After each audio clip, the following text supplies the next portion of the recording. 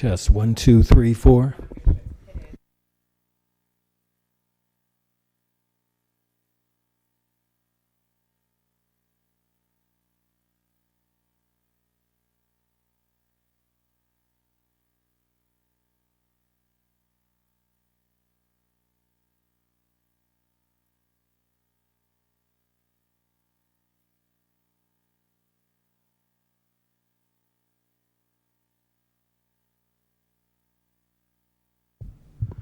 Another test, 2, 3, 4.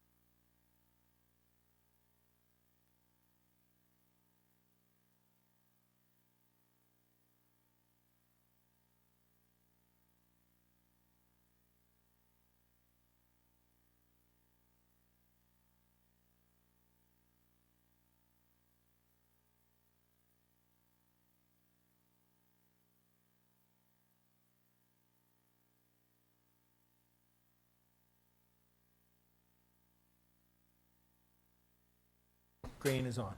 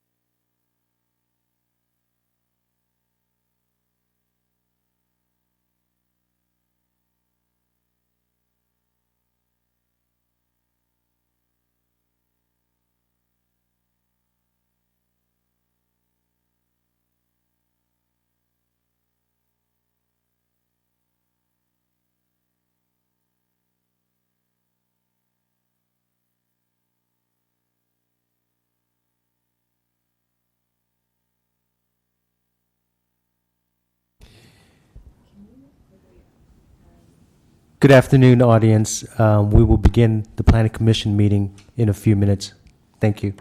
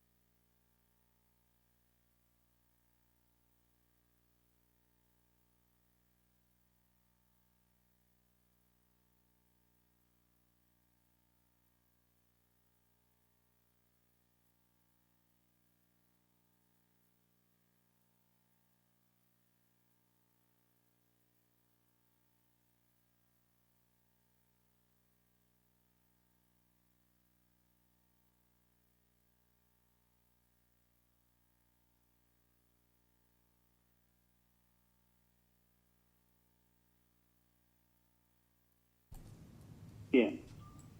Cano? Angie Cano? I'm here. Oh, you don't want to.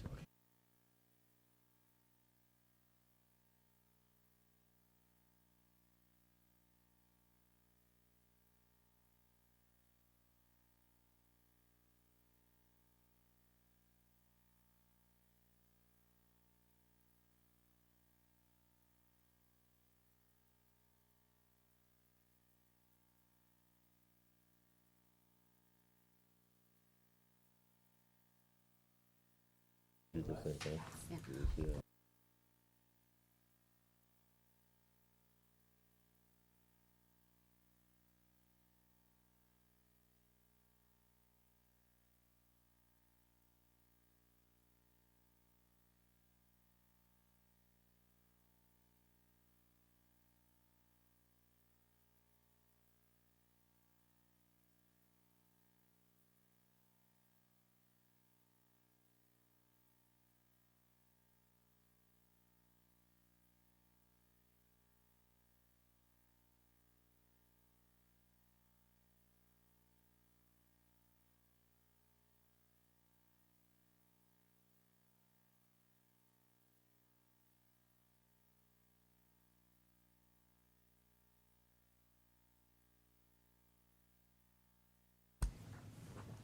Min? Okay, so are we connected and ready to go? Yeah, if you can please start the meeting. with a roll call. Well, let's just start the meeting. I'd like to call this special Planning Commission meeting of March 30th, 2020 to order. Would we please do the Pledge of Allegiance? And Min, lead us on the Pledge of Allegiance, please. Yeah, switch. Yes, sir. So if the commission and the audience, if you can repeat after me. Ready? Begin. I pledge allegiance to the flag To of the the United flag States of of the America, United States of to America, the republic for which it To stands, the republic for one which it stands, nation, under God, one nation, under God, indivisible, with liberty and justice for all. with liberty and justice for all. Thank you, Min. Madam Secretary, would you please call roll? Yes. Amen. Chair McLaughlin. Here. Vice Chair Contreras-Leo. Here. Commissioner Cano. Here. Commissioner Garcia. Here. Commissioner Nguyen. Here. Commissioner Fan. Here. Commissioner Rivera. Here. Chair, you have quorum. Okay, thank you very much. Before we get started, first of all, I'd like to thank everybody that's participating in tonight's event. It hasn't been an easy task, but I just want to let everybody understand that, under the current situation where we are in our homes, this is probably the safest way we can approach doing business and continuing to do business with the city. Please note that it was determined back several weeks ago at the recent council meeting that the council and the planning commission that are responsible for legislative activities would continue to run on a regular basis through a virtual process. Last week we did a dry run on the 23rd to see how the dry run would work. We've made some adjustments with that. We've done a lot of things to help try to make this a fully robust process so that those that could not attend tonight or would not be able to attend because they weren't allowed to attend, we've given you a number of different options to do that. You can dial in, you can send emails, you can even go through YouTube and come up with questions as we go forward. So we're hoping that this is something that, it's something from our standpoint that we're hoping is not going to be a permanent situation for us, but a temporary situation. But we do want to make sure that everybody is safe and everybody is doing well under the circumstances with COVID-19. So, having said that, we do have some things that we want to look at from a procedural perspective, and I want to make sure that everybody understands what's available to them. So what I'm going to do is I'm going to turn this over to the secretary and allow the secretary to describe how this meeting is going to be live streamed and the subtleties of what we're doing with respect to that. Thank Madam you. Secretary, do you want to talk to that? Sure. Thank you, Chair. So I'm just going to, on the screen, can you go to the next slide? On the screen, we have some information for the public in regards to how you may participate in tonight's meeting. And I will describe that now. This meeting is being live streamed via YouTube at www.youtube.com/City of Santa Ana video /live and to our website at santa-ana.org/cc/city meetings. The community may participate in this meeting by providing a public comment in one of the two ways. First is to call in using your phone. For English, please dial 1-669-900-9128 and enter meeting ID number 315-965-149, followed by the pound sign, and for participant ID number, please just enter the pound sign. For Spanish, you may dial 1-669-900-9128, enter meeting ID number 542-334-173, followed by the pound, and for participant ID number, enter pound. If you'd like to speak using your phone, please dial *9 at the time that the agenda item is being discussed. When it is your turn to speak, please state your name, the agenda item number you are speaking on, your position on the matter, and your comment. You will have 3 minutes, and I will alert you when your time is up. The second way to participate in this meeting is by commenting on YouTube Live. If you would like to provide a comment on YouTube, you will need a Google account. You can create one at accounts.google.com. If you want your comment to be read aloud, you must type public comment in all caps at the beginning of your comment. Comments that do not begin with this phrase will not be read aloud. In your comment, please reference the agenda item you are commenting on, your name, which is voluntary, and your position on the matter, support, oppose, or neutral. And please do note that YouTube has a 200-character limit per comment. You may submit multiple comments to complete your statement, and I will read aloud comments as submitted, limited to 3 minutes per individual. Please do note words including profanity, obscenity, or discriminatory language that disturb the decorum of this meeting will not be read into the record. And I'll turn that back to you, Chair. Thank you. We'll now move public comments for non-agenda items. Does anyone in the public have any comments that they'd like to make with regards to non-agenda items?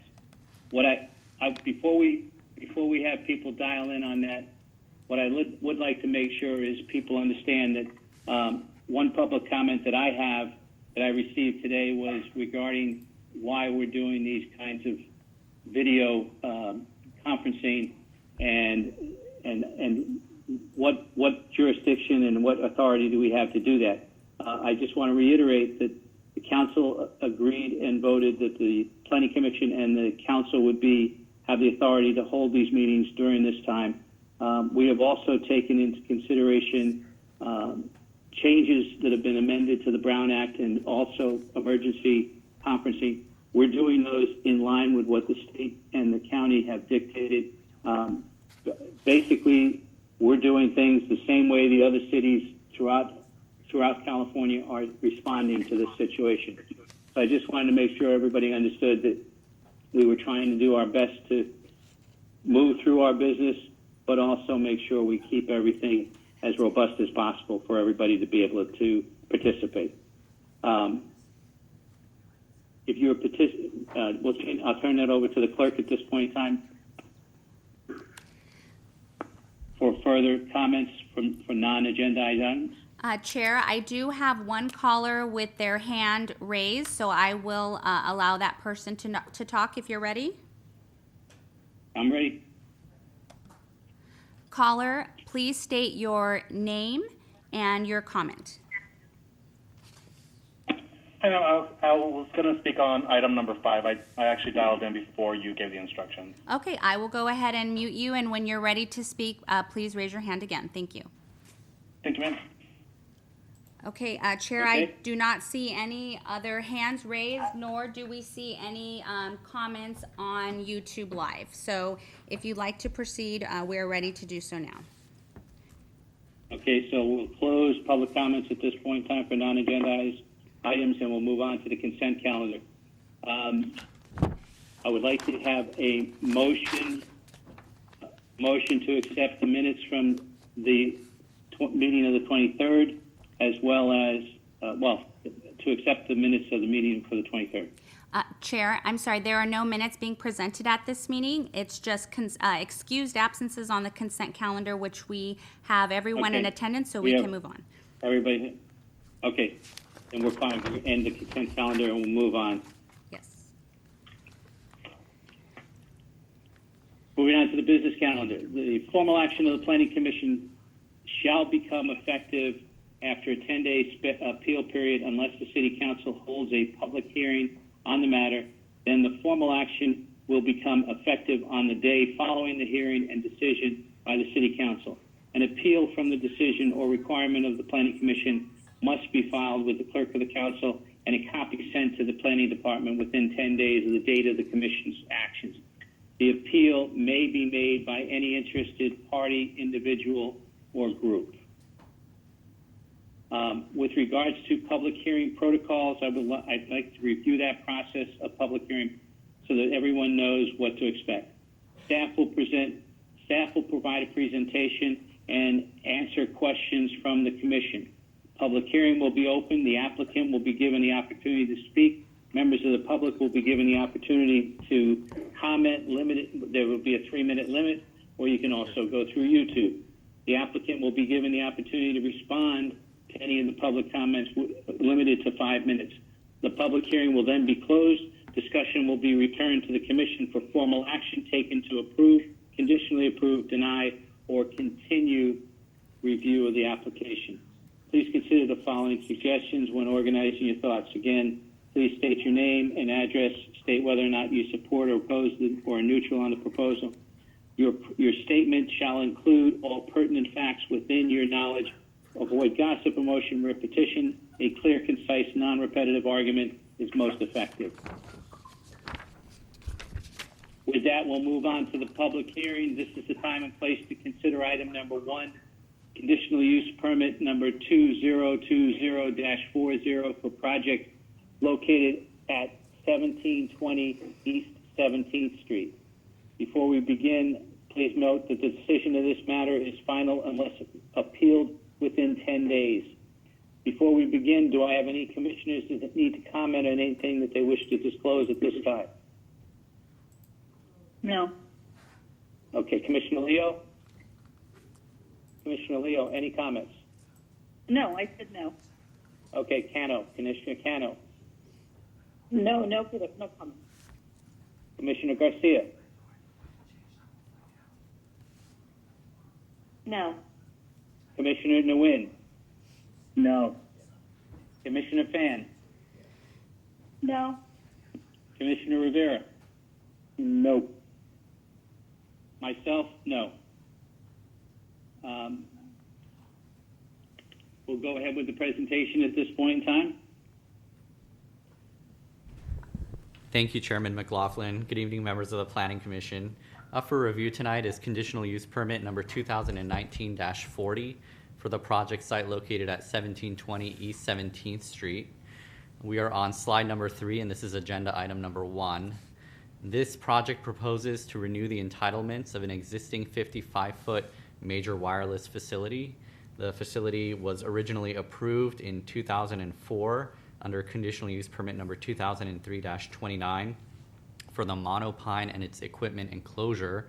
As part of the project, the applicant is proposing to renew the entitlements for another 10 years as required by the Santa Ana Municipal Code and replace equipment on the facility to provide current service coverage and reinstall new landscaping on the site for an overall site refresh. Staff analysis of the project found that the facility will continue to provide necessary coverage in the area, providing residents and visitors to the area with the necessary cellular and data coverage, and the conditions of approval proposed, as well as the existing standards in the municipal code, will address any negative impacts from the facility. So based on the analysis, staff recommends that the Planning Commission approve conditional use permit number 2019-40 as conditioned, and I'd be happy to answer any commissioner questions at this time. Okay, since we're set up the way we are, what we're going to do is, again, just go through the roll call for anybody that has questions of staff at this point in time. Vice Chair Contreras-Leo, do you have any questions? No, thank you. Commissioner Cano? No questions. Commissioner Garcia? None. Commissioner Nguyen? No. Commissioner Fan? Yes. This question is directed toward the city attorney. I just want some clarification that obviously in our staff report we indicate that regarding health effects, we follow FCC guidelines. I understand that we received correspondence from a resident raising health concerns, and I just wanted to verify that federal law and FCC regulations prevent cities like Santa Ana from considering health effects beyond what is permitted by the FCC, correct? Yes, Commissioner Tai, you're correct. The FCC regulations and case law both prohibit any discussion or review by the city and looking into the health effects of the wireless facilities. Okay, great. That is Thank not you. something for you to concern. Yes. Okay, so just aesthetics, location, how it looks, things like that. Correct. And so long as it complies with our code and meets the CUP requirements. Great, thank you. Okay, thank you for that question, Commissioner Fan. Commissioner Rivera, do you have any questions? No, none. Okay, I do not have any questions. Since the question was directed towards the legal at this point in time, I'm going to assume that the commissioners all still have no further questions to Ally. Ally will go from there. Thank you very much for your presentation. Madam Secretary, have we received any written communication on this item? Yes, there was a comment received, and that was distributed and is posted on our website. Okay, thank you. We will now open, we will now open the public hearing. At this point in time, is the applicant able to speak, or is the applicant not available?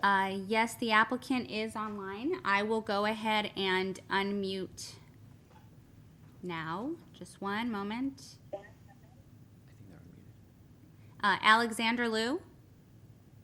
Yes, good evening, Commissioners. This is Alexander Liu of Core Development Services. I'm representing Crown Castle. Thank you very much for this opportunity to renew the entitlement on this existing monopine facility. As staff had indicated, we are doing some landscaping upgrades for this facility, and also doing a rebranch for the tree to bring it up to more modern standards. With that, I'm just available for any questions that you might have, and humbly ask for your approval for this renewal. Thank you, Alexander. I'm going to go back through our roll call. Cynthia Contreras-Leo, any comments? None. Questions? None. Commissioner Cano, No question. Commissioner Garcia, None. Commissioner Nguyen. Yes, on the exhibit number 3 on the staff report, there is a pine tree located next to the cell tower. It's kind of like bending. Is that, I will remove that pine tree, or will you leave it the way it is? Alexander, did you hear the question? I did. I'm pulling up the staff report. Exhibit number 3, page 14. Yes, I see that.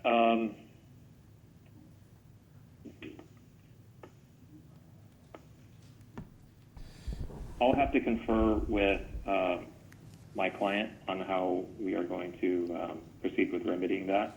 But I do see that does have a significant amount of lien to that. So, yes, I'm not prepared to answer that. I don't have the answer to that right now, but I'll look into that, and I can definitely work with staff in the meantime to address that item. Okay. Thank you, Ken. Appreciate that comment. Commissioner Fan, comment? Yes. So I just wanted to clarify, based on the site plan, the real pine tree is not included. It's not within the fence perimeter of the monopine, correct? That's correct. Okay. The live pine tree is not inside the equipment lease area of the faux pine tree. Okay. And then regarding the actual monopine itself, is there going to be any upgrades to the service or the monopine, or is this, just a desire to upgrade the aesthetic? This is a renewal to the facility. As part of it, we are upgrading the aesthetics, and also Sprint is proposing an upgrade in equipment as well, doing some antenna swaps for an equipment upgrade as part of it. Okay, and do you have any estimate of how many additional people this can service, or how much better the service will be? My understanding is that the coverage footprint will remain the same. The upgrade that is being deployed is for capacity upgrades. I was not given the information on population numbers or number of subscribers or additional bandwidth throughput, but my understanding with the proposed equipment upgrades is for higher speed, higher capacity. Great, especially during this time when everybody is working from home or needs access to Wi-Fi and data. This is, I think, a good thing. Do you know what the timeline will be for this to be fully upgraded? I don't recall seeing that.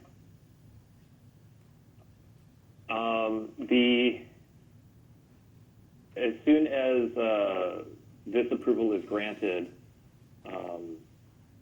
we'll be able to go in and apply for building permit, and usually the upgrades are completed within 60 to 90 days of the upgrade, or of building permit issuance. I'm sorry.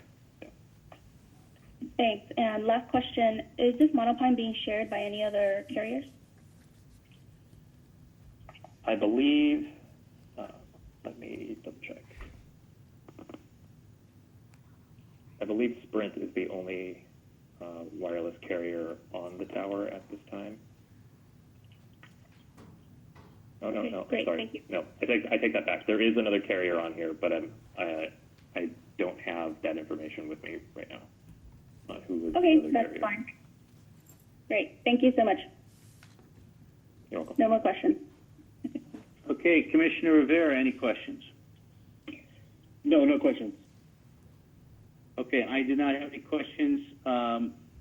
Assuming that everybody was taken care of with the questions, we will then move on to public comments from the audience. Madam Secretary, do we have any public comments at this point in time from on this item? So this announcement is for our participants. If you are participating by conference call and wish to speak, please press *9 now. While we wait for participants to press *9, I will also request that any public comments be submitted through YouTube live chat now. Do we have any? Okay, so on YouTube? Right. So I have a couple hands pressed for our conference call. I'll go ahead and unmute our first caller. Caller, please state your name and your comment on this item, agenda item number 1.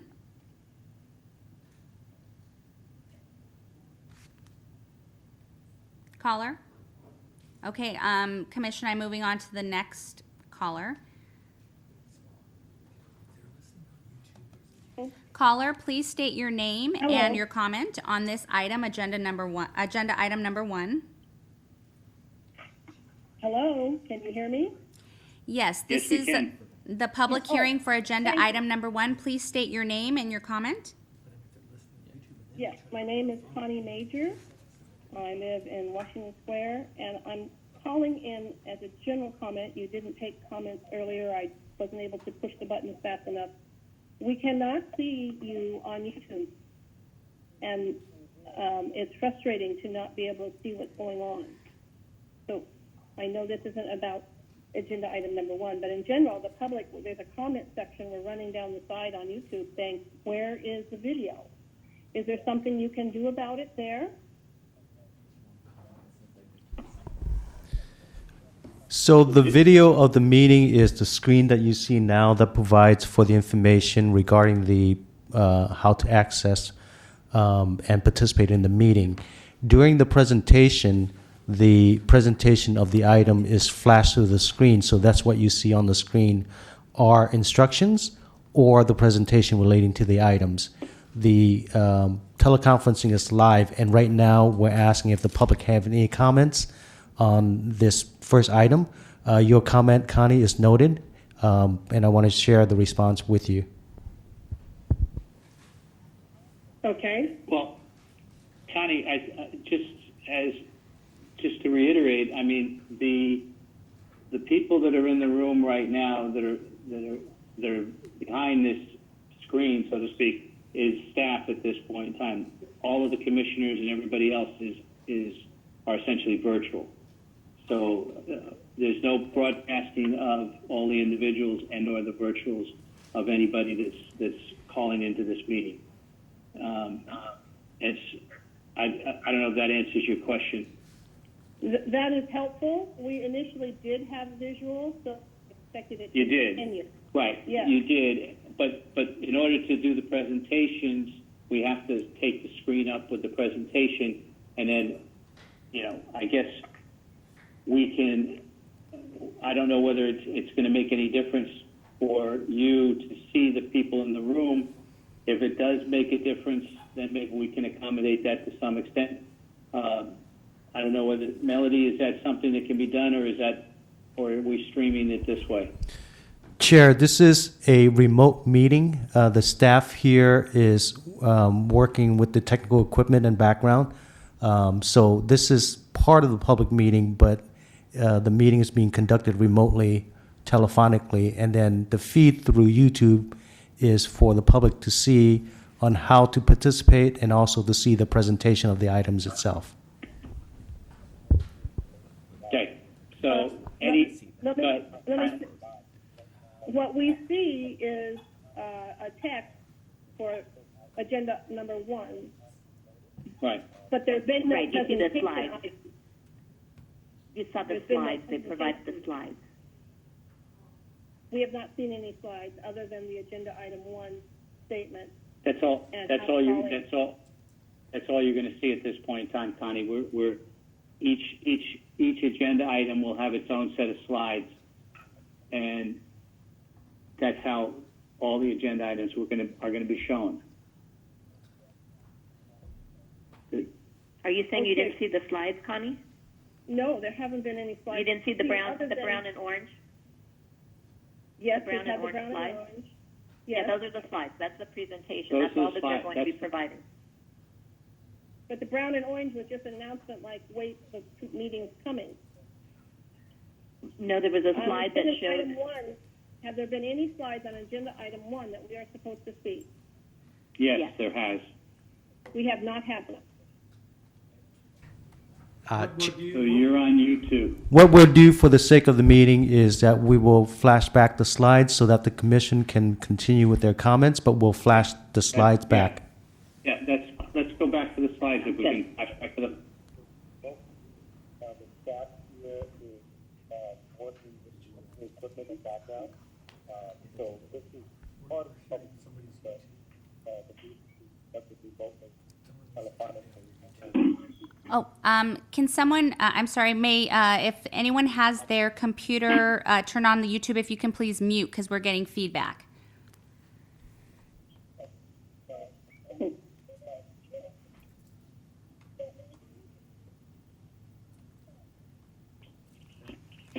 There, is that better? Yes, thank you. Thank you. Plan Commissioner, you can proceed with your discussion, or if you want to call for the question on this item. We have a couple So more we're hands. not able to show the slides at this point in time for Connie. Is that the point? Yes, we have not seen them on the YouTube station. Do you see the slide up right now that says commission question? No, it's time for public hearing on agenda item number 1. Did you click to stream it live? Well, the yellow typing there? No, I have not. But it didn't change anything. I did click it. So, Connie, You don't see where the slide up right now. there is an experiencing of a 20-second delay between what's happening in terms of the discussion here and what's on screen. So it's better that you follow what's on screen, but be able to participate with verbally through the phone system. We have reloaded the PowerPoint, and you should see it by now. No, still the original time for public hearing on agenda item number 1. You may need to slide is up refresh now. your page. Yeah, the slide is up. Yeah, the slide is up, the opening slide is up at this point in time. I don't know how I am supposed to get it. This is Angie Connor. Would it be possible for someone from tech to call Connie and help her navigate the YouTube system?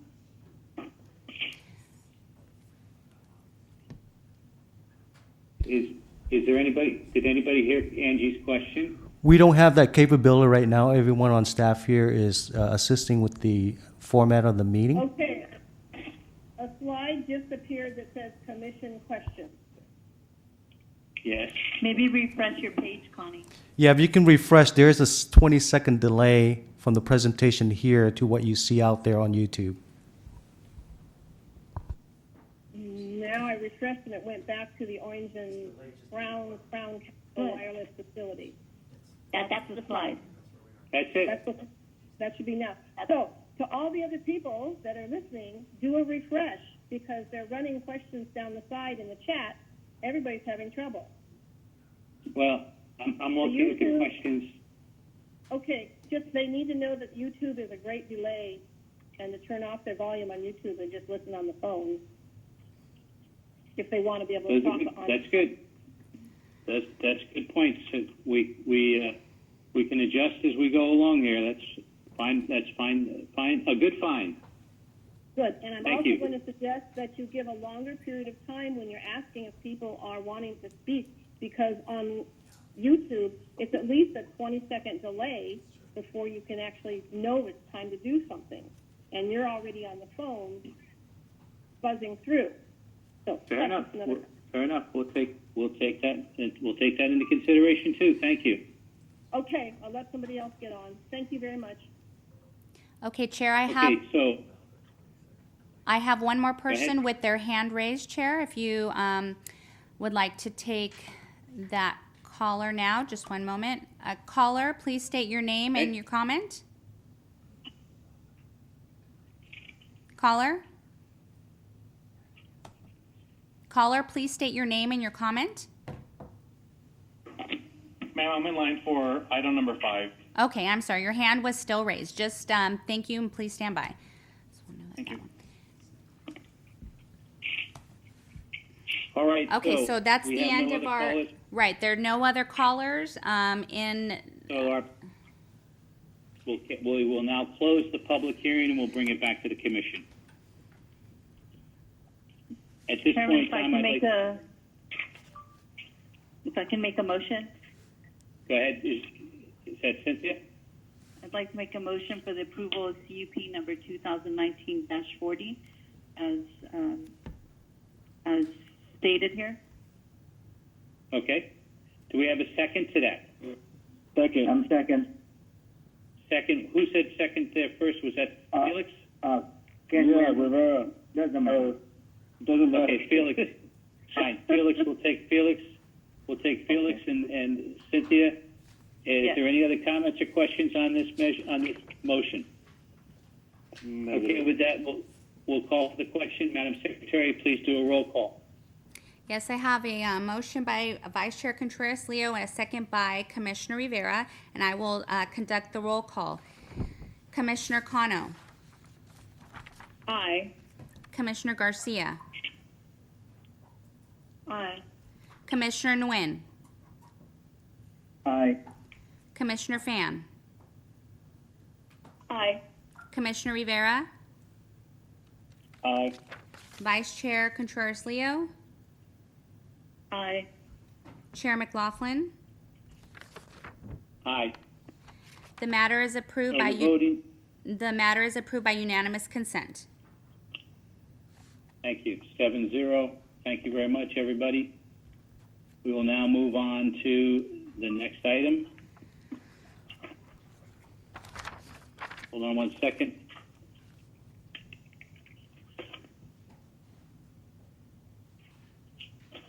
This is the time and place to consider item number 2, conditional use permit number 2019-42 for a project located at 1302 South Lyon Street.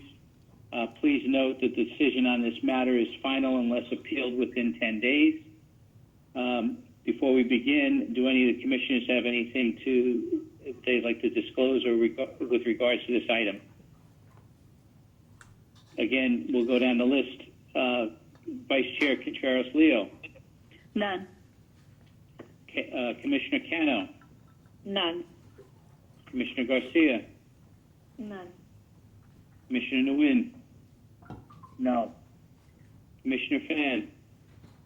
No. Commissioner Rivera. Nope. I do not have anything to disclose at this point in time. So, Madam Secretary, so with that said, please go ahead with the presentation. Thank you, Chairman. Good evening again, members of the Planning Commission. This is a second request by the previous applicant to renew the entitlements of a major wireless facility located at 1302 South Lyon Street. This is conditional use permit number 2019-42. Similarly to the previous project, the applicant is proposing an entitlement renewal for an existing facility at 55 feet in height to replace existing equipment and provide new landscaping on the site. The site currently complies with all standards of the municipal code applicable to major wireless facilities, and staff's analysis of the request indicates that the proposed facility will continue to provide the needed data and cellular coverage in the area. So based on the analysis and the applicant's request, staff is recommending that the Planning Commission approve conditional use permit number 2019-42 as conditioned. And at this time, I'd be happy to answer any questions that the Commission may have. Okay, we will go through the roll on this. Commissioner Contreras-Leo. None. Commissioner Cano. No question. Commissioner Garcia. None. Commissioner Nguyen. I have a very quick one. The project was approved on September 2007. According to the CUP, that must be not exceed 10 years.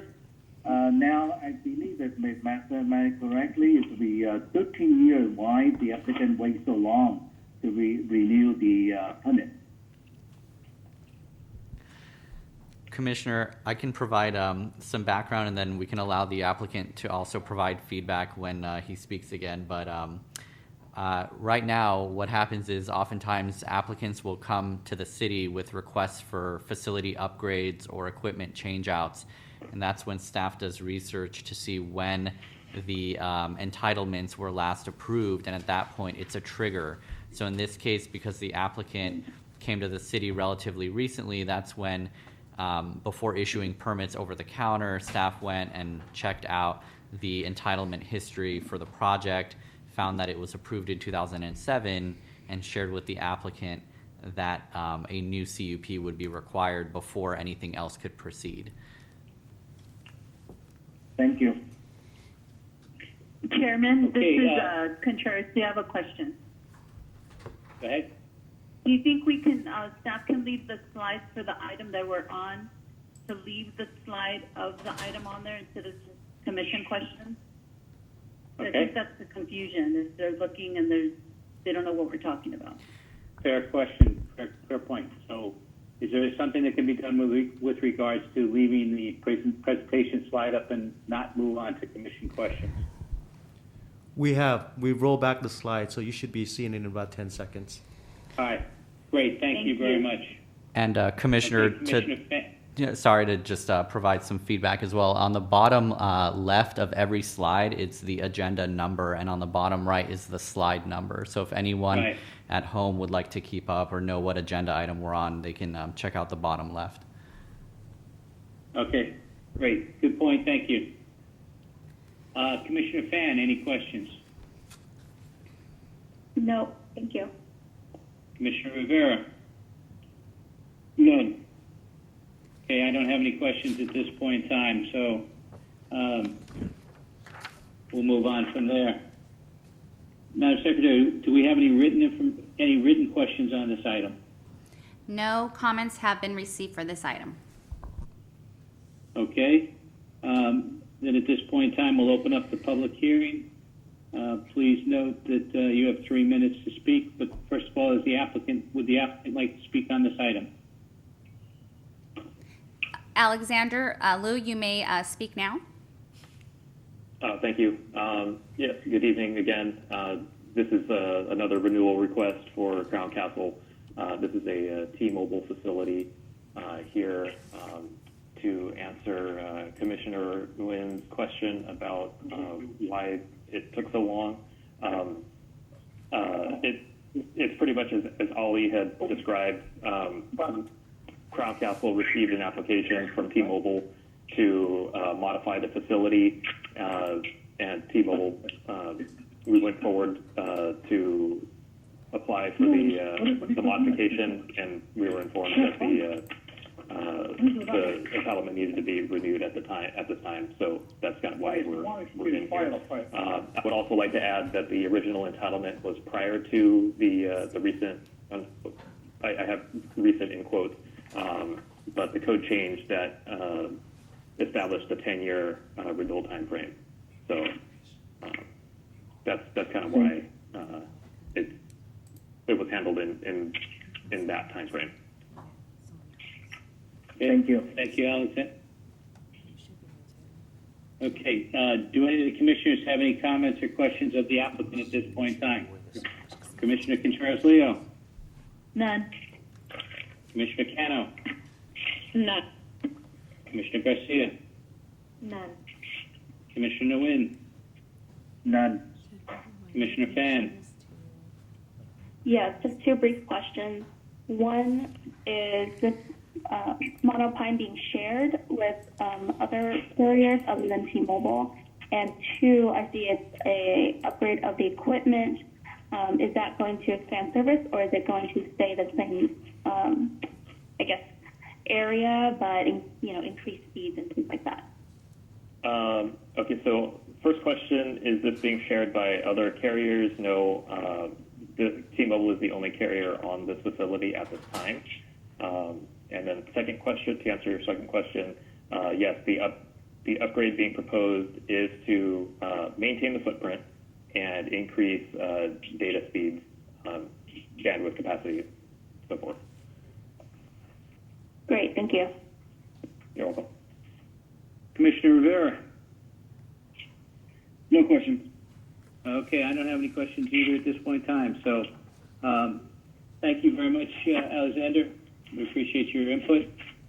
And does anybody want to address the public hearing on this item at this point in time? Please raise your hand. If you are participating by conference call and wish to speak, please press star 9 now. While we wait for participants to press star 9, I will also request public comments to be submitted through YouTube live chat. And Commission will wait about 30 seconds to see if we have any comments because there is a delay. No problem.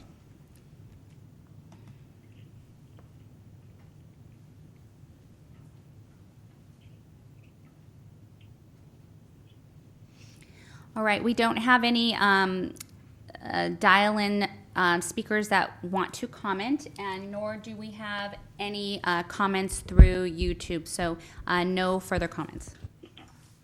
Okay, with that said, we will close the public hearing at this point in time, and we'll bring it back to the commission for final questions and staff.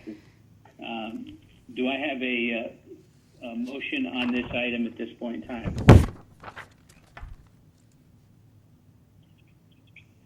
Chair, I'll make a motion. Okay, Cynthia Contreras-Leo, motion. Second? Sure. Second. I'll second the motion for San Francisco. Okay. That was Commissioner Cano? Yes, that was me. Okay, great. All right, thank you very much. Having said that, any other questions at this point in time? Hearing none, we'll have a roll call of the vote. Madam Secretary, please take roll. Commissioner Cano? Aye. Commissioner Garcia? Aye. Commissioner Nguyen? Aye. Commissioner Fan, Aye. Commissioner Rivera, Aye. Vice Chair Contreras-Leo, Aye. Chair McLaughlin. Aye. The motion passes by unanimous consent, 7-0. Thank you very much. I appreciate everybody's input and support on that item. We will now, this is the time and place to consider item number 3, conditional use permit number 2020-04 and number 2020-05 for the project located at 1406 East 1st Street. Please note that decision on this matter is final unless appealed within 10 days. Before we begin, do any of the commissioners have anything that they wish to disclose with regards to this item? Cynthia Contreras-Leo, Vice None. Chair. Commissioner Cano, None. Commissioner Garcia, None. Commissioner Nguyen, None. Commissioner Fan, No. Commissioner Rivera. Nope. I have none also. At this point in time, can we please move on to the presentation? Thank you, Chairman McLaughlin. Good evening again, members of the Planning Commission. This is now agenda item number 3. The slide on the screen should say that at the bottom left, and slide number 11 at the bottom right. This is conditional use permit number 2020-4 and number 2020-5 for the site located at 1406 East 1st Street. This project proposes construction of a new 2,600 square foot Jack in the Box restaurant with a drive-through lane. As part of the applicant's request, there's a request to allow 24-hour-a-day operation of a drive-through lane. These two requests, the drive-through and the late-night operations, require approval of respective conditional use permits. So at this time, I've moved on to the next slide. There might be a slight delay.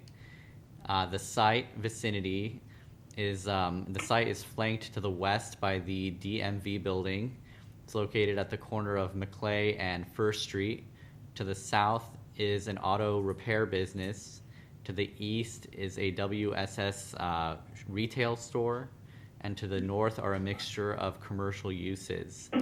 The site is located in the general commercial zoning district and has a mixed-use overlay designation, as well as has a general plan designation of general commercial.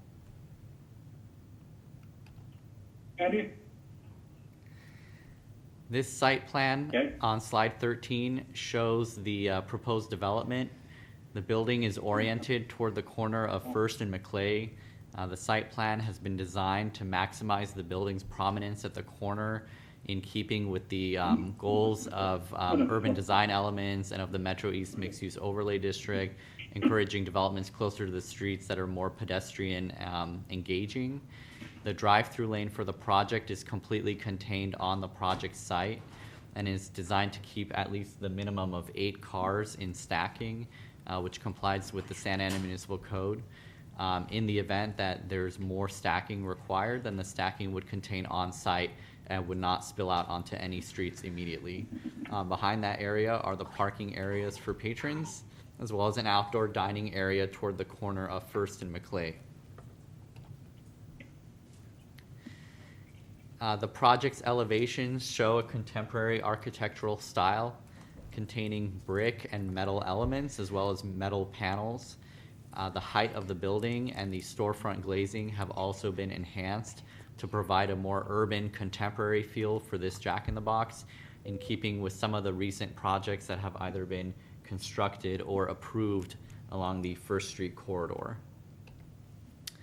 The subsequent slide number 15, which should appear momentarily, shows the right and rear elevation. So these are the elevations that face the interior of the parking lot as well.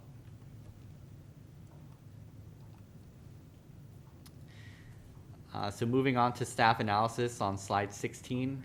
As stated previously, the site plan and the drive-through lane are designed for this project to minimize impacts to surrounding streets. There's ample queuing capacity for the lane, and if during peak hours it's not enough, then there won't be any impacts to First or Maclay streets.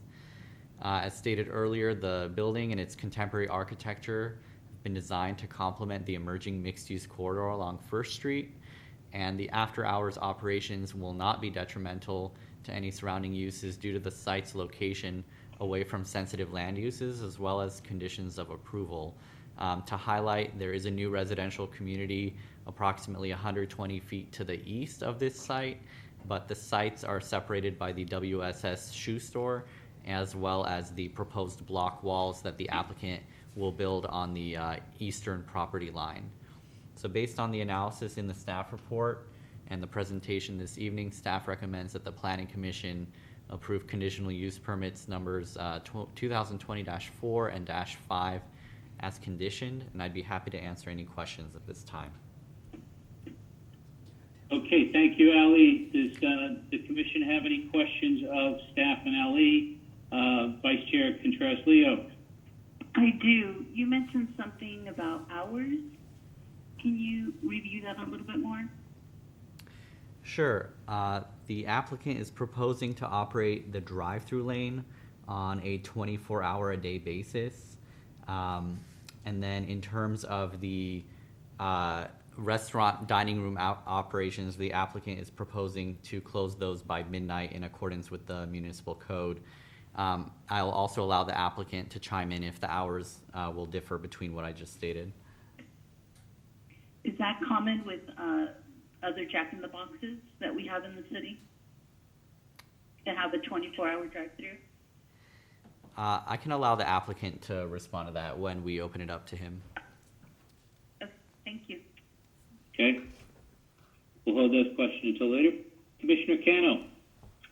Yes, I do have a question. So I just wanted to go over again the whole when the people drive in and out of this location, just because that is a high traffic area. Would you mind going over that section? I'm on page 32 of the plan, but the slides are off on the YouTube video.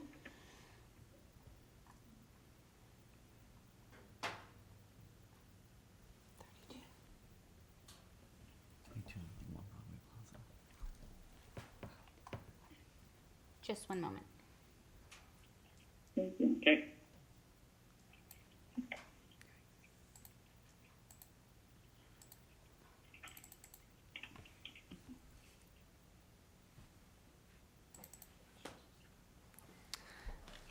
Andy, is this what you're looking at?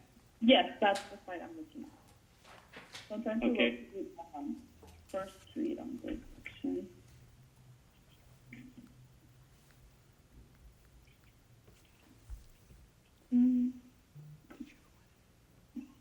Okay, Commissioner, go ahead. I'm looking at the site plan with you. Yeah, so I'm trying to locate First Street. I'm guessing it's towards the right. So on page 32, First Street goes across the top of the image. First Street is across the top. Across the top. And then the entrance and the exit, that's where I'm going.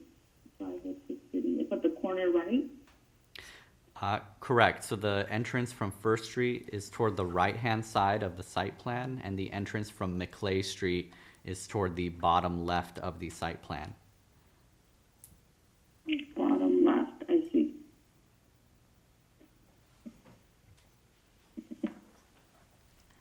Okay, so I'm guessing this is only a right turn from First Street and then a right turn on McClay?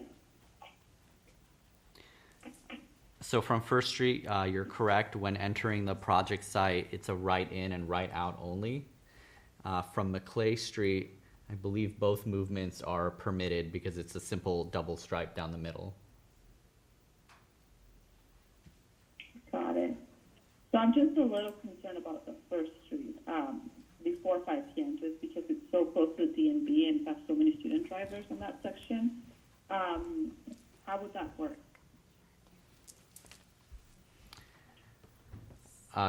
So if I understand the question correctly, there's a concern about the safety of having a driveway on First Street because the DMV has student drivers. Is that correct? just having one way in, that's my concern, with the flow of traffic on that section.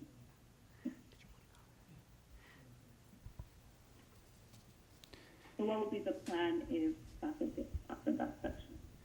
If it happens, rather. Good evening, members of the Planning Commission. This is Tag Higgins with Public Works. The driveway off of First Street is bidirectional. It's not just one way in. You can go in or out of that driveway, as well as on McClay. You can go in and out in that driveway.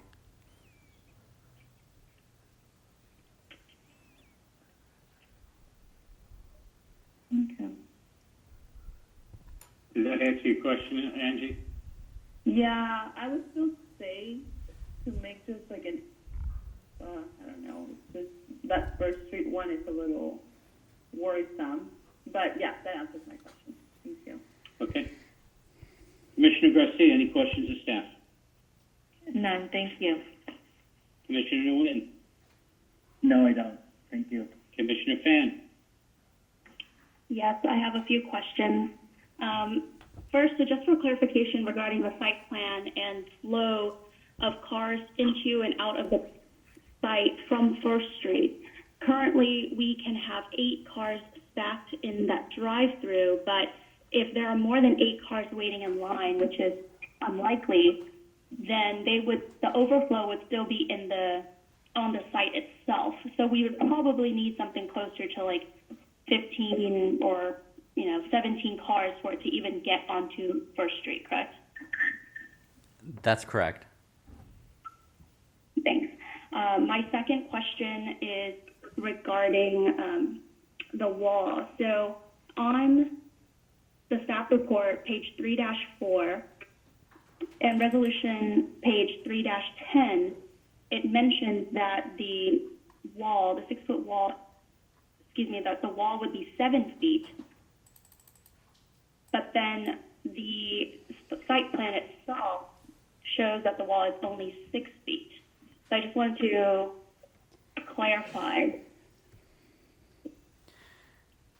Thank you, Commissioner. You are correct that the graphics on pages 31 and 32 of the agenda packet show a 6-foot high decorative perimeter wall. But condition number 4, I believe, on both resolutions requires construction of a 7-foot tall wall instead. So even though the image shows 6 feet, the condition of approval is requiring 7 feet in height. Perfect, thank you. My other question is regarding the condition of approval. It mentions that, of course, upkeep of the project site includes timely removal of graffiti. I'm referring to page 3-24. But it doesn't mention how long what's considered timely. I know in other instances we've had a 24-hour turnaround. I imagine the owner would have, a lot of reasons to get it done as soon as possible. But do we have anything like that, or that we can add? I just want to make sure that we take care of that. Commissioner, thank you for your question. Typically in these property maintenance agreements, we write the word timely and avoid hard time frames like 24, 48, or 72 hours due to the fact that if a graffiti incident happens like on a holiday or on a Saturday, and let's say those removal services are not available immediately within 24 hours, we wouldn't want the property owner to find themselves now violating the agreement simply because services were unavailable on a Sunday or on a bank holiday, let's say. So timely, typically can be interpreted as, up to 48 to 72 hours. But the time frame is often not written due to the reasons that I stated before. Great, that makes a lot of sense. Thank you. And then I have a few questions regarding security and the timeline for when this project may start or go up. Should I save that for the applicant? Commissioner, you can ask your question, and if it's something that the applicant can better respond to, I could state that. Okay. So first, amid everything going on right now with COVID-19 and people, staying at home, but then this seems like a great project because, it's food service, drive-through, so we would limit contacts. Do you know how long it'll be before this project is completed and up and running? Because of so many things being in the air right now, unfortunately, with the pandemic, I would defer to the applicant to answer that question. Okay. My other question regarding the 24-hour drive-through. So, fun fact, I worked at In-N-Out Burger for 6 years, and often we would have to leave work very late at night, 2:30 or 3 in the morning, and we would do so in groups. And whenever we took out the trash at night, we would do that in pairs to ensure that everybody was taken care of and there were no security incidences. But do you know if there are any plans like that, just to make sure that even though it's a 24-hour drive-through, that if there's trash that needs to be taken out or any other type of maintenance, that, you know, our residents and workers are protected? Commissioner, that makes two of us who have held restaurant jobs in the past. I can share with you that most restaurants do have employee safety manuals for these sort of things. But again, I would, because it's employee and employer policy related, I would defer to the applicant to answer that question as well. Fair. Okay, that was it. Thank you. Okay, thank you, Fan. Commissioner Rivera, do you have anything to ask? Negative. My questions were answered as far as the traffic flow. I was more concerned about the Maclay entrance, just because of dismissal for the students at Via. I know that that's a street that gets heavily compacted right there off just north of the site. But yes, my questions were answered as far as left and right in off of Maclay, and then just right in, right out off of First Street. So no questions. Thank you. Thanks. Thank you, Felix. I have one question, Ali, and that is, did we not recently come up with what was considered to be a guideline, or actually a requirement for drive-throughs with respect to how many cars need to be in the queue off the street? Chairman, that's correct. The municipal code requires a minimum distance from entrance to the order point, and then from order point to the pickup window. Right. And my question is this, I mean, I heard the number and somebody said 15, but what is the municipal code at this point in time on that? The code states 80 from the entrance of the drive-through to the order point, and then another 80 from the order point to the pickup window. The recent code amendment that the Planning Commission considered was meant to clarify that language as I just described and avoid any misinterpretation of it. So it was 8 units and 8 units? Is that what you said? It's 80 and 80 for a cumulative of 160, which is about 8 cars total. 8 cars total. So I get you. Okay. All right, thank you on that. With that, I don't think we'll move on to, we received any written communication on this item, Madam Secretary? No comments have been received for this item. Okay. We will now open up the public hearing. Would the applicant like to speak on this matter? Mr. Greg Miller, you may go ahead and address the Planning Commission. Thank you, Planning Commission. This is Greg Miller. I am the project manager for the site for Makar Foods. We have been working on the site for several, almost 2 years now with Pedro. I think we have come up with a lot of items that we needed to do to hide the drive-through and make it a pedestrian-friendly site. I think that we have been able to achieve that with the help of the city of Santa Ana. Addressing some of the questions in terms of timing, we would be, upon approval of the site plan and the CUP, we would be looking at construction start somewhere in the mid-June timeframe with a 100-day completion, which would take us right around the end of September for completion of the project and enhancement of this vacant lot. Also, in terms of security, definitely definitely, that is one of the main concerns for all of the employees. If I'm not mistaken, I think we have incorporated 2 new city lights to the site, and then also I think there's 7 site lighting, which is internal to the property to be able to enhance security features of the property, so on and so forth. And definitely we are putting up the 7-foot wall, as Pedro stated, between WSW and this site as well. Okay, thank you, Greg. Does any of the commissioners have a question, any additional questions of the applicant, Vice Chair Contreras-Leo? Yes, I have that question in regards to, is it common for the Jack in the Boxes to have 24-hour drive-through? Yes,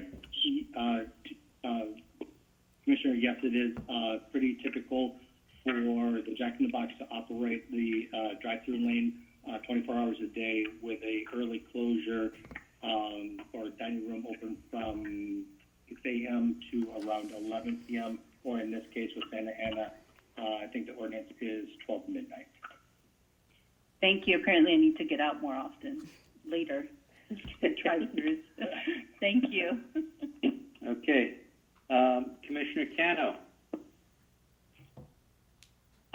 No, well, the applicant mentioned 2 city lights. Are those traffic lights or just regular street lights? They are regular street lights.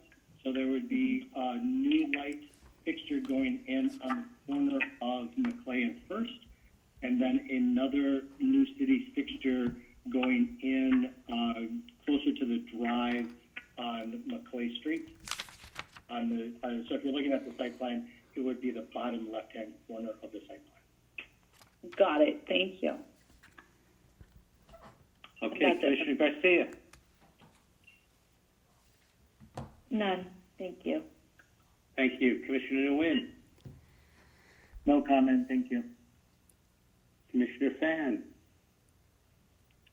Hi, yes.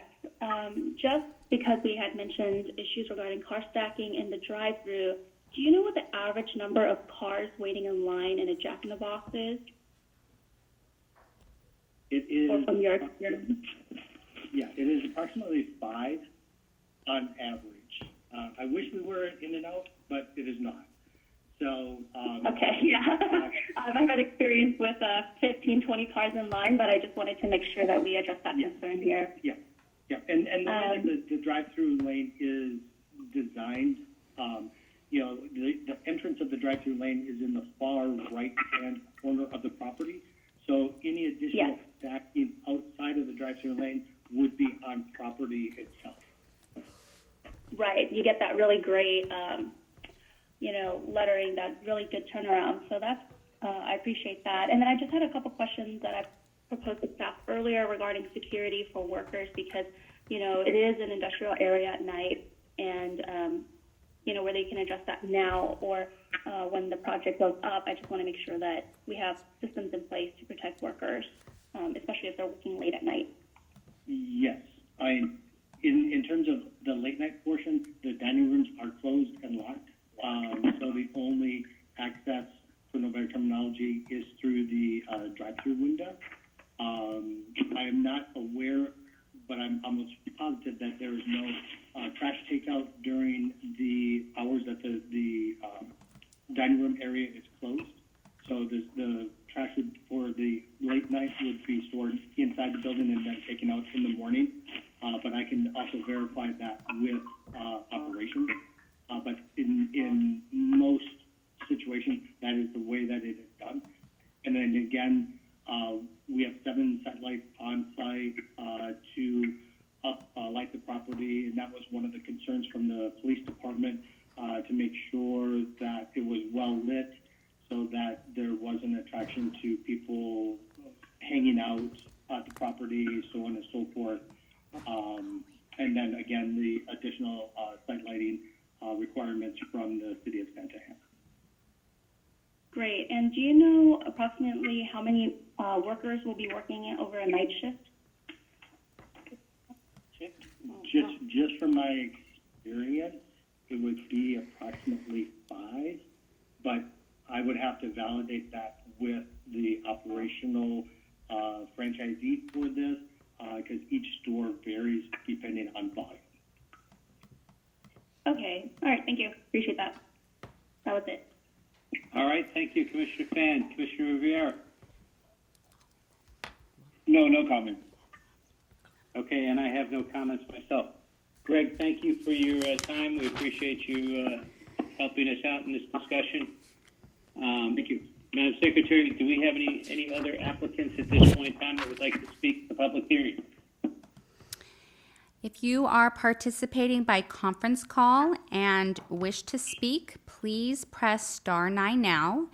And while we wait for participants to press *9, I will also request public comments to be submitted through YouTube live chat.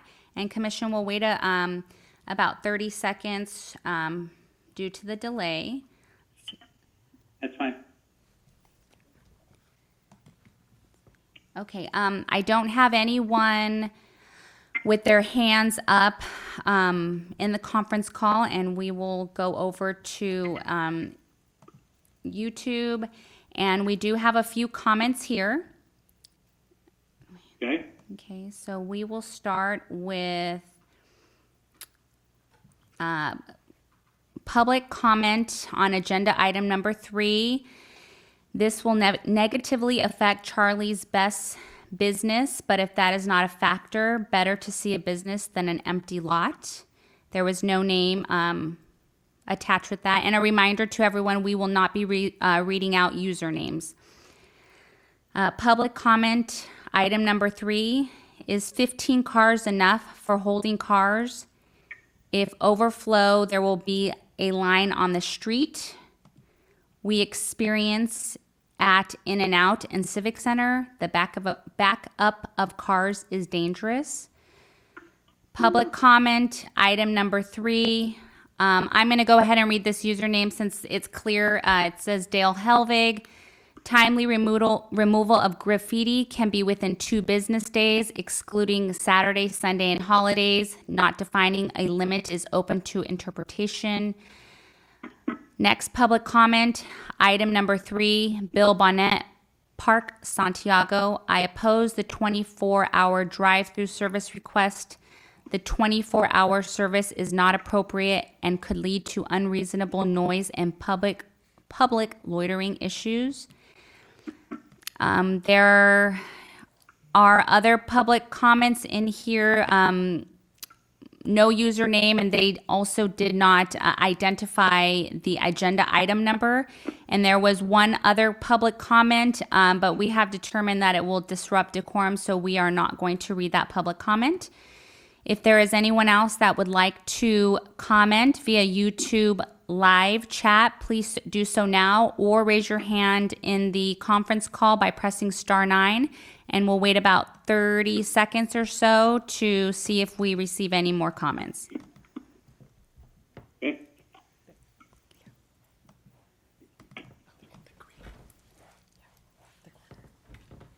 Okay, just 1 second. Let's see. Do we have anyone? We have one caller that would like to speak. Caller, please state your name and your comment. This is Mike Cardiff. Thank you. Please. I like my Jack burgers, no mustard, no ketchup, add secret sauce, and don't forget the pickles. Please build it. Thank you. Thank you, Mike. Appreciate it. Okay, and we're going to. I'm just checking back. One last skim through the public comments. I have not received any other person indicating that they would like to leave a comment in YouTube live chat. So that concludes the comments, Chair. All right, I appreciate that. And once again, Mike, thank you for the order. You showed that the drive-through is working for us. So with that, I will close the public hearing and we'll bring it back to the commission for final questions.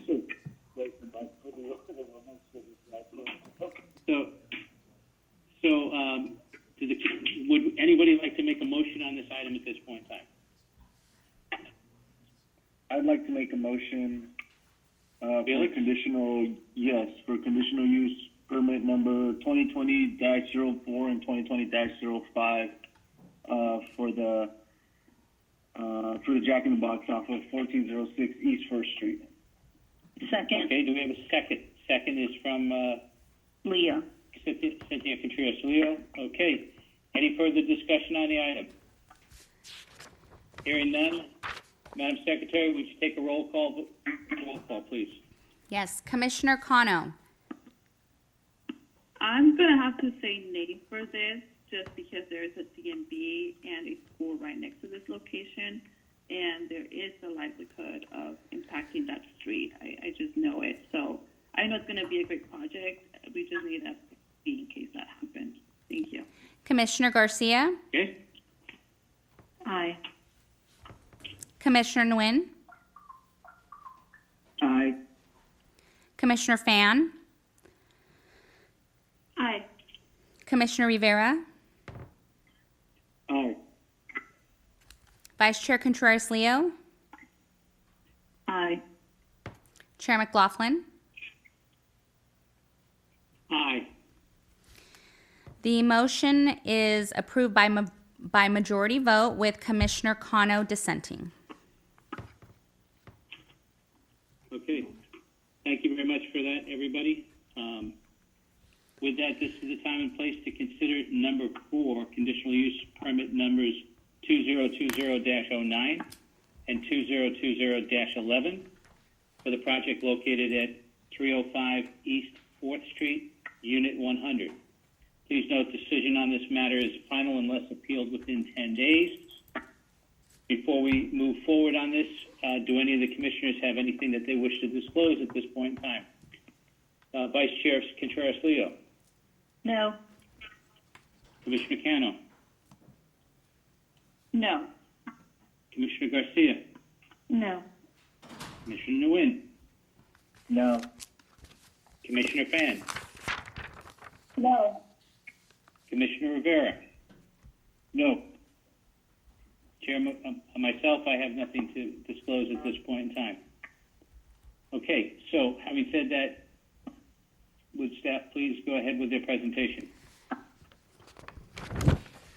Thank you, Chair McLaughlin. Good evening again, members of the Planning Commission.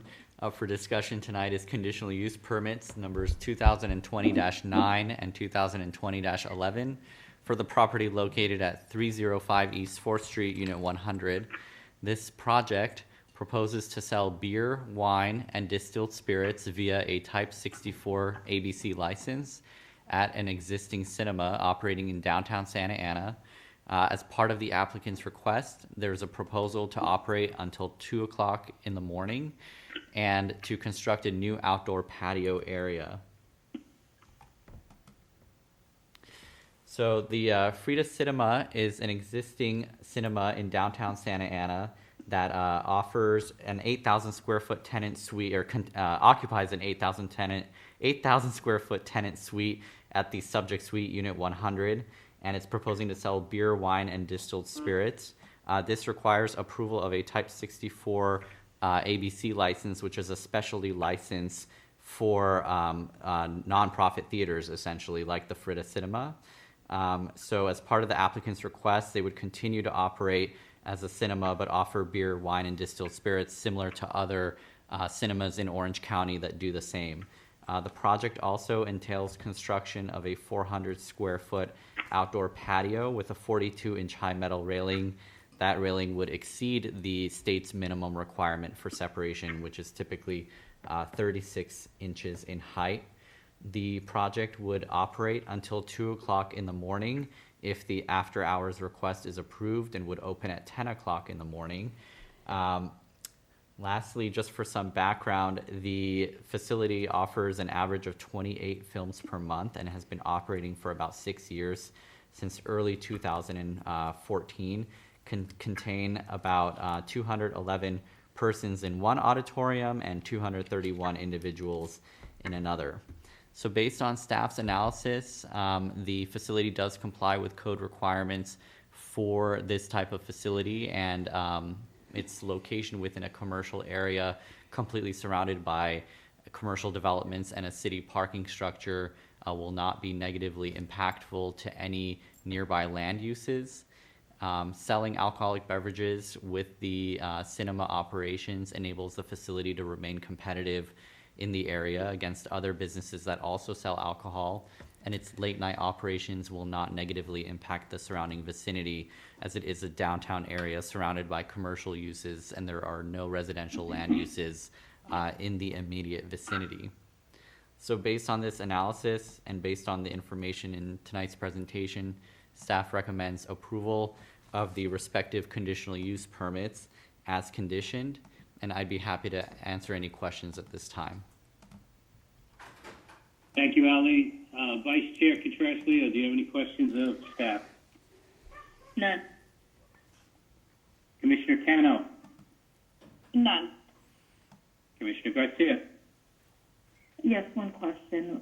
What, if any, recommendations or requirements are made in terms of security measures in light of the ABC license? So the state has requirements for for liquor licenses that require that staff be trained in order to not service obviously intoxicated individuals or not overserve anyone to the point where they could become intoxicated. In addition, it's the responsibility of the operator to maintain the grounds as safe and sanitary, and if there's found to be a consistent violation of these terms of the liquor license as well as the conditional use permit, then it triggers enforcement action not only from the city but also the state of California. Does that answer your question, Commissioner Garcia? It does. Okay, thank you. Commissioner Nguyen? Yes, I have one question. Is there any other theater in Orange County that's serving alcohol? Do you know of? Commissioner, yes, I believe there are movie theaters throughout Orange County that sell alcohol to patrons. I know there's a Edwards Cinema at the Irvine Marketplace off Jamboree that has alcohol, and there's a Cineplex down in Rancho Santa Margarita that also has similar alcohol sales. The lot in Fashion Island also is a full restaurant and bar and everything attached to the theater. Thank you. Commissioner Fan? None. Commissioner Rivera? Yes, I think I heard Ali mention a patio. That's not something that they have currently, correct? That's something that they're going to request for a permit, or? Correct. That is part of the scope of this project. So they would be proposing the beer and wine, the late night operations, as well as construction of the patio, which requires a permit from the city. So the construction of the patio, but drinking outside in the patio, is that going to be extended as far as the license? Yes, that would be part of this request, to sell alcohol indoor and on the patio. Okay. All right, that was my only question. Thank you, Commissioner Rivera. I do not have any questions at this time of staff. So with that, Madam Secretary, have we received any written communication on this item?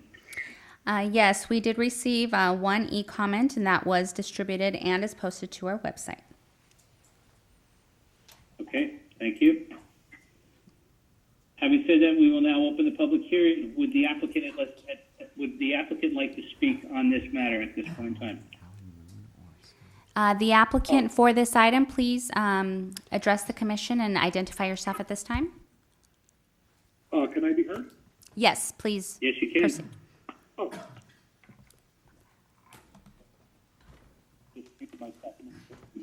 Hi, this is Logan Crow. No, I have nothing to add. Thank you for your consideration. Can I be heard right now? Yes, we can hear you. Yes. One thing I'll add is that we have, when in the past we've done the single-day permits as a nonprofit, we've always had a policy to wristband anyone that's 21 and over.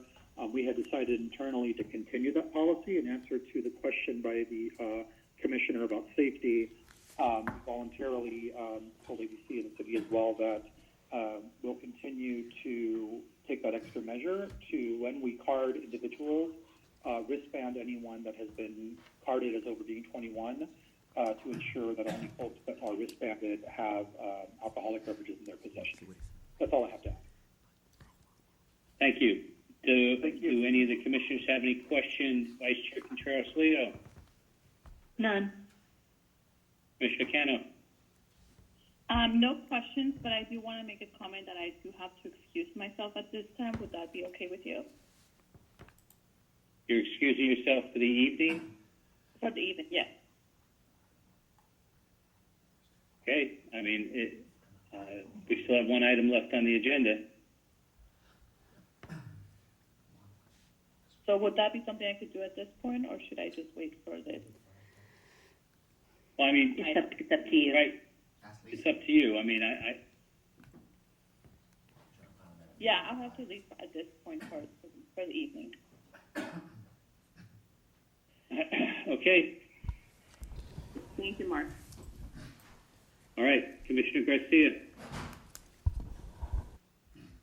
I have no questions. Commissioner Nguyen. I have no question. Commissioner Fan. No questions.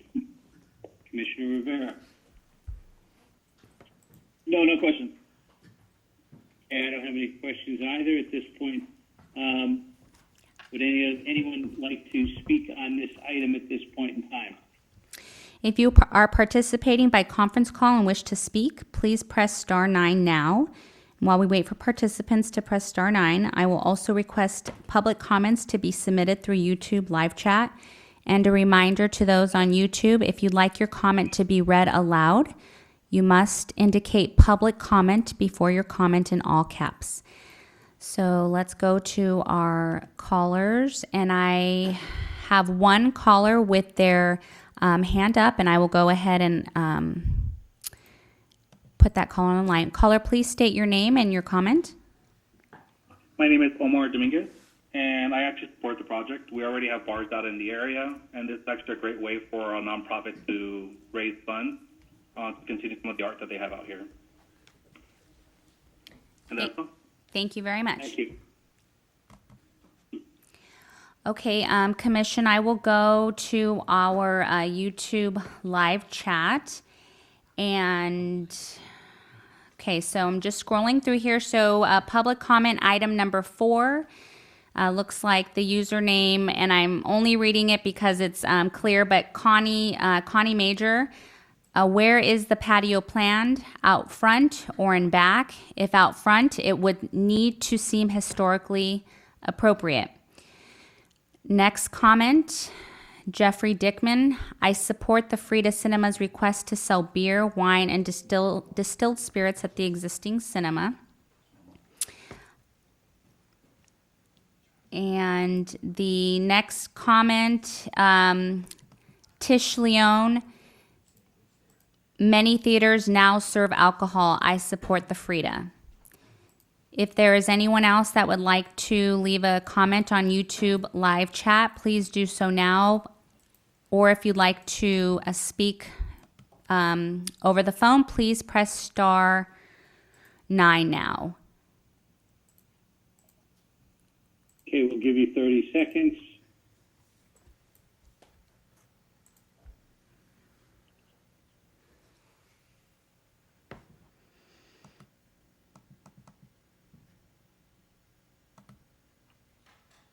Madam Secretary, have we received anything else? We have not. Okay. Hearing none, we will close the hearing and bring it back to the commission. Would anybody like to make a motion at this point in time on this item? I'd like to make a motion to approve the DUP number 2020-09 and 2020-11 for the Frida Theater. Chair, Thank you for the motion, Felix. Chair McLaughlin. Second. If Yes. May I interrupt? We had one comment come in just now, and I'd like to read it for the record. There is no name attached to this. There's no name attached to this comment. It just says the Frida has pulled various 24-hour permits. This would allow for ongoing services. End of comment. Okay. Thank you. I second. Cynthia, you're seconding it. Norma. Okay. No, it was someone Norma. else. Norma. Yes. Sorry, Norma. Thank you. Thank you. Norma Garcia, second. So we have a motion and a second. Any other comments? Hearing none, Madam Secretary, would you take roll? Commissioner Garcia, Aye. Commissioner Nguyen, Aye. Commissioner Fan, Aye. Commissioner Rivera, Aye. Vice Chair Contreras-Leo, Aye. Chair McLaughlin. Aye. Motion is approved by a majority vote. It's 1, 2, 3, 4, 5, 6, with one absent, Kano. Okay. Thank you very much. Appreciate that. Thank you for your input from everybody. Appreciate it. Okay. Now it's time and place to consider item number 5, General Plan Amendment number 2020-01 and Zoning Ordinance Amendment number 2020-02 for a project located at 1109 North Broadway. Please note that recommendations on this matter will be forwarded to the City Council for consideration at a later date. Before we begin, first of all, Commissioner Fan, do you have something that you'd like to state at this point in time? Yes, thank you, Chair.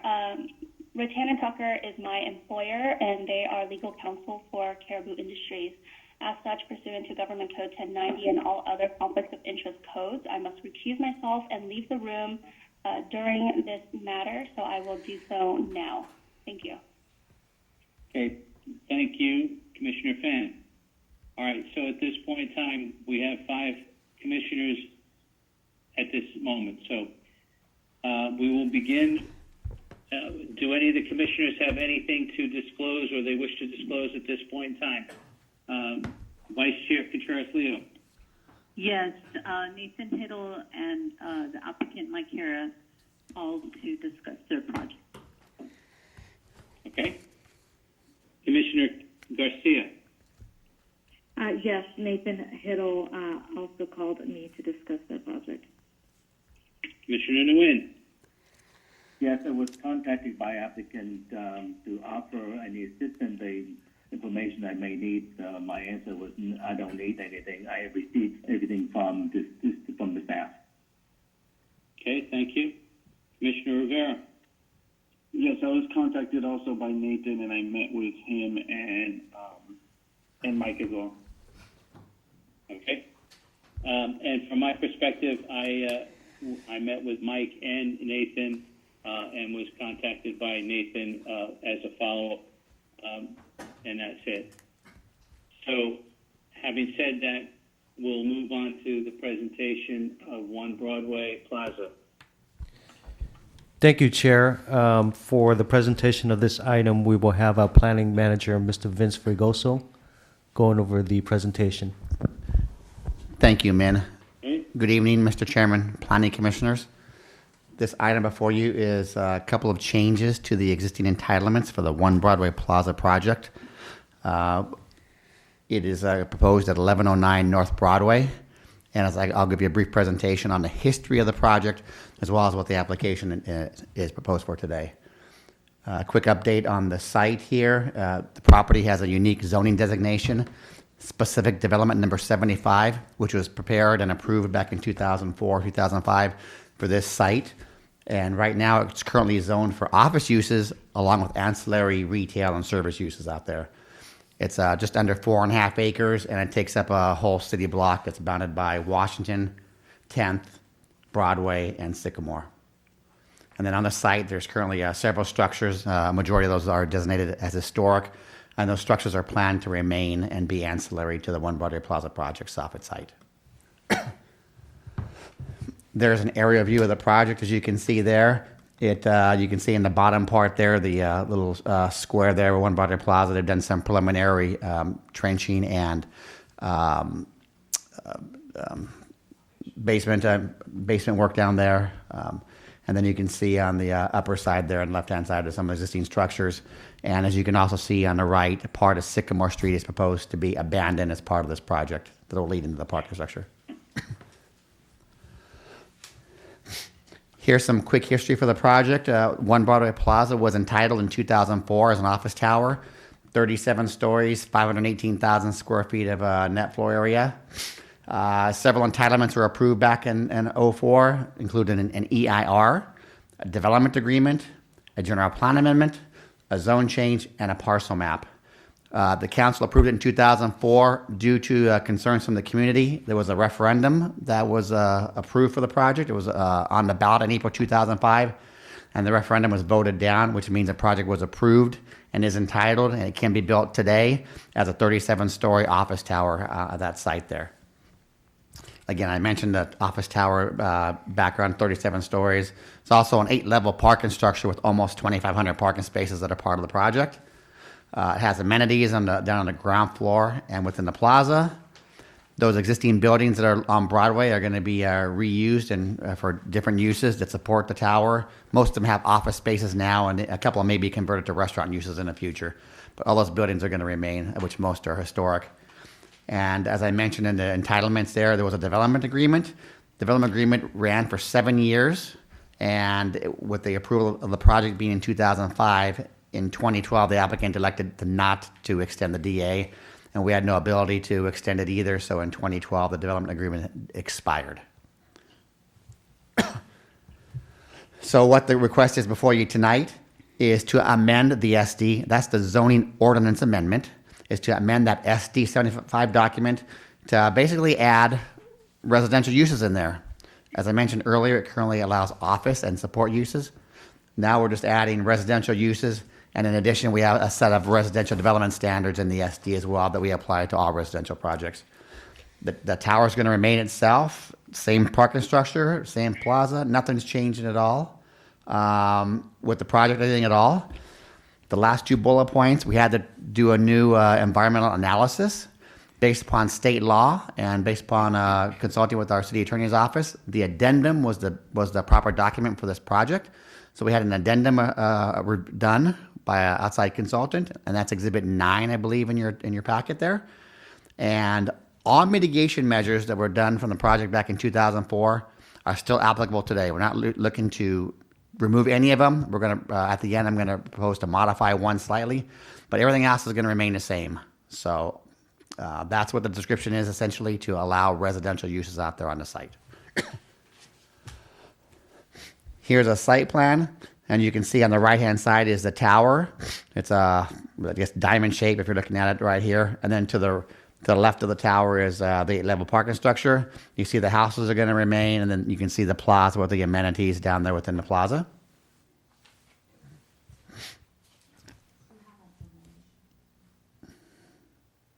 And again, this site plan is not going to be changed at all. All those requirements that required for this site plan are going to remain. This will be essentially the same site plan, the same footprint in the same place, parking structure at the same location, as well as all the water features, the garden you see out there. There's a couple of different garden themes out there. All that is going to remain. Nothing is being proposed to be altered. Here's a conceptual plan here. On the left is a floor plan. On the right is a visualization of what the office uses can be for the office. Again, of the 37 stories, about 11 to 12 stories will be office uses. The next 2 slides are a couple of samples of what the residential would be like. This is a sample of the floor plan layout and also a visual of the smaller loft and 1-bedroom apartment units.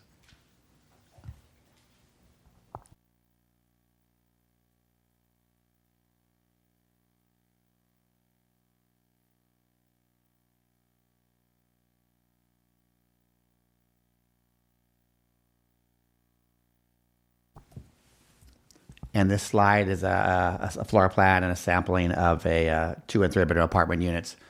And the units are proposed to be dispersed throughout all the different floors.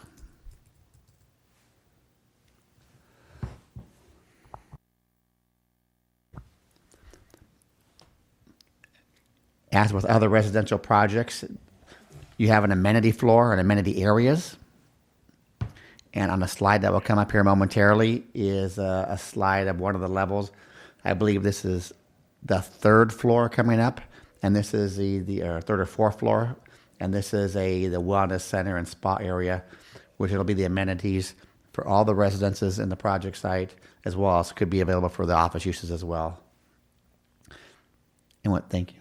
And within those amenities, you'll find a pool, a lap pool. You'll find some jacuzzis. You'll find some workout equipment, as well as some breakout meeting space and other things, as well as common amenities found within a residential and office project.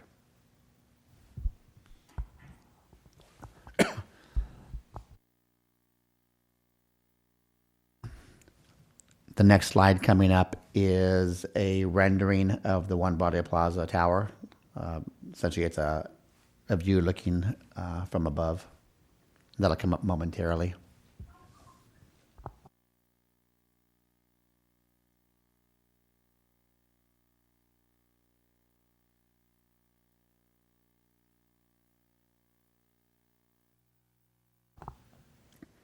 This slide is just a visual of the grand entrance for the ground floor of the tower.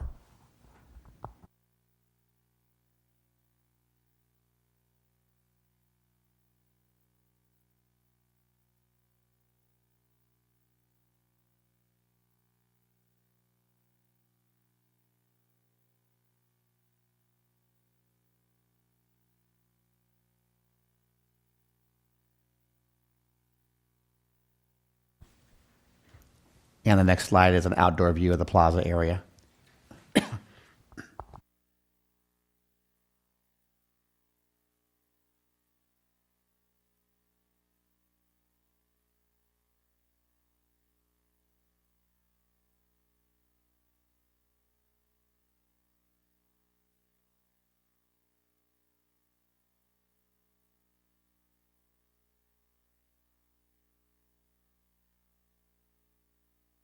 And that's the plaza slide.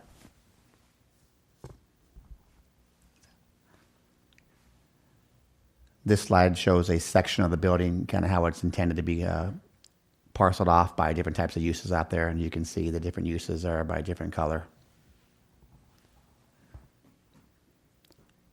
The yellow is the office, and the purple is supposed to be residential. And that slide will come up momentarily.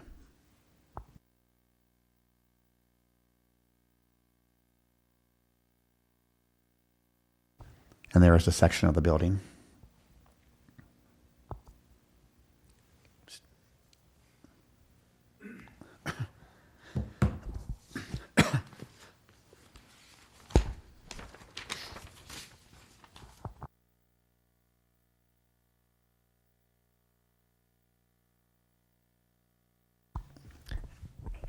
In reviewing the project, I wanted to remind you that the project is currently entitled through the city actions.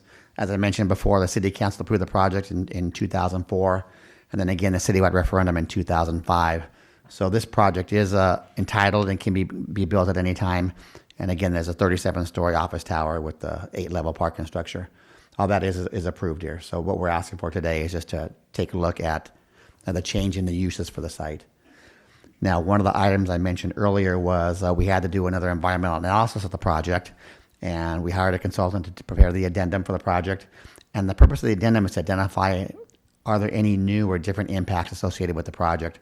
And what it found was there was a substantially less impacts in having a mixed-use building than an all-office building.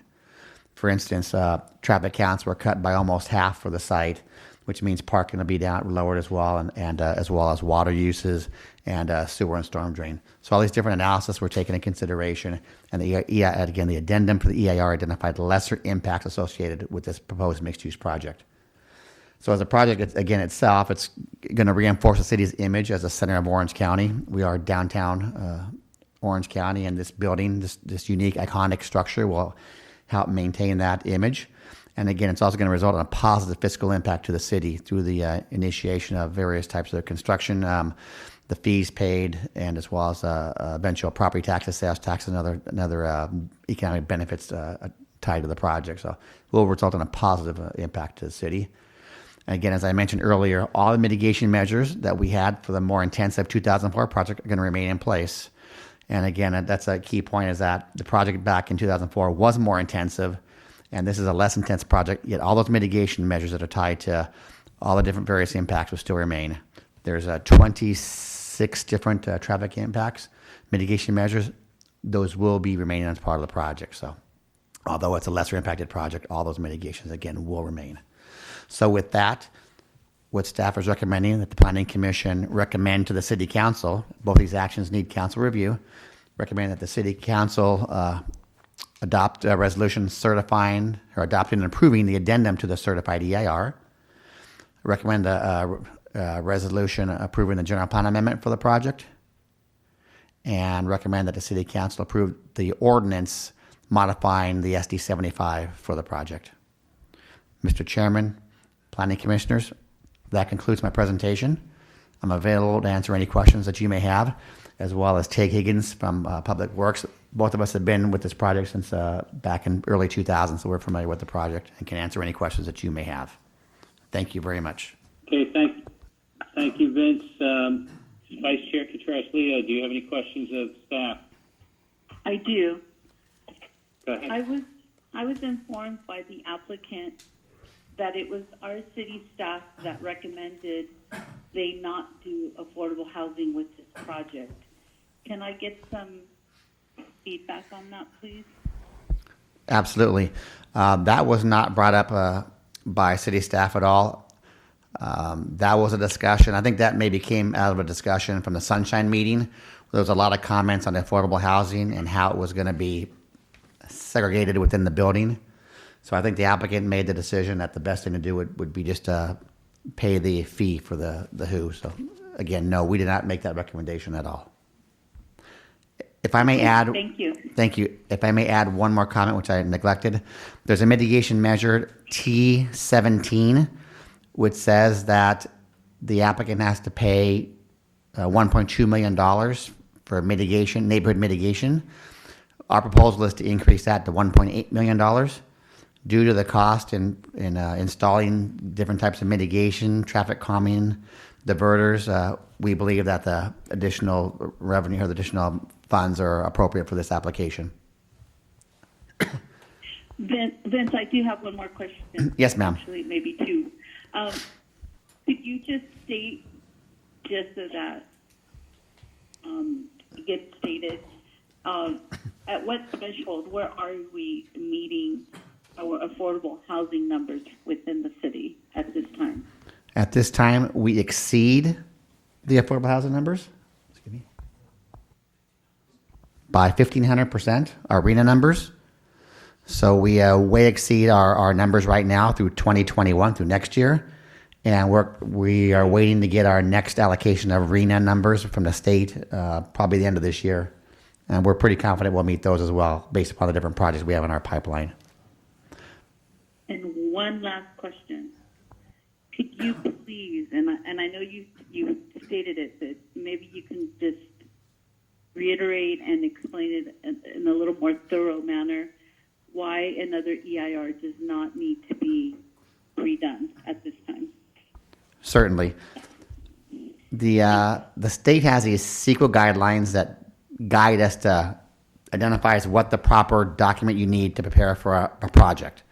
And you go from exemptions to negative declarations to EIRs. And there's also some subcategories. One's called an addendum. So within the state CEQA guidelines, there's standards that we need to follow. So you go through these, I think there's a list of 3 or 4 different guidelines, and one of them is, will the project result in any new impacts? Will it result in an increase in impacts? And those are 2 of the key ones, new or an increase in impacts. So we hired a consultant to analyze, are there new impacts or are there an increase in impacts? And based upon the analysis that we did and what that took into consideration, we had air quality done, water survey done, I believe a sewer survey done, and traffic done. Those were the key elements of the project. And based upon those studies, there were no new impacts generated from this project. Everything was actually a lesser impact. So going back to, since taking that information into consideration, going back to the guidelines, it basically said if there's no or lesser impacts, you don't need to do an EIR. You do the addendum that basically documents the lesser impacts. And that's a document that's in your packet this evening.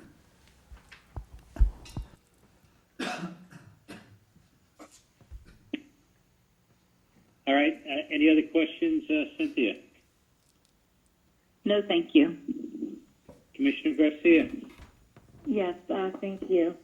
I have a follow-up question to your answer, Vince, and that's the question is to the need for new EIR under CEQA. Your analysis seemed to me to be based on an impact of this project to what the current situation was 16 years ago. So the question is, did you consider whether or not the new impact should be compared as to what the situation at 1 Broadway is today? So how does it impact traffic today, not 16 years ago?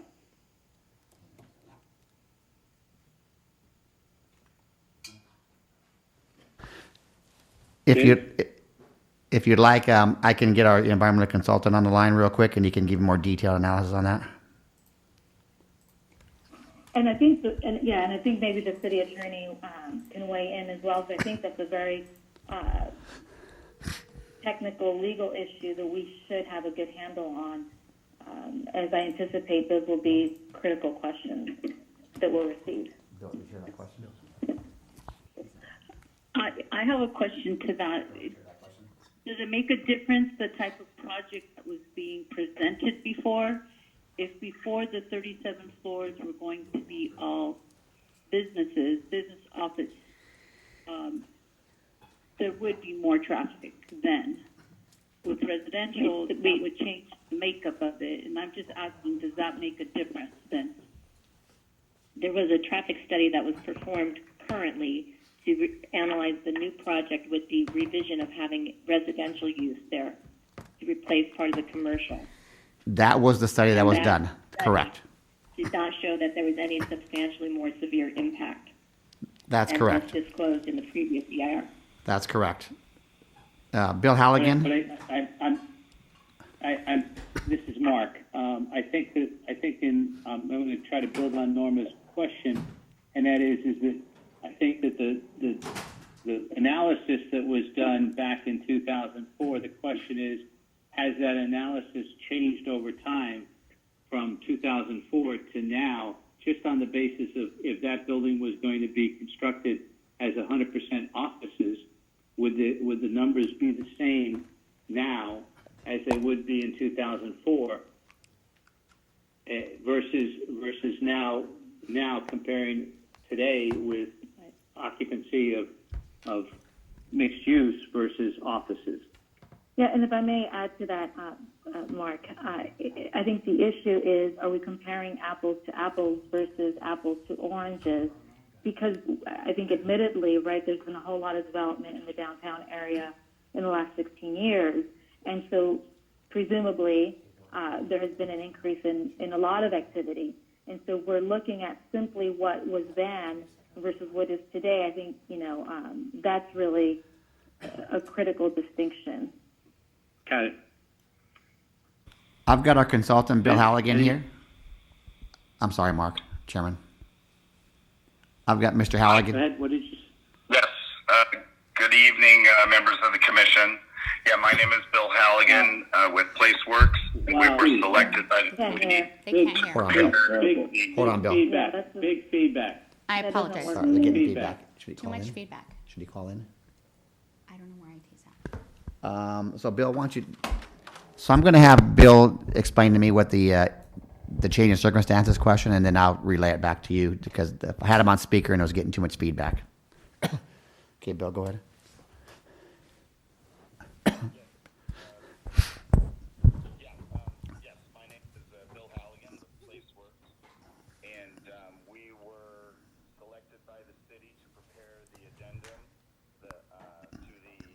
Bill Halligan from PlaceWorks was selected to prepare the addendum.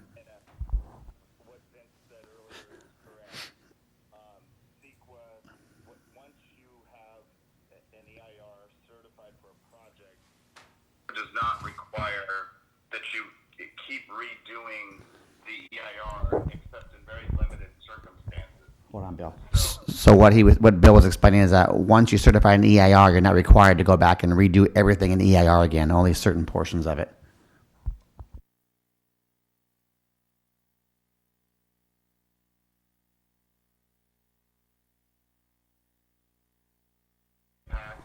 Or a substantial increase in the severity of a previously identified significant effect. Okay, only if you find a new impact or an increase in a previous impact would you need to go back and redo the study again. Yes, and so in this case, because the impacts went down from as compared to the approved project, there is the lead agency cannot require preparation of a supplemental EIR. So because the impacts went down from the previously approved project, the 2004 project, we're not required to do another full-blown traffic study. And then the other thing that's happened since 2004, the California legislature has determined that any traffic impacts related to level of service are not a significant impact on the environment. In addition, there's been some changes to state law that says level of service changes are not considered to be an impact. And therefore, the study was not needed to be redone. So now you look at vehicle miles traveled. So we looked at the VMTs, which is our new standard in the city, and that also identified lesser impacts as well. Right, because of the mixed-use nature of the project. Due to the mixed-use nature of the project. Priority area. This is exactly the type of project that the state is encouraging. So this is the type of project that the state is encouraging through their change from level of service to VMT. So that was... The VMT study was performed in this. Yes, it was. For the updated addendum. That's correct. It's exhibit, it's addendum, it's exhibit 10, I think addendum A or study A. And the VMT study actually showed that it was not more severe, but in fact less. That's correct. So again, to summarize, it was the state guidelines plus changes in state law, plus our new VMT analysis. All those three different factors basically said we don't do a new full-blown traffic study. We do a lesser one. We do the VMT analysis, and the addendum is the appropriate mechanism.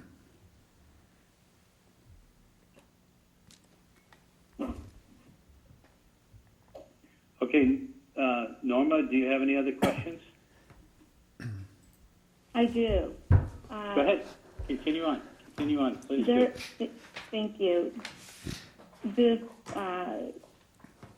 change in scope from all office space and some retail to some residential space seems, and maybe I'm not hip enough, but I don't, it seems very new, and I'm wondering if staff has taken a look at whether or not there is something similar either in another urban area similar to Santa Ana where there is an actual need and or demand for it.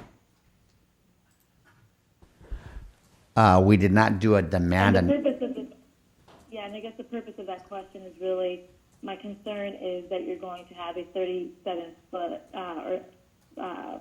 property in the middle of Santa Ana, and half of it is going to be empty because people don't want to be living above or below either live entertainment or a restaurant or office space.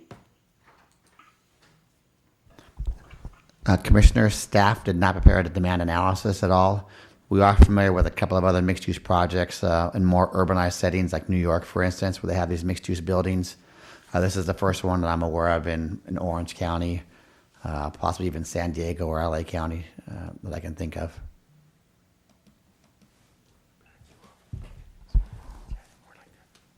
And have we considered, I guess, whether or not, potential issues with what could become an empty building in the future and a blighted building in the future as a result of a lack of interest from our community? The applicant is a part of this presentation, and they can go into more details regarding their marketing studies as well as tenants that they have as part of the investment portfolio. So they can answer those questions when the applicant has the opportunity to discuss that. Okay. And I think for now, those are, and one last question, although I think that Cynthia has addressed it in terms of affordable housing units, is that something, and maybe it's better left for the applicant as well, but is that something that they're completely opposed to considering should this project proceed? I believe the applicant can answer that question best, but at this point, based on their election, they are proposing to comply with the ordinance by paying the in lieu fee.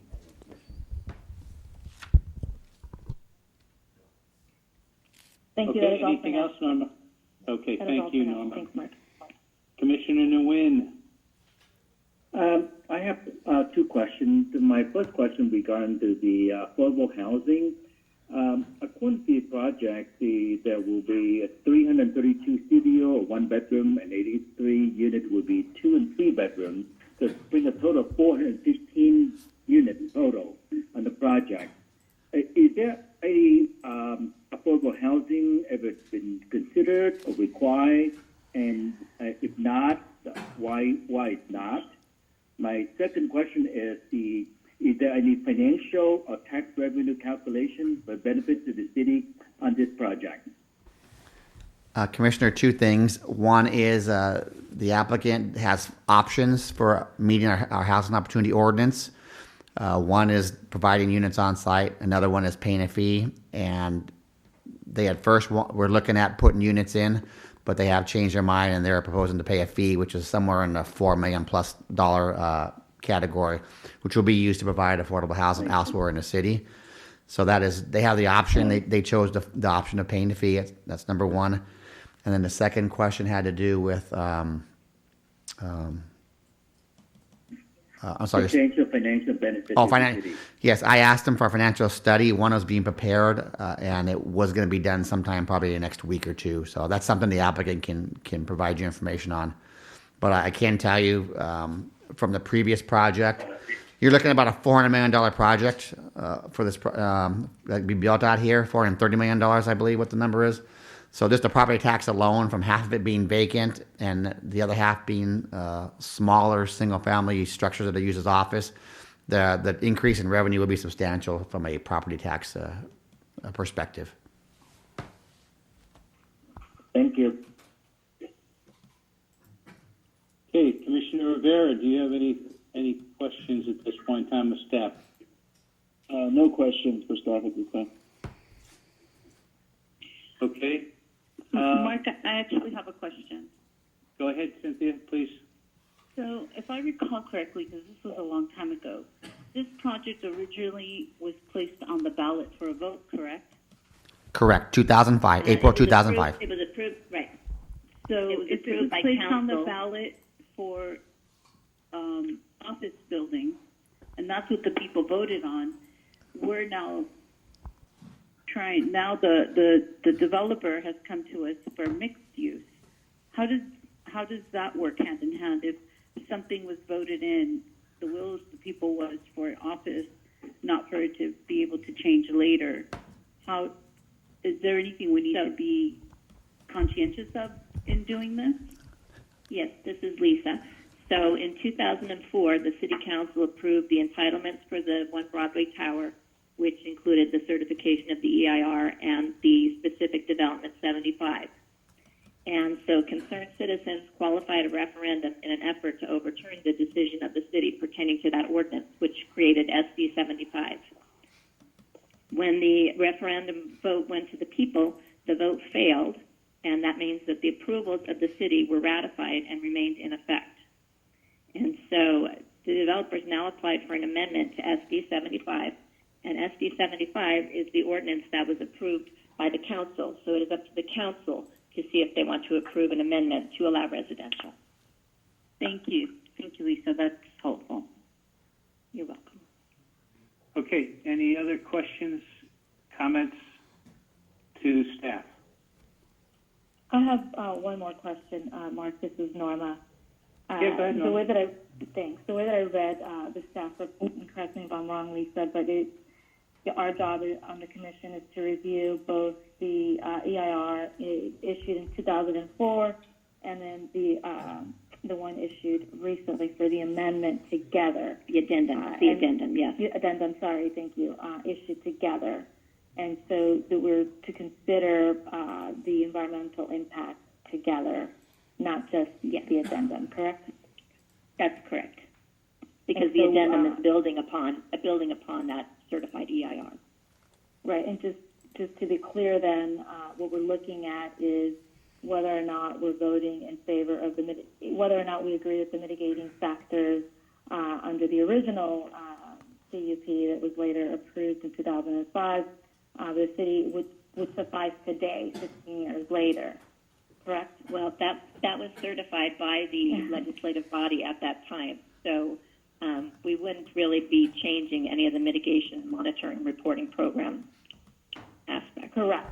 Well, except that we are, and I guess that's what I'm trying to understand, because the way that I read the staff report is that we are to look at the EIR, the 2004 EIR, together with the addendum.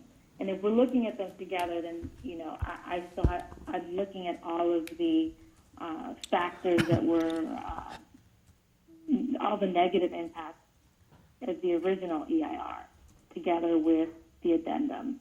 And so how do I reconcile the fact that I'm looking at that together and voting on this? Commissioner Garcia, pursuant to CEQA guidelines and the state regulation on environmental review, the city, when evaluating a project that has a previous EIR that has been certified, we have to take that into consideration with any follow-on document, as you indicated. The instance here is that the project qualifies for an addendum under CEQA guidelines, where it states that if the project does not have any substantial changes or any new information that create substantial changes or changes any type of mitigation measures, then an addendum is a document that the project qualifies for. The question you're asking in terms of considering the document together, correct, you are considering the document together. What you are looking to find in terms of a determination is whether or not the addendum that has been documented has adequately addressed the information on the reduction of the impacts so that it does qualify under those qualification for CEQA, section 15162, where there are no substantial impact, no new impact, and the project does not create any or require any new mitigations. So if you agree with those... Just really quickly, then, so the staff's position is that we're limited to reviewing whether or not it minimizes. Did I hear you correctly? CEQA law states that the project where an EIR has been certified, an addendum is a document that needs to be considered. If it doesn't trigger any one of those three threshold questions that I've identified, then an addendum is the appropriate document.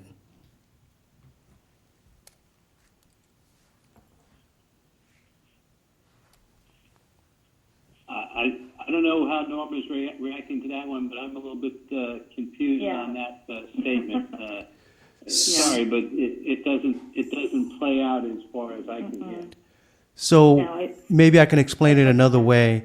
If an EIR has been prepared and certified, an addendum is the appropriate document if there is no additional impact that is being created by the changes in the project. And if you agree with the changes that has been evaluated and documented in the addendum document, which shows that the project significantly reduced the impact in terms of traffic and other impacts by converting from commercial to residential, then the addendum is the document that needs to be adopted with the project. Right, so the technical studies that Phil Halligan was telling you about, those studies concluded that the EIR addendum was the appropriate CEQA document to evaluate and disclose the project's impacts with the residential use. And it was appropriate because why? Because there were no substantial project changes that would result in new or substantially more severe impacts. So new or more severe is the operative word because more severe than what was disclosed in the previous EIR from 2004. Right, because I think one of the challenges here is that we're going to almost 50% residential versus 50% office, where it was 100% office before. So the question I'm thinking long term. So Norma's been asking and say, do any of the impacts that we have by going to this transitional facility, this mixed-use facility, do any of them go up? And you're saying none were found to go up; they were all found to go down. So what technical studies that the consultant performed, there were no more severe impacts. Okay. So if I can have Mr. Halligan still on the phone? Mr. Halligan still available to speak to that?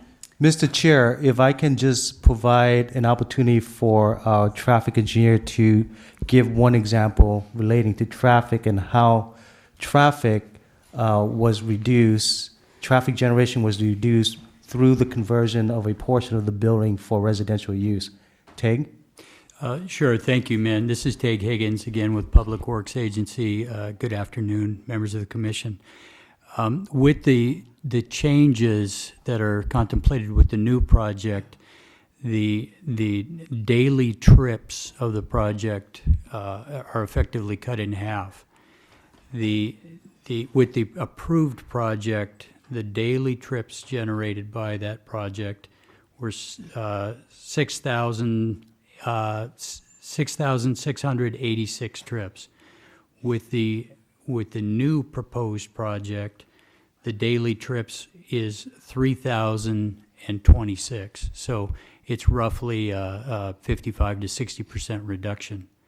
And that carries through on the AM peak hour reduction and PM peak hour. So during the rush hours, there's going to be less traffic. And again, it's roughly half the amount of traffic.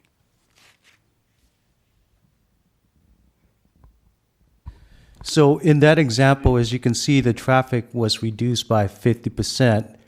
In essence, what that says is that the change from commercial to residential does not create any new impacts or any more impacts than was previously studied or any substantial changes to the project in terms of the CEQA threshold for impact.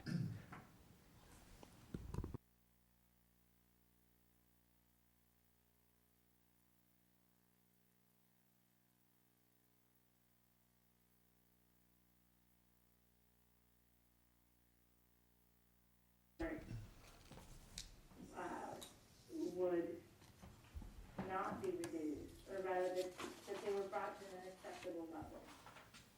And so the question is,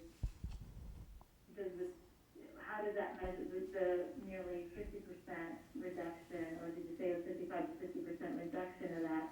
How does that qualify as against the original report, this qualified as unacceptable? And this is just me trying to understand how to put the reviews together and reconcile them. So the idea under CEQA and the allowance for an addendum is that there are projects that create impacts that cannot simply be mitigated, regardless of what mitigations are imposed. And it has the concept of recognizing that those impacts will continue to occur. However, if the project has economic benefits, the city council, during their approval and review process, can consider a statement of overriding considerations. And such a document was adopted and certified along with the certification of the EIR. So what that document recognizes is that while there are impacts that cannot be mitigated, there are economic benefits that deserve overriding considerations, and that's what the City Council did in 2004, and the voter reaffirmed in 2005. So based on that understanding, if the conversion of the residential to the project reduce the impact that were studied back in 2004 by 50%, the idea is that there has been no new changes to the project that would require relooking at the previous review of the EIR and the previous adoptions of its findings, including the statement of overriding considerations.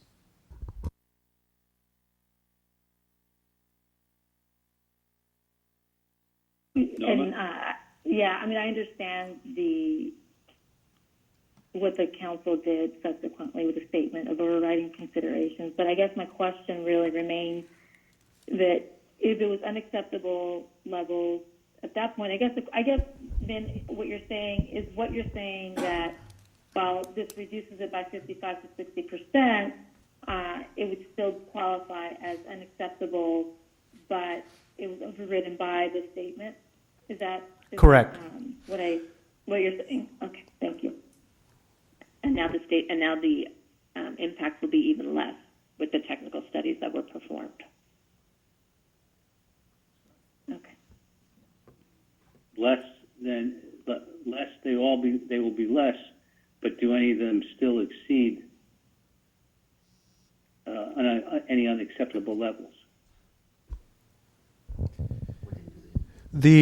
So based on the study, the impact would be reduced by 50%, while the reduction may have reduced any potential significant impact to any one location. That's SLOS study is no longer required. As previously mentioned, it is a vehicle per mile travel. Even with that, there was almost a 50% reductions in terms of VMT.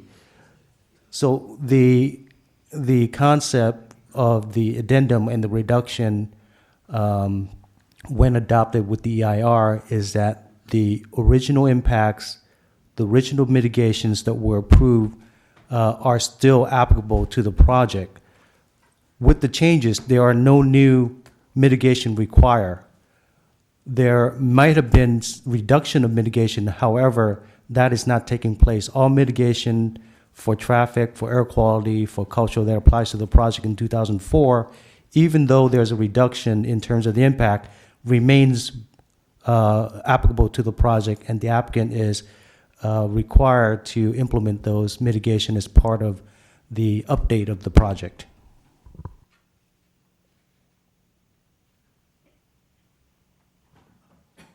Okay. Nora? That's it for now. Thank you. Okay. Thank you, Norma. Ken Nguyen? Ken? Commissioner Nguyen?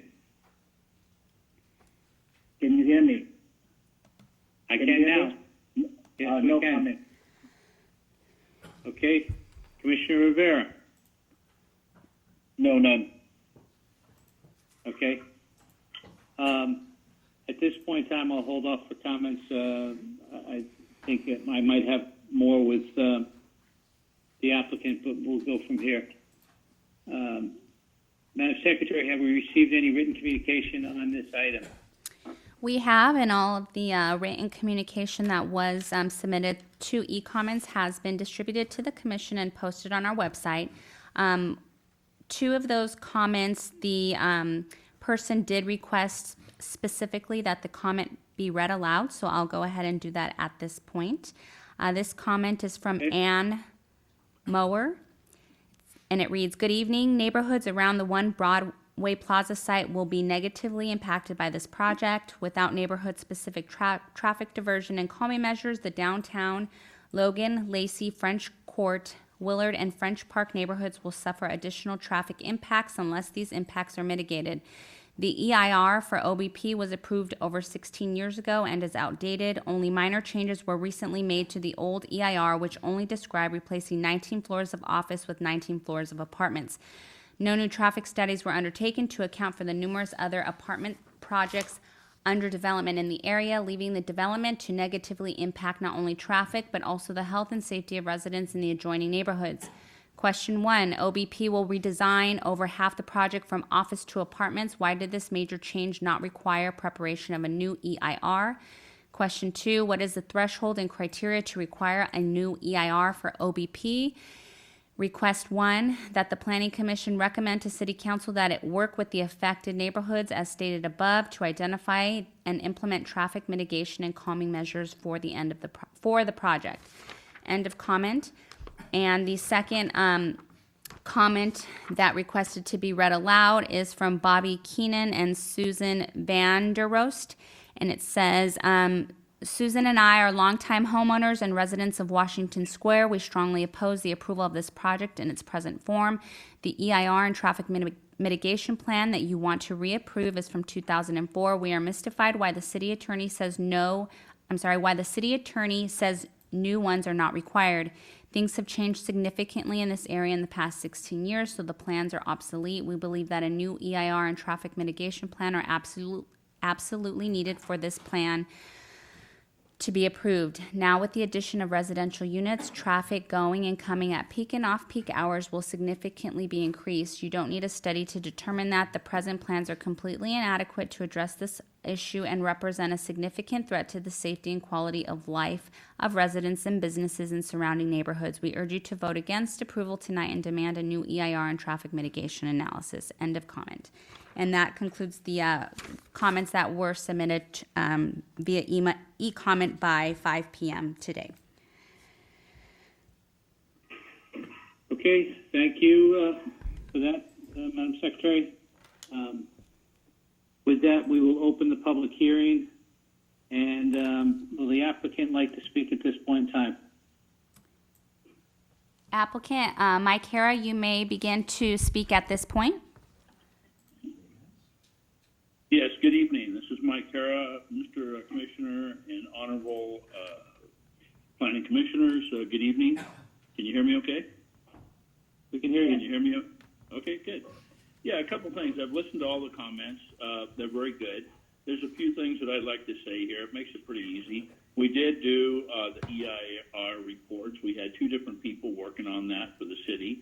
One was we hired Urban Crossroads to do a traffic impact analysis on that. We had them do a greenhouse gas effect as well as for carbons in the air. We have a financial fiscal planner that figures out by people living and staying here, working here, what the amount of money is kept within the city instead of leaving the city. And I kind of want to go over a few things, but the main thing is, I'd like to say this.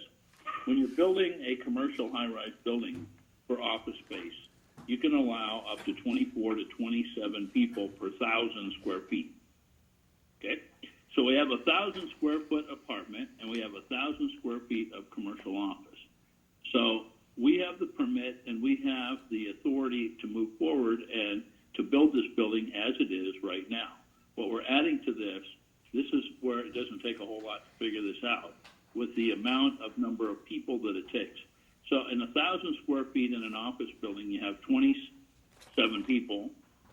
And in a 1,000 square foot apartment, you would have maybe 2 people. Okay, well, maybe even conservative, 4 people. So obviously, 27 people are going to drive more cars than 4 people would be driving cars. So that in adjournments in there, it's going to be more traffic and more dangerous. That's just an untrue factor. We have the approvals to build the building, so we would have, like 6 to 1 more people driving cars than we would living there. In 2004, when we built this, the optimum thing at that time was a commercial office space, not residential. Now, over the 16 years, it has changed around, and there's more demand now for people, Gen X, Gen Y, and millennials to actually move into smaller apartments, high-rise, downtown, adaptive reuse. This is an incredible city that has TOD, has a transit, a rail that we're putting in, has downtown restaurants, it has so many great things going on. And we need people here to live here, to stay here, work here, and spend their money here and not go back to Irvine. By doing this, building this building, the affordable homes issue, I have to disagree with Vince. We originally had figured in inclusionary housing and affordable housing with this deal. Originally, Vince suggested to me that maybe we should go with using a different way that we would have, because the building is so high class, that we would have this straight across upper end housing. But I don't have anything against doing inclusionary housing on this deal. I think it's probably not such a bad idea. I just don't know if that's the right way. But if we paid an in lieu fee, it would be somewhere around $4 million. So that helps the city as well. So we're helping the city by doing an in lieu fee, and we're also building a building and raising the bar for our community down here in downtown. So with that being said, we have quite a few other things here. We have, there's in the city. I told the city staff as well that because times have increased in value and cost to do mitigation work, that we would raise, I believe it was $200,000 per homeowner's neighborhoods. That it was around 200,000, and I told him that we would go an additional 100,000 per neighborhood in increasing their mitigation from the original 2004. There was a traffic study that was done by Urban Crossroads and by PlaceWorks, and PlaceWorks did a peer review and a screen check on this, and came back, and it was 50 to 60% less traffic, and there's 30% less pollution, because there's less cars, and there's less cars moving around and parking. There's less parking. So I think all in all, it is an incredible win for everybody to have residential here. It slows the traffic. It lessens the pollution. And in a 5-year period, it's about $15 million that stays within the city in tax dollars that would be here, because these people would be living here and working here, walking down the street. I personally own Original Mike's restaurant. It's very difficult for a lot of these restaurants down here to sustain themselves if there's no one down here to support them. So I think that's probably one of the really big things. And like I was saying, 1,000 square feet of commercial, 27 people, and we can build it, and we're going to. We've already got the piles in the ground. We've ordered the steel. We waited until the price of steel went down. We ordered the steel, and Conco is going to be putting the mat foundation to street level in September. By adding the residential, it adds more money. It lessens the pollution by 30%, and it drops 50 to 60%, as everybody had said, in the traffic flow and the traffic mitigation. So with that being said, is there any questions? Okay, thank you, Mike. Cynthia Contreras-Leo, do you have any questions of the applicant? I do. Mike, could you give me what your timeline is? And I ask with all due respect, just based off, where we've been and where we are today with the project. I think that a timeline to know when it would be completed would be helpful in progressing. Yes, it'll take 28 to 36 months to build this building, starting September 1. Thank you. Yes. Any other questions, Cynthia? No. Okay. Thank you. Commissioner Garcia? Yes, I have a question, and I made it earlier to staff, but I think it's best directed to the applicant. Is that Have you? I'm sorry? Go ahead. I'm sorry. Go ahead. Have you taken a look at any market studies that evidence that this would be a good fit in an urban area like Santa Ana? Oh, tremendous. I mean, you can read it in the paper every day. There's about 750,000 apartments shy in Orange County of what's necessary.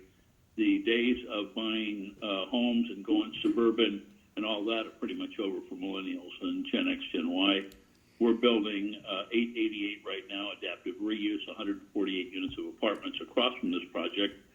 And we've got a list of, out of 148 people, we have units, we have a list of 200 people waiting to rent in this deal because it's actually, this is the trend that's going on now, is a smaller unit, 600, 800 square feet, high voltage ceilings, high security, very nice, has a lot of amenities, and it's just a known trend that right now the apartment, that's why there's so many of them being built, because the demand is so large. And I understand the housing stock and the need for actually more affordable housing is definitely an issue across the state. But I think the question is more targeted to a high-rise of this nature with both, residential and office space sort of on top of each other, whether we've seen anything like that in a similar urban area, either in California or in other parts of the country. Okay, that's a good question.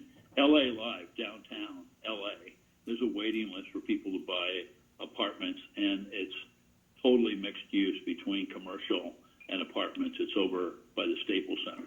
Same thing in the Gas Lamp District in San Diego as well. There's a baseball field, there's commercial office, there's residential.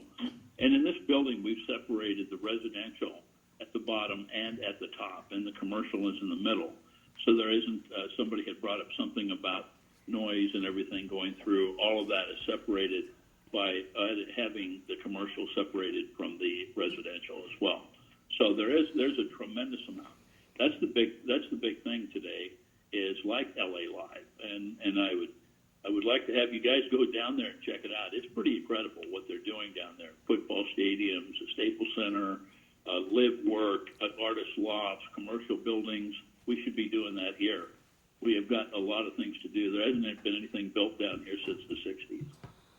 So it's time that we actually kind of raise the bar and pick ourselves up to what's current in the nation, especially in Southern California.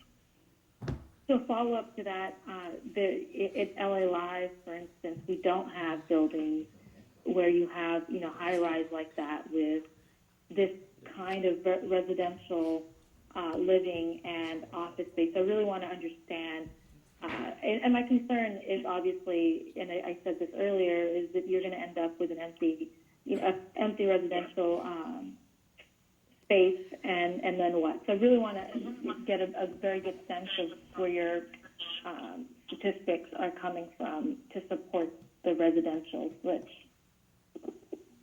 Okay, well, let me go back to something else here. One of the big things that has happened, we spent a lot of time some years back with Broadcom and Blizzard, and the reason they didn't come to Santa Ana is because there wasn't any housing for their people. Their employees, which are 3,600 employees, and they're in Irvine now, did not want to come to Santa Ana because these are engineers that are getting paid $120,000 to $180,000, $200,000 a year, and they didn't want to live down in this area. They wanted to walk to everything. They wanted a downtown. They wanted a transit-orientated development, TOD. We're building all that with the light rail. We're making all that happen. We have all these things that Irvine does not have, and these kids would love to be in. But the main thing is they wouldn't come down here because there wasn't, and this was like 6 years ago, there was no place for them to live. They did a whole study study on it, and only like 8% of them thought it was said that it was really cool, and they would come here. The rest of them thought that the housing in Irvine was much more substantial and much more modern, and that's where they wanted to be. So what I'm saying is right now we're working with Amazon, and we're working with a couple other big companies. Their big question is this: if we bring our employees, if we bring our business down here, where would our employees stay? So part of these 400 units of apartments would be part of what's known in the industry as live, work, play. They would live in there, they would work there, they would stay downtown, they would spend money downtown, they would go to all the restaurants and spur on more restaurants and more facilities to be built down here and make it an incredible place to be. But we first have to build something down here to attract them away from Irvine. Irvine, they have brand new buildings, they have a lot of neat things that they can go to, and they can ride their bikes to nearby apartments. We don't really have that. We don't have enough apartments down here. And, Willard and some other neighborhoods around here and stuff are probably not as conducive to these people as what they're looking for to bring their business here. So we feel as though by having the apartments there, we're adding a tremendous amount of reason for these companies to bring their business here. So we have about 200,000 square feet after the apartments are in there. We are talking to people right now in the 80 to 70,000 square feet of office space. So we're not worried about a blighted building, nor is our lender, who has done a tremendous amount of study on whether or not residential is a key component to the success of the building. I don't know anybody that would lend hundreds of millions of dollars on a building in the middle of Santa Ana to an incredible place that it is if they didn't really believe that it could be a success. That's something for us to deal with, and we have tremendously. Nobody, no lender, no bank, or anybody is going to say, you know what, we're just going to take a gamble on it. We don't think it's going to go. This has already been, the demand for apartments is huge. The situation with having a commercial within apartments, live, work, is something that's done on the East Coast all the time. So we're bringing it here to the West Coast, and it is done. There are, if you go to LA Live, I don't know the exact address, I'd have to look it up, but there are quite a few places that have commercial mixed with residential in most all of their buildings.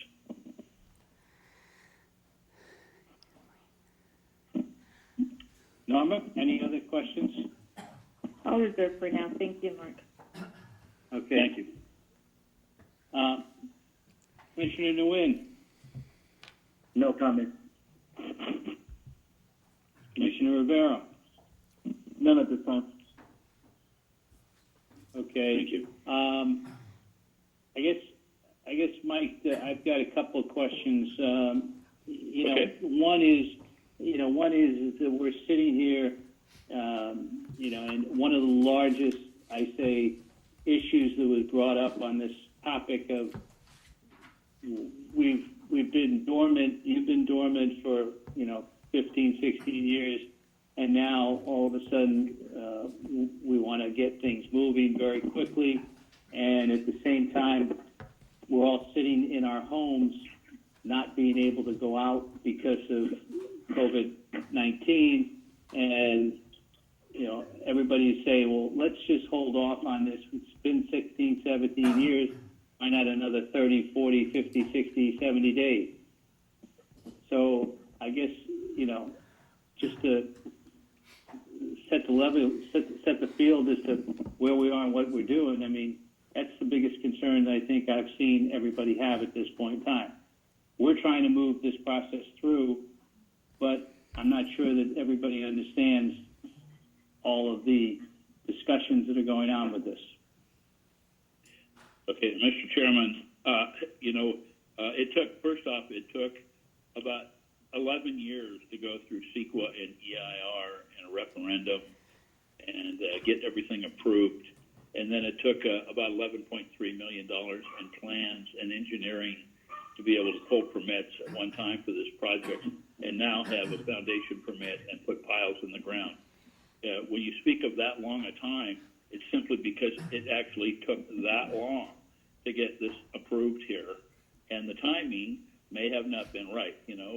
know, it's in the hand of the Lord. I can't exactly tell you why it wasn't, but I'm glad at certain points it didn't happen.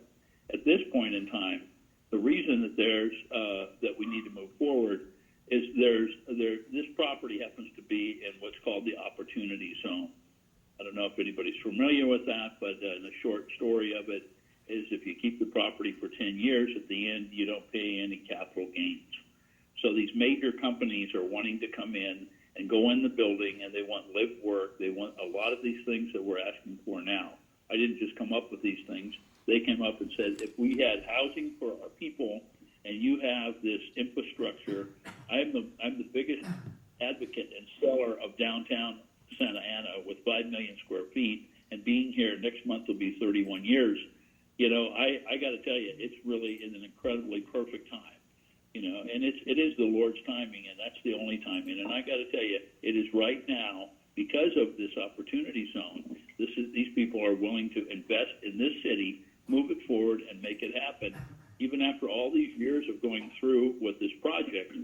And the urgency here is this: these people are now investing nationwide in these opportunity zones. This just happens to be in it. But here's the deal: they don't just keep their money and say, let us know if you ever get it done. Their situation is, if you can get this thing approved so that we think there's sustainability with this project by having live-work housing for major companies that would come to the city, that would spend millions and millions of tax dollars, then I have to listen to that. And that's what they want to do, and that's what they want to invest here. So their money that's in there, the company that we have that approved this loan after all of this time and all of this energy, and after a year and a half of working with them, is out of Zurich, Switzerland. It's Credit Suisse. I've given the contract that I have that's signed already to the city manager that she's seen and know that it's there. So the loan is approved. They want to get going on this. There's a time limit on the time in which to start and how long it takes you to build in the opportunity zone.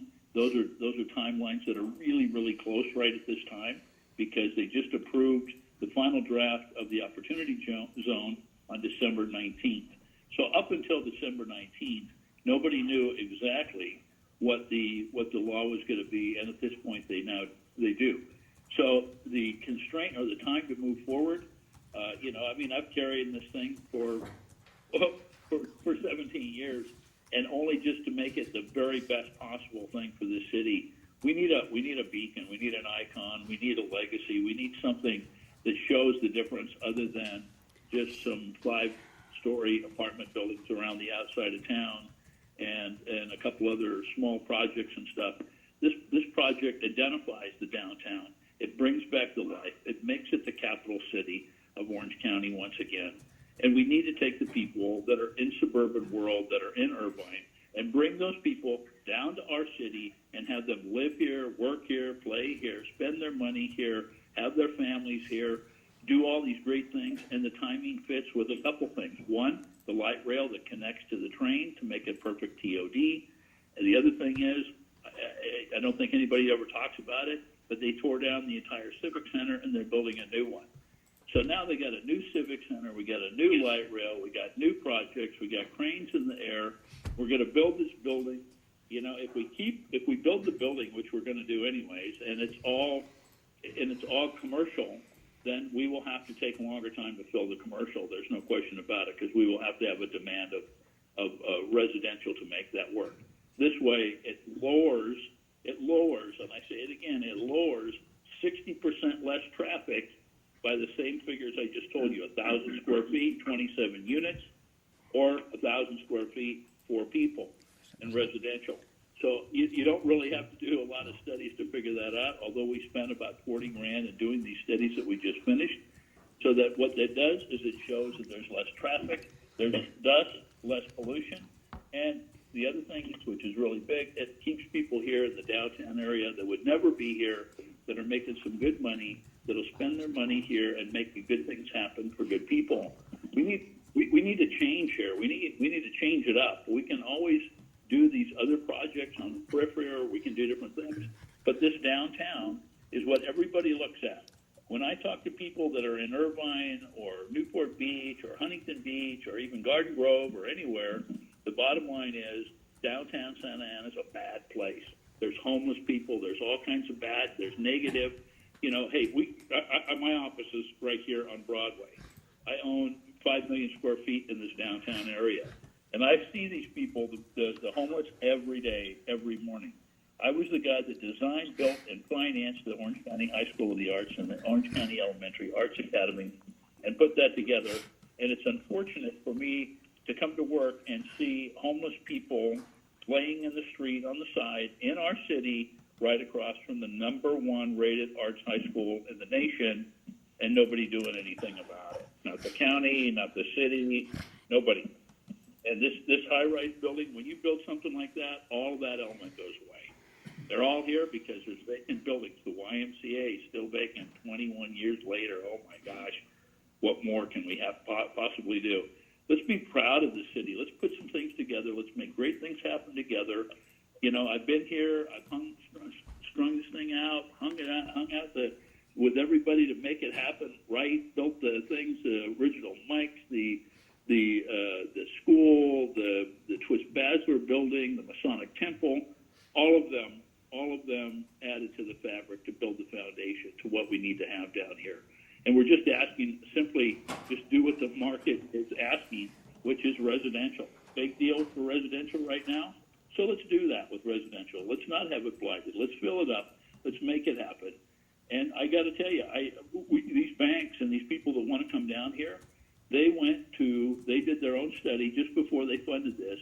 And unfortunately, they went to the west side, to Willard and Durant and some other areas, and they went over there and said, you never showed us that. You showed us French Park, Floral Park, all these other beautiful places that are around here.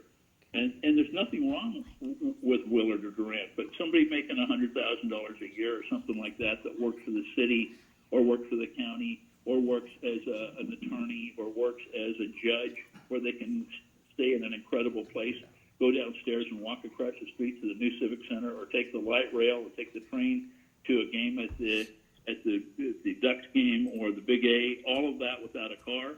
I think those are really important things. And I think we have a really small window here in which to make this happen. And it's a time-driven deal. It's like the Hutton Center. It took the city so long to approve that, the Hutton Center, put it in a bad period of time, and they had to file bankruptcy and close it down.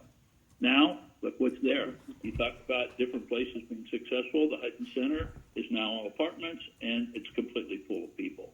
It's down the street. So we do have a lot of like-for-like things, and we need to make a move and do really great things in our neighborhood and strengthen it and pay attention to what we need to do to raise the bar, not only in this, but in the neighborhoods as well. I do a lot of stuff with David Benavides and KidWorks, and raising the bar with them in the neighborhoods is huge. I tried to put a deal together with Santa Anita Park over here. I was the only one that did that. I spent time and money doing that.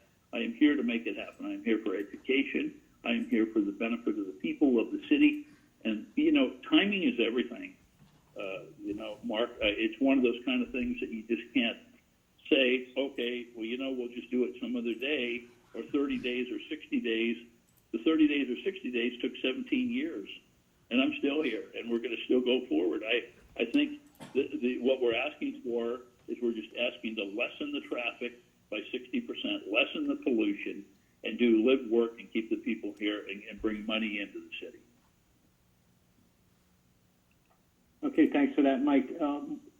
I'm going to go back to another comment that was made because there seems to be also some feedback that we're getting that is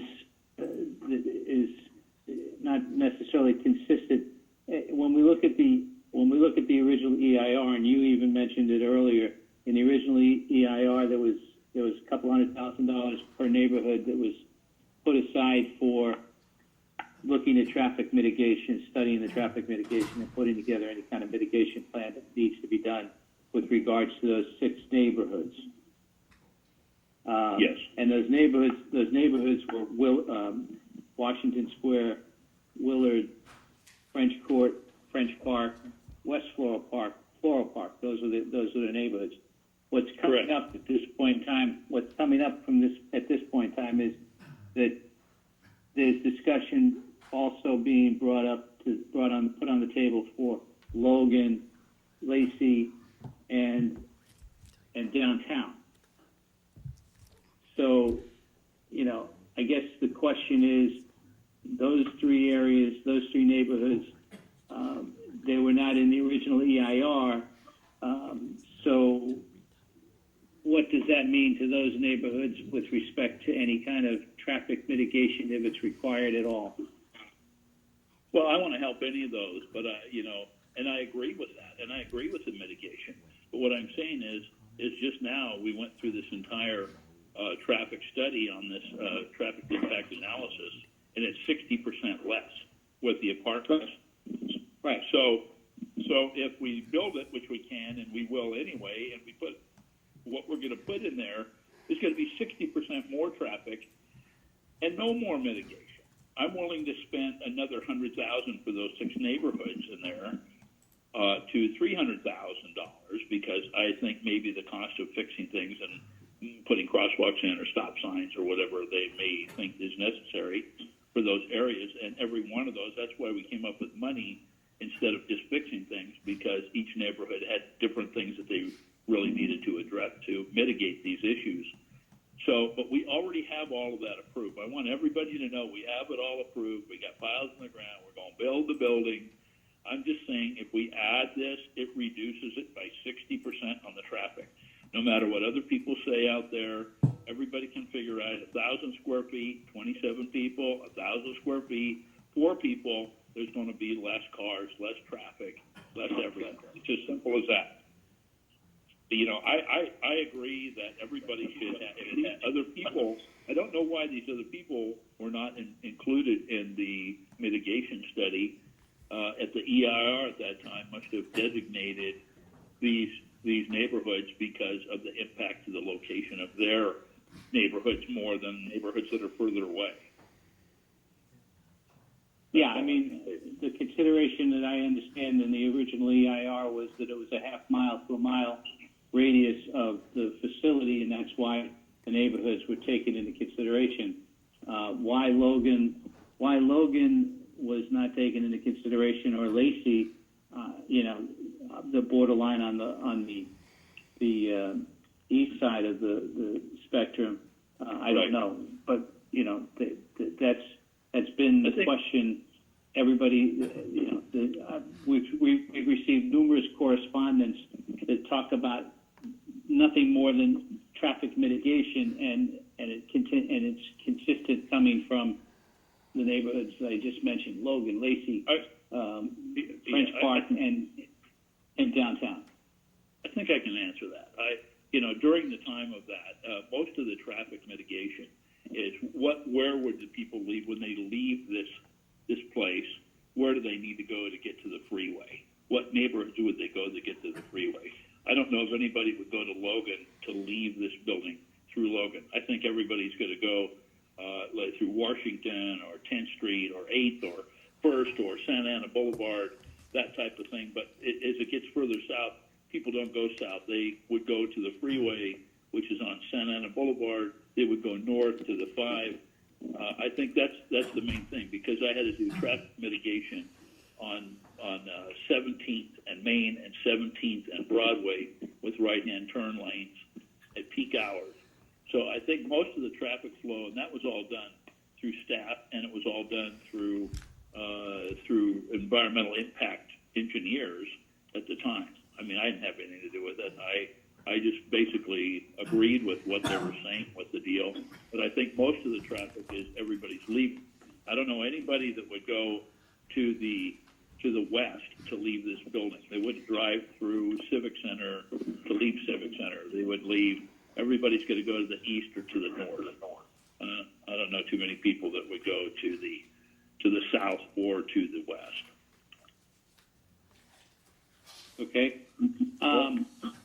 The other thing I also think is, and I'm going to support the comments from the other commissioners, and that is that I too am of a belief that we're not addressing the element of affordable housing in Santa Ana, and what we're doing is we're we're coming up with affordable housing through in lieu dollars, but, you know, basically some of these projects that we're building, and we've, you know, I think we've talked to 3 or 4 developers, and every time we talk about affordable housing, you know, it's sort of like, well, we just can't pencil it out, or it's not the way it should come down, or you know, this is a market value apartment. We don't want to have affordable housing inside of our facility. You know, it's kind of like we can build market value apartments next to, you know, areas that wouldn't necessarily be appropriate, and basically we get a not in my backyard type thing. But, you know, as a developer, by saying that we're going to do in lieu dollars versus doing it inside of the facility itself, inside the project, it kind of says not in my backyard either. So Okay, I know well, that, you know, you've danced around, but I think that that's something that would be. I think we should look at it. I mean, and try to work it. Mr. Chairman, I got to tell you, I've already looked at it. I disagree with what Vince said on the deal. I disagree with that. I originally came in and we figured out numbers for inclusionary housing, which is affordable housing, to get percentages. And I agreed with that. I told him I wanted to do that at the beginning. He said, quote unquote, I think you should look at in lieu fees. Why? Because, well, it brings in $4 million to the city, I think. And that's not a bad thing either. And I don't care either way. I think my deal is I've done all of this for education. I've done a lot of stuff for everything. You know what? Everybody needs to be brought in the deal. So for me to do inclusionary housing, you guys vote on it tonight. I will put inclusionary housing in. That's my word to you. I have no qualms about that whatsoever. We've already done the numbers. The lenders are okay with the deal. We already know what we need to do. Either way, for us, and I'll tell you this: if it's $15 a square foot for an in lieu fee, we're definitely going to do inclusionary housing. We're going to do it because it actually pencils out better with affordable homes. And I would like to have a better image, and the image that I have today, which is really good with this school and education and putting all this together, of putting together the deal with inclusionary housing. I'm all right with it. If that's your big deal, and I would think it should be one of your big deals, I'm okay with that. You vote on this deal, I'll put in inclusionary housing. I have no problems with that. They may not, here's the deal, they may not have the fee, the in lieu fee. I hear they're trying to say either one, get rid of it, or $5, it's $15. You know, in our book, we would rather have, and it pencils out over a 10-year period, we make more money on affordable housing, and that number of housing that's there, I believe it's like 10%, something like that. We actually make more money on that in a 10-year period than we do effectively than we do of paying $4 million to not have it. So I'm okay with that. I don't know where they got the deal with it. I thought everybody wanted to do the straight in lieu fee, but you know, I'm not. I'm telling you, and I'm not just changing my mind. That was what I originally came in with, and I talked to them at the beginning, and I don't have any problem with it because we did the numbers on it, and it does pencil out. So it's definitely 60% less traffic, 30% less pollution. I'll do the affordable, I'll do the in lieu housing, and we will move on and build something that includes everybody, everywhere, with less traffic, with a better place, live, work, and play in this incredible city. Okay. At this point in time, I don't have anything else to comment on at this point in time that we haven't already covered. But I'm sure if there's other questions that come up, and we're definitely going to have a lot of. I'm sure there's going to be a lot of questions coming in from the public at this point in time. So maybe we'll be able to circle back at the end and have a discussion relative to some of the comments that we expect to hear. So, having said that, and you know, looking at where we are, I guess we'll start out by just asking: Does anybody want to make any public comments? And Sarah, if you would Yes. Run the procedure by everybody. Let's make sure we do that. Yes, so for item number 5, if you are participating by conference call and wish to speak, please press star 9 now.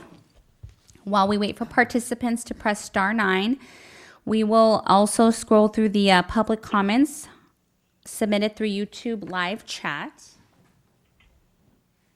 And as a reminder, we will be reading the comments aloud that specify public comment written in all caps. That alerts us that that is a public comment that the person wishes to have read into the record.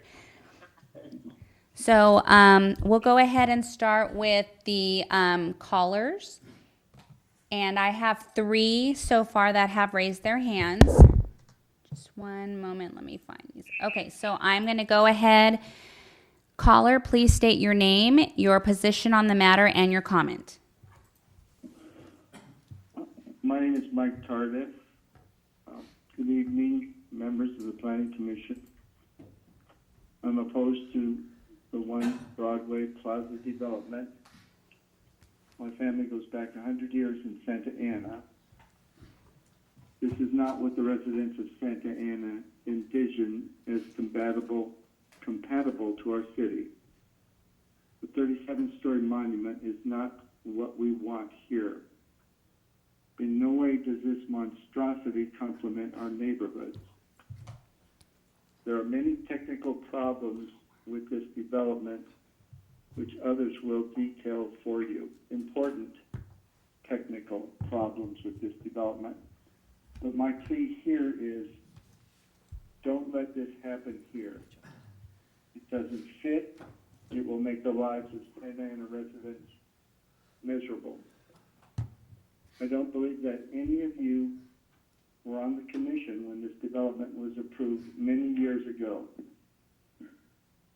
I'm asking you to not promote a mistake that a previous city council committed. Please do whatever it takes to deny approval and squash this terrible development. Force the developer to come back with a plan which is not destructive,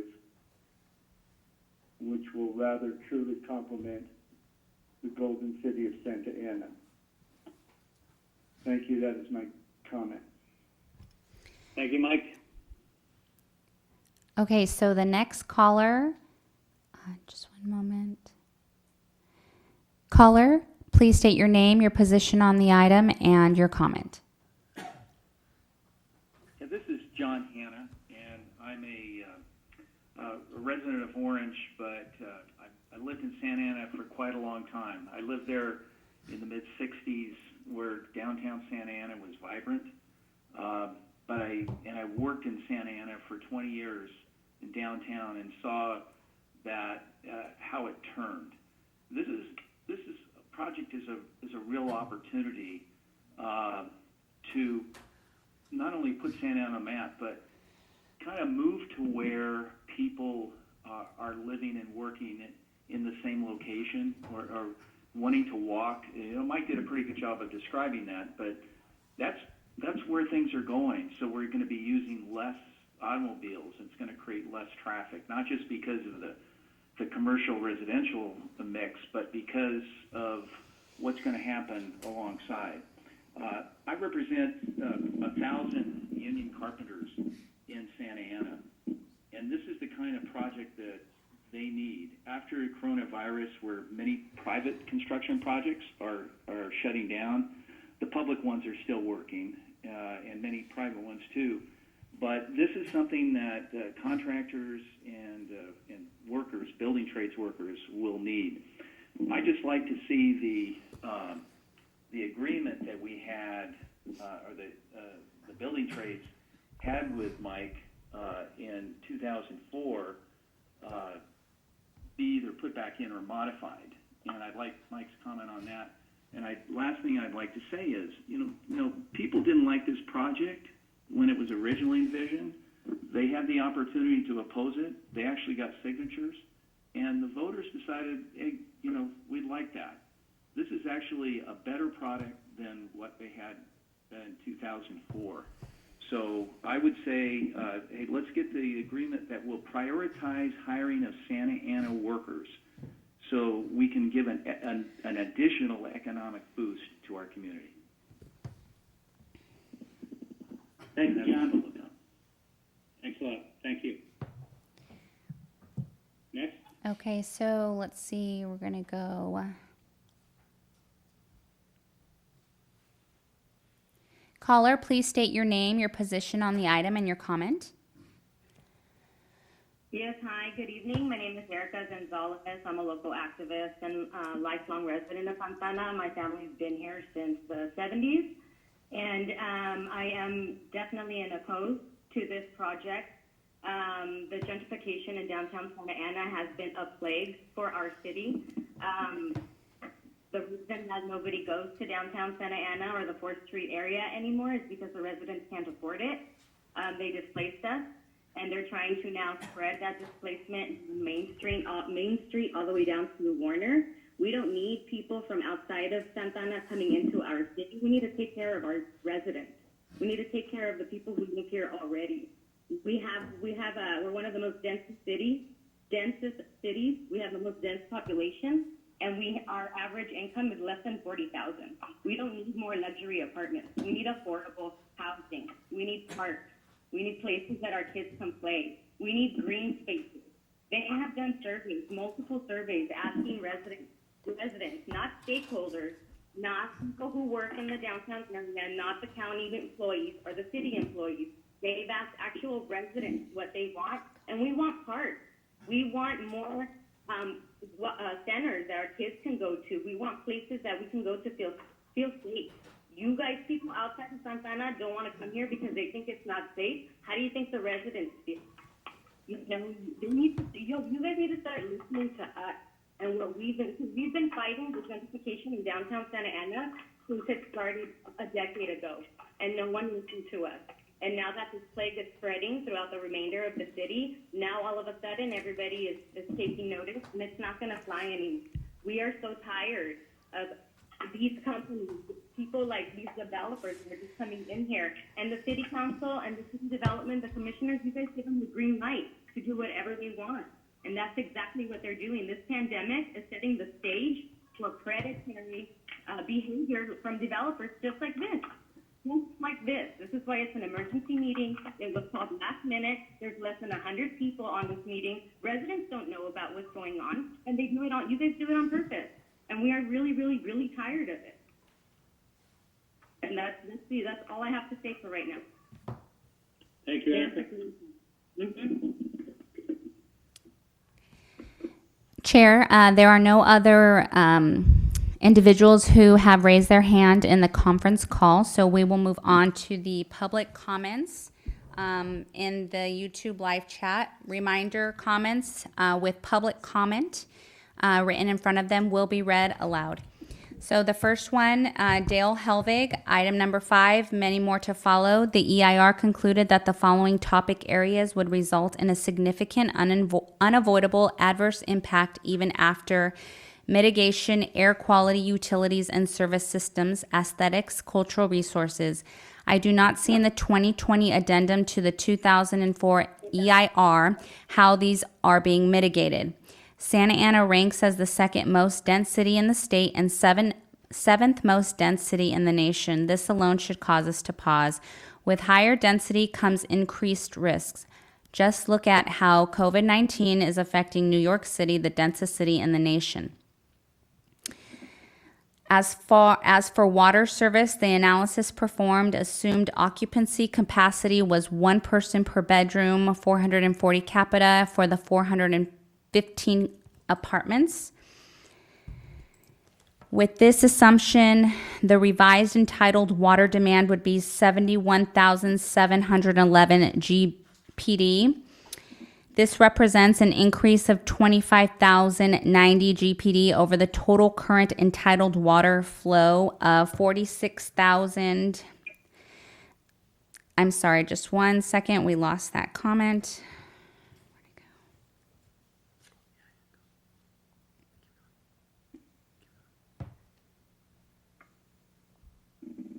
Just 1 moment, Commission. We lost the comment.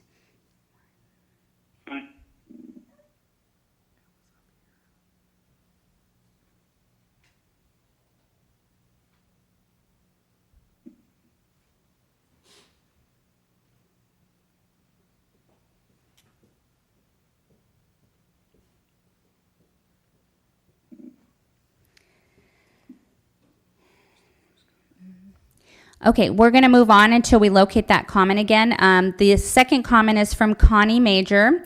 With over 2,000 new housing units in the works in the area, why is there not a new park being planned? How about a park on the parking structure roof? Next comment, unidentified. What community benefits investment will the developer provide for the low-income community next door, the Willard neighborhood? Next comment by an unidentified resident. The developer should be required to build affordable housing on site at the lowest AMI levels that will be accessible to the Willard community. There is great need.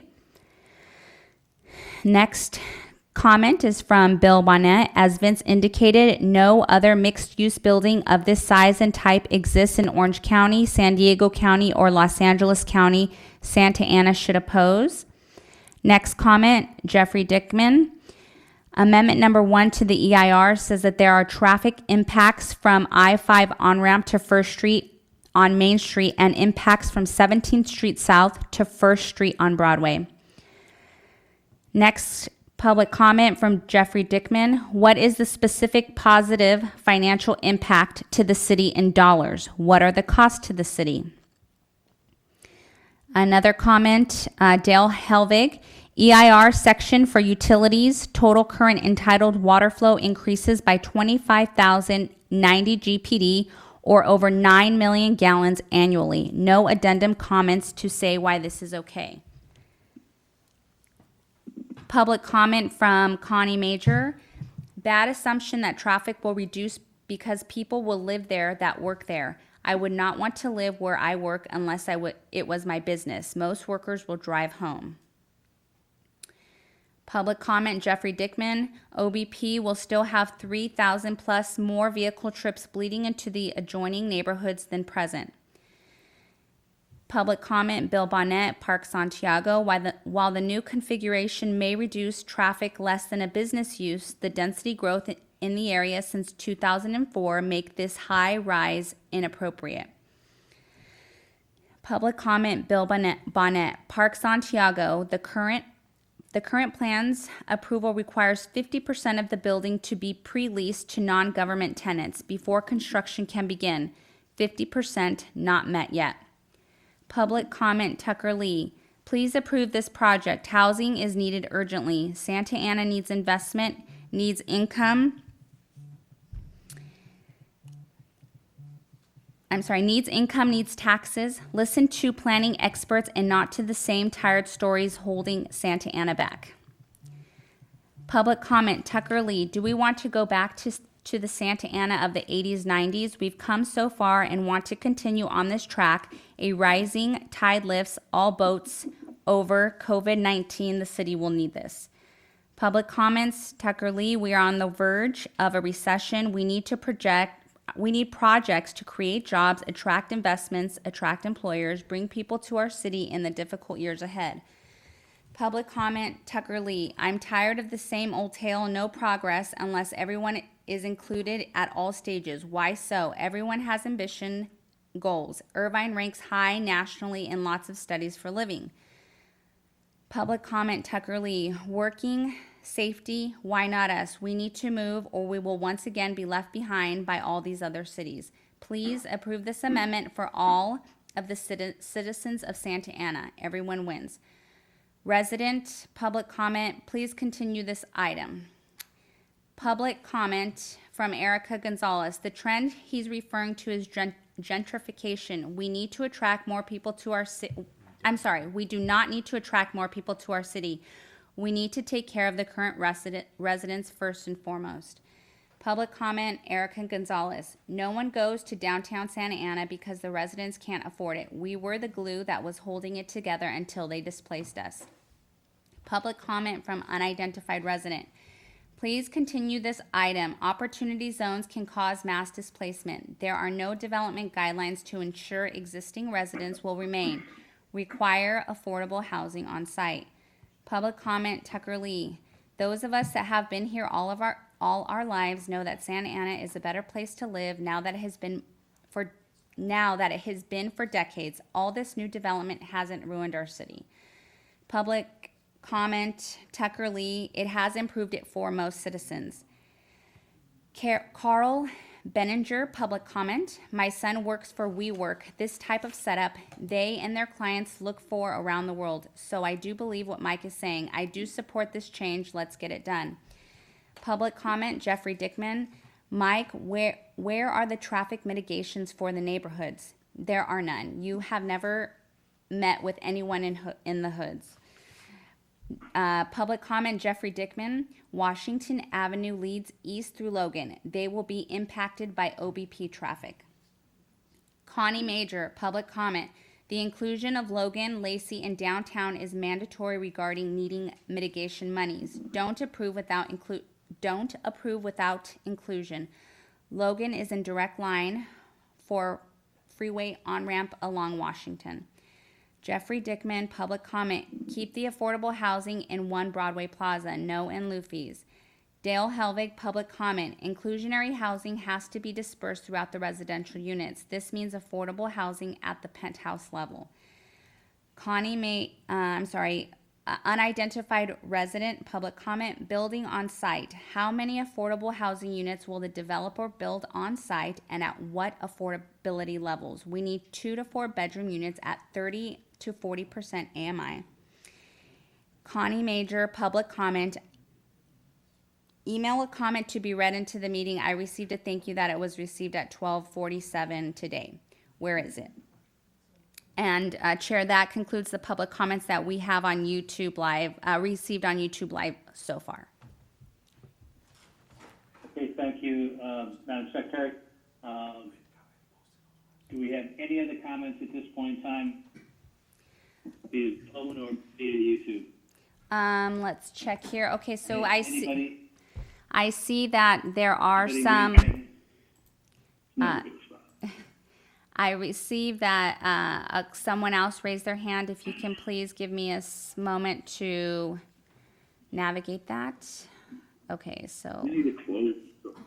What happened to Patricia? She wants money from me all the time and everything. Just one. Mr. Herrick, will you please mute your phone?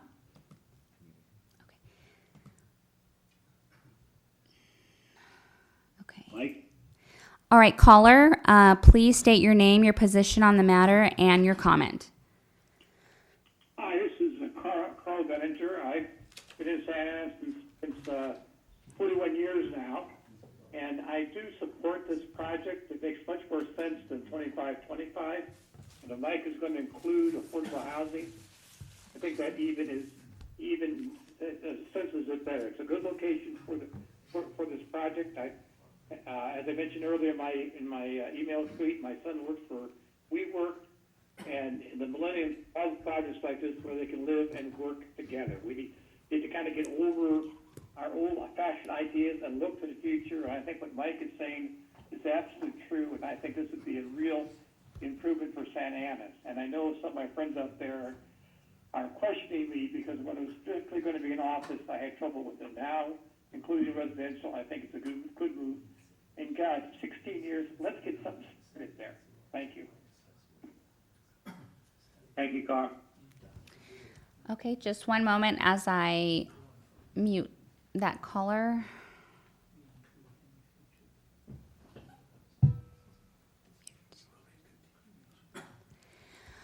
Okay, callers, if you would like to speak, please press *9. We will be wrapping up the public comments, and those on YouTube Live, if you would like to submit a comment, please do so now. We will wait about 30 seconds to wrap those comments up. We did receive another comment. Unidentified resident, how many affordable housing sites will the developer build on site? At what affordability levels? We need 2 to 4 bedroom units at 30 to 40% AMI. Commissioner, I understand that's a duplicate comment, but it was submitted twice. Okay, thank you. All right. There are no other callers at this time. At this point in time, we're going to close the public hearing. But before we close the public hearing, Mike, Hara, do you have any other comments you'd like to make at this time?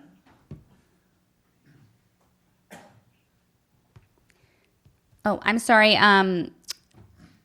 Chair McLaughlin, we put Mike on mute. Just one moment while we unmute him. And there are a couple other comments that were submitted via YouTube Live. Jeffrey Dickman, public comment. Mike, are you paying Patricia Bustamante to advocate? The next comment is from Sylvia Salinius, public comment. Are you going to mention or read the comments that were submitted before the meeting? And after this comment, Chair, there are no other comments that have been submitted. So let's just, with regards to the letters that were submitted before, all of those letters are online at this point in time. Therefore, they're all available for people to review at their own convenience. That is correct. Okay. They're available on the main city meeting page. Right, on the city meeting page, as part of the agenda, they can pull, under the item number 5, they can pull down as many of all of the letters that were received. That is correct. Okay.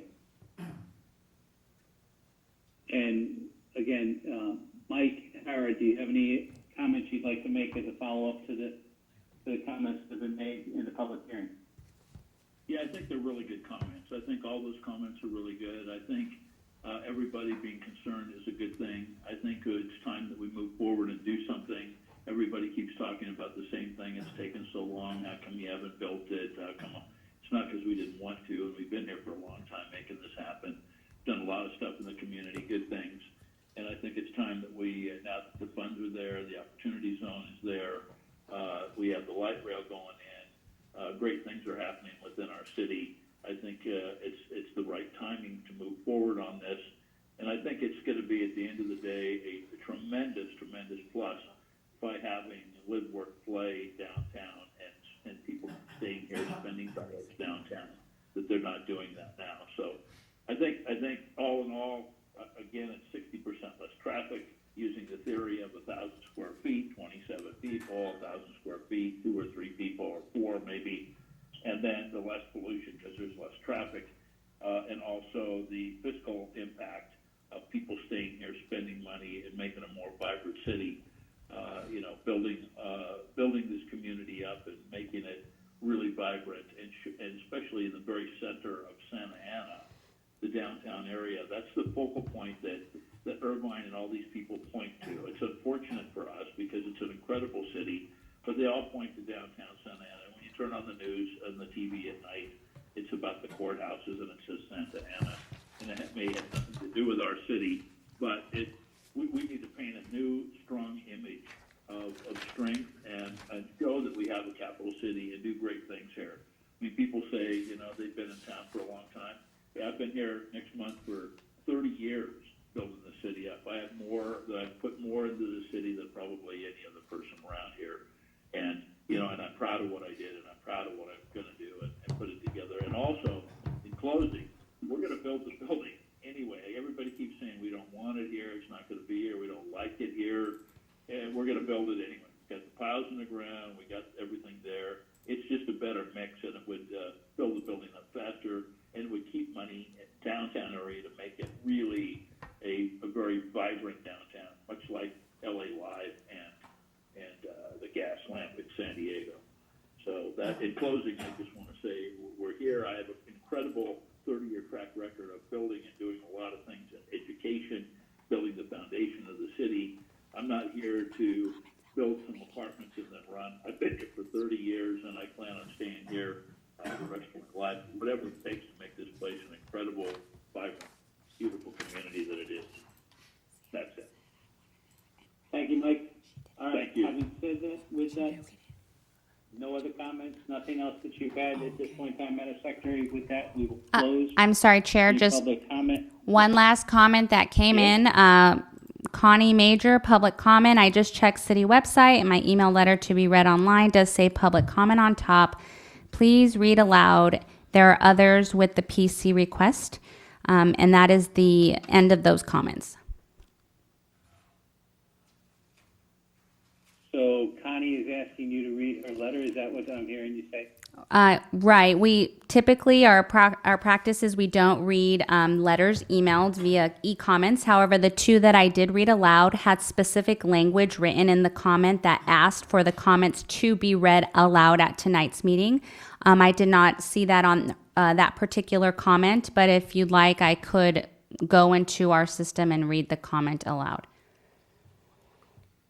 Just, I think to accommodate the request, let's do it and take care of it. Okay, just one moment while we pull that comment up.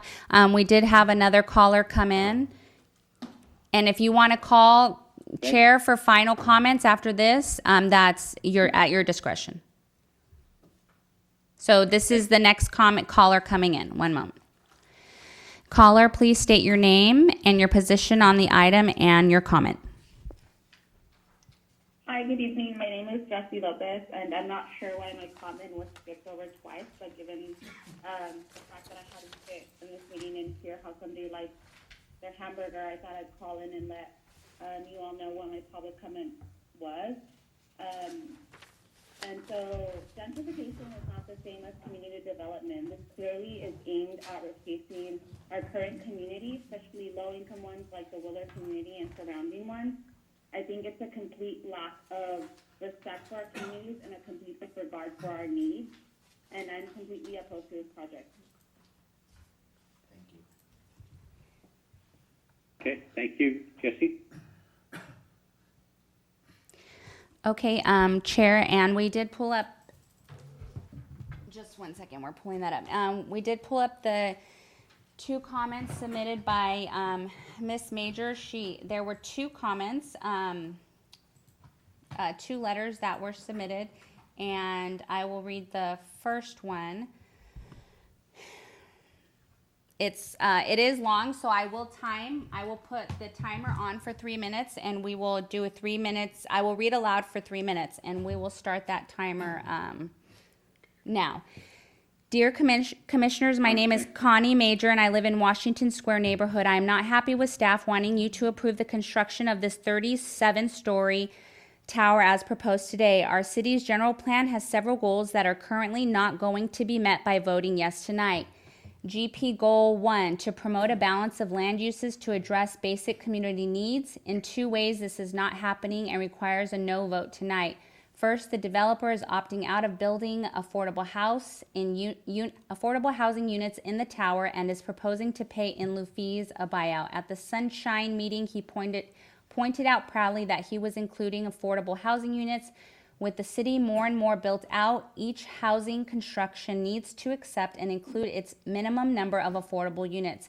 Commissioners, please do not accept in lieu fees when we have a great opportunity to meet basic community needs in a small building footprint.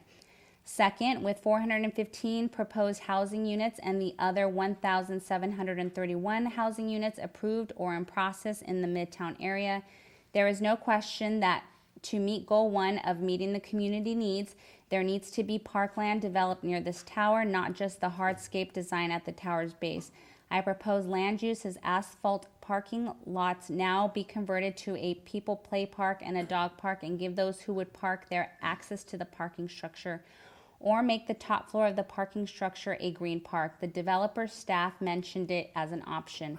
The city is so park poor, let's not make it worse by doing nothing. Also, so much has changed in the city along with the coming soon additional total of 2,146 housing units. By voting yes tonight, you are saying that using a 16-year-old environmental impact report and traffic study is viable information for today. How is that possible? The traffic mitigation of making Main Street 6 lanes and adding a right turn lane at 17th Street are a start for moving traffic north to the 5 freeway.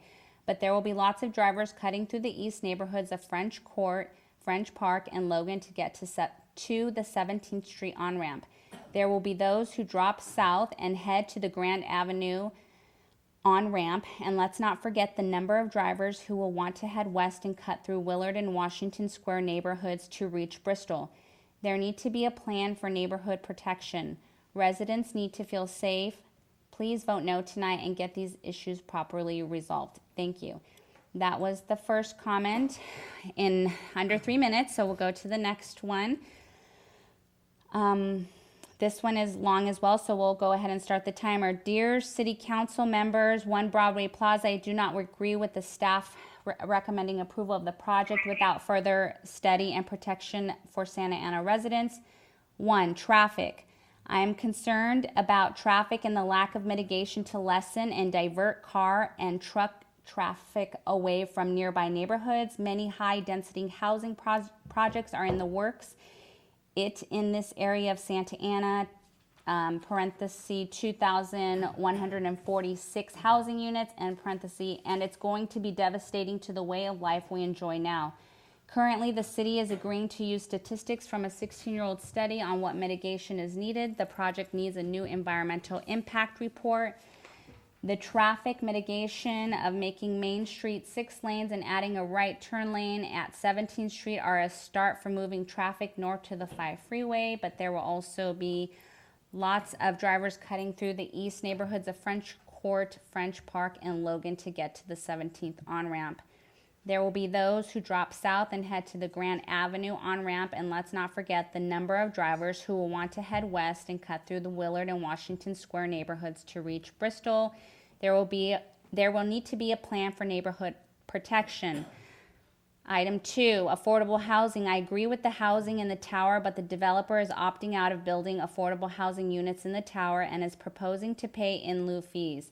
A buyout. At the Sunshine meeting, he pointed out proudly that he was including affordable housing units with the city more and more built out. Each housing construction needs to accept and include its minimum number of affordable units. Please do not accept in lieu fees when we have a great opportunity to meet basic community needs in a small building footprint. Local park with over 400 housing units in the 37-floor tower and the other high-density housing projects in the works, 2,146 housing units, that the area needs a park. Perhaps the developer can buy a run-down local apartment complex, let the residents be in his building, and turn the apartment land into a much-needed park. Or since there will be a 9-level parking garage, then one of the street-level asphalt parking lots could be converted into a place for people instead of cars.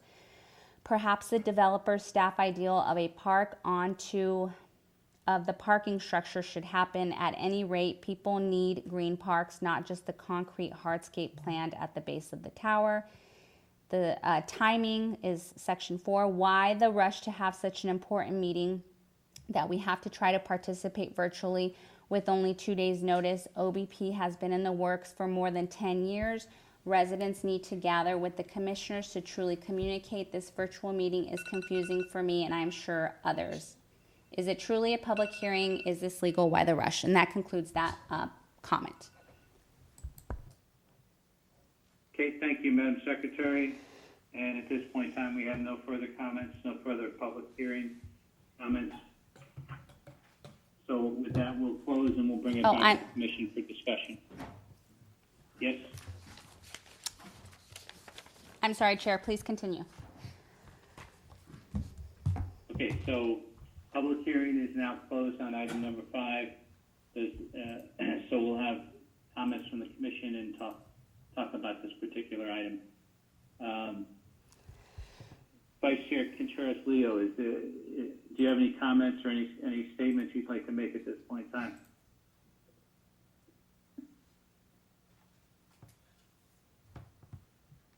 Cynthia? Cynthia? Can you hear me? Yeah. Can you hear me? I can hear you now. Yes. Okay. I'd like to check in with my fellow commissioners, and I'd like to add to the language the affordable housing that Mr. Macara said he agreed with adding to the project. How would we add that language? Okay. Mr. Chairman, I can answer that real quick. I'm sorry? Would you like me to answer that, sir? I can answer that really quickly. We'll just amend the SD to require it in the SD. I can't hear him. He sounds under one. Yeah. Sorry. You're a little garbled there. Let's try it again. Can you hear me I better? think you said we can add it to the SD. I think We will add it to the SD. affordable housing language to the SD. To the what, Lisa? To the specific development 75. Okay. So when we make the motion is when we would just add it to the MS. Yes. Yeah, we can add that language. Okay. So for clarity purposes, it's my understanding, Vince, in your presentation, when you presented this topic, you mentioned that on 2012, the developers agreement had been dissolved. Is Yes. that a correct statement? Yes, it expired. The development agreement has expired, yes. Okay, so I'm using Cynthia's example here, but there were a number of things that Mike has said he's fine with, he's good with, and everything else. I'm assuming that these would become part of the developers agreement. For instance, There is no longer a development agreement. So, but I mean, do we have to generate a new developers agreement in lieu of the fact that the current developers agreement has expired? So you can add the affordable housing requirements to the SD, because that's here for amendment today anyway, to add the residential component. So you can also add an affordable residential component, but there is no development agreement at this point. I understand that. I'm just saying that in the developers agreement that has expired, are there items, for instance, I'll just say that we had the discussion about the fact that in the current EIR, there was a discussion of $200,000 was to be put forth for mitigation purposes, traffic mitigation purposes on a per neighborhood basis, and there were 6 neighborhoods identified. Today we talked about 3 other neighborhoods, and how was that discussion handled prior? Before, was it part of the developers agreement, or was it part of the EIR? Where was it? And that now Mike has agreed that times have changed, everything else has changed, and the costs are slightly higher. So let's look at increasing that to $300,000. I'm just saying, how does that play into? How do we document that? So the mitigation is already pre-existing in the EIR. How we document the change in terms of the amount, it will be articulated within the SD as part of the approval process. So what I'm hearing said is that there is no intention of doing any kind of developers agreement at this point in time. The applicant has not applied for a development agreement. Pardon? The applicant has not made application to the city for a development agreement. Okay, but from the standpoint of the city, is there any reason the city would require a developers agreement at this point in time? We're unable to require a development agreement. It is something that the applicant would need to propose as part of an application. It is a discretionary approval application. So therefore, I'm just trying to understand, close the loop on this. What we're saying is that anything that we've discussed here at this point in time would become, in fact, a discussion point of the SD, built into the SD. Correct.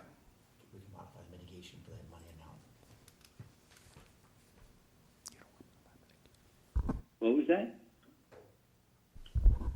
It will be incorporated into the SD, and as I mentioned, the mitigation has already been documented in the EIR. So the change in the amount will be documented within the SD. Well, and also, is there any reason why the other 3 neighborhoods that were identified could not be considered part of that? I think that's really up Could, to. if Mr. Hara agrees to, if Mr. Hara agrees to all of this today, he needs to verbally agree that he's agreeing with these additional conditions before it goes on to council with your recommendation. I agree with you, Lisa. I'm just trying to, I'm trying to understand how we will put these together, how this is documented. Yeah. So I think from what I'm hearing, what we're talking about, we can add the affordable housing component into the SD, and then the neighborhood mitigation measures that you've talked about could also be added into the SD. They're also already included partially in the mitigation monitoring and reporting program. That is correct. I have a question as well along those lines. Are there other items within the developer agreement that expired in 2012 that are not already included in the mitigation efforts that we should be aware of, and that we may, that the developer may now want to reconfirm his commitment to, so that it can be included? I think it would be very helpful for the Planning Commission to have that document, or at least an outline from staff so that we know what we missed. Commissioner, this is Vince. Yeah, I agree with you, Norman. I agree. I mean, it's getting, I mean, getting the dots. I mean, because people, I mean, interestingly enough, and I think is one of the factors of what we're doing with this virtual meeting is that I think we're able to have sometimes we're having a better dialogue with regards to the discussion between the developer and the public and everybody else. I think we've gotten some things that could take weeks to get done, maybe done just in the conversations that we're having here today. So I think there are some open items. I mean, it took me time to go back and look at the original EIR, then the amended EIR, and to match up what we were doing here. I mean, I think there was a discussion about traffic mitigation, and I think some of the traffic mitigation that was brought up. There was like 27 points in the original EIR, and those 27 points are still basically in place for traffic mitigation throughout the project or throughout the city. And, that's documented in the EIR. But not knowing what was in the developer's agreement, I think is an oversight on our part. I agree. And I don't feel completely, some things that I'm grasping and others that are just confusing me even more. It just feels like there's a lot of pieces to the puzzle, and I don't know if just more explanation or more reading now that I've heard more and learned more. I feel like I have more areas that I could now look at that perhaps I didn't understand before. I don't know, that's kind of how I'm feeling. Okay. Any other comments, Cynthia? No. Norma?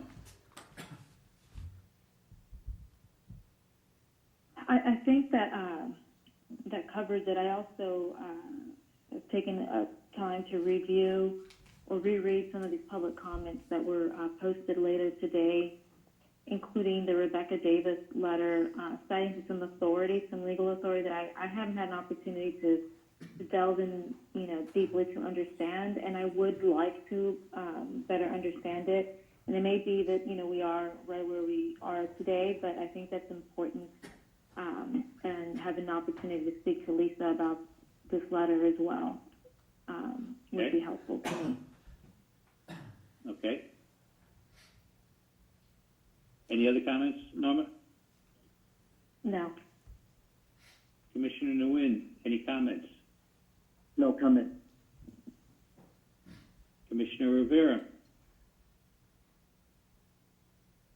Yeah, I think I agree with everybody else as far as having some more time to look into all this information that we've received so far. It is a lot of stuff, and like the vice chair mentioned, it's a puzzle we're trying to put together, and we want to make sure that we get all the pieces so that we're able to able to, I guess, make a decision. So, but yes, I agree.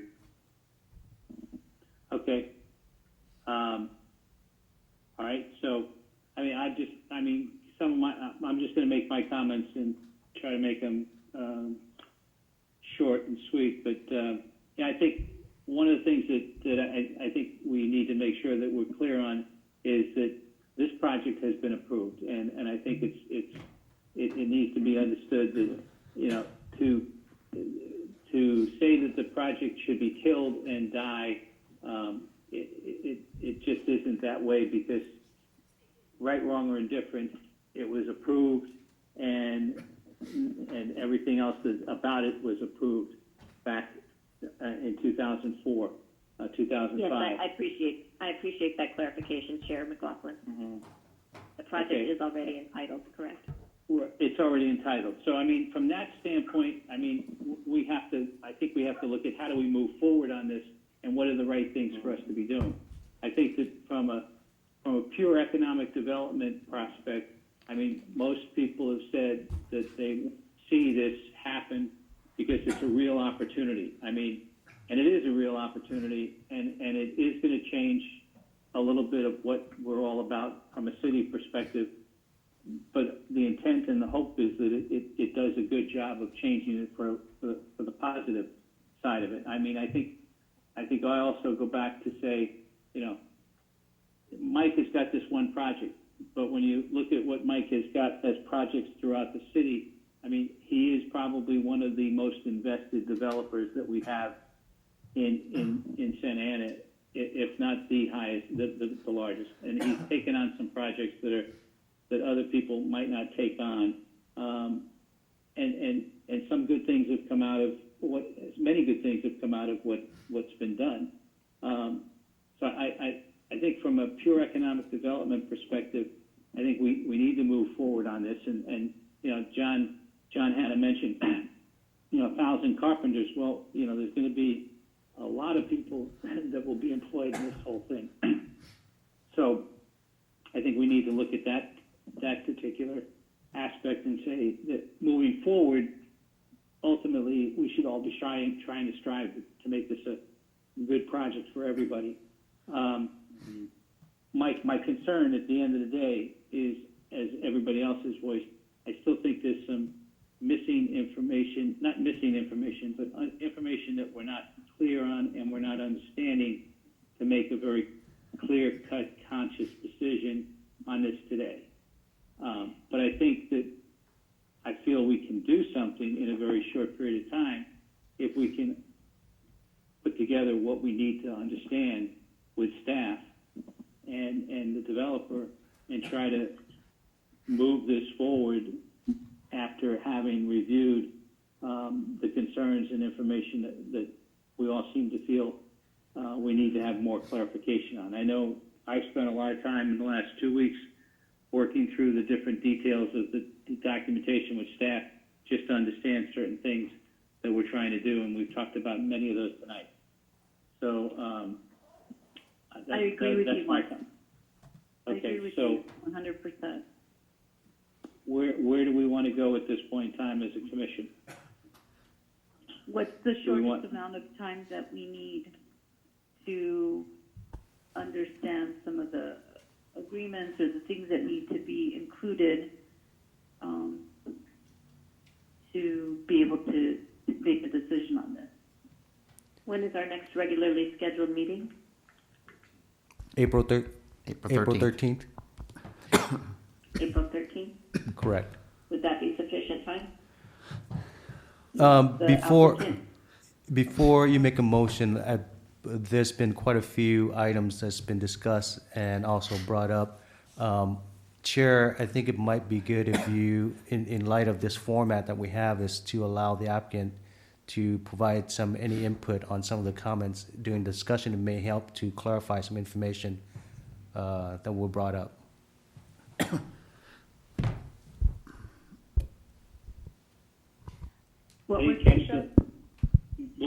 I didn't catch the last part of your discussion there, man. Sorry. What I said is that due to the format of our meeting and the number of issues that were brought up by the commission during your discussion, it might be good to consider allowing the applicant to provide any last comment or respond to some of the questions that were raised. Okay, so what you're saying is it may be good for us to respond to some of the comments that are being made by the people that participated in tonight's meeting. No. Is that correct? No. What I'm saying is that you may want to allow the applicant to respond to some of the questions that were raised during the Planning Commission discussion. Okay, we can do that too. Mr. Hara, you may begin addressing the commission. Yeah, Mike, would you like, oh, let me, before we do that, I do want to make one other comment, this is just an observation, and people may sit there and say, it's just another city, but, there's been a discussion that brought up about Live LA Live, and the different things that are going on downtown, but I'm not sure that people understand, and this is not in our city, but in the next city over, Anaheim is basically creating the same scenario with the Ducks Center, with the Honda Center, and the surrounding areas. The intention is that the owners of the Ducks and everybody else are basically going to create an Anaheim Live, and it's going to be down by the Honda Center. So it's not that this is just LA; it's being seen in other areas, and Anaheim is jumping on that right now to do just that in their own areas. So I think that the concept of how people live, work, and play is definitely changing, and we need to be aware of that. So anyway, with that, I'll go back to Mike. And Mike, you have comments. Yes, good evening. No, I listened to all of that, and I'm here to make things work. I really am. I've been here and I've proven it over and over many times. I think you guys have some good ideas, good questions here. I'm just on a timeline with my lender, and I'm on a timeline with the situation that I have with the opportunity zone and the timing with the federal government to make that to make it appropriate. So let me recap. Maybe something we could go to is the neighborhoods. I think that's an important thing, and I think that I have proven numerous times that I care about the neighborhoods because I do that. So, and then looking while everybody was talking and everything, I looked up a map of the neighborhoods, and I don't know how Logan was missed, but I think Logan should be included in the 6 neighborhoods to be the 7th. And they had raised that, I think it was $200,000 for mitigation fees to $300,000. So I'm okay with the $300,000, with the 6, and add Logan to that as well because they are right there by the freeway exiting out. And then the inclusionary housing, I have no problem with that, using whatever the codes and the requirements are for inclusionary housing. I think that's an important thing as well. And we had designed the tower for that. And what other comments do you guys have that's like right off the top that you were talking about? I think, and to add that to the SD, I think is where it would be, because that would be part of what we would abide by. Was there some other major point that I missed there?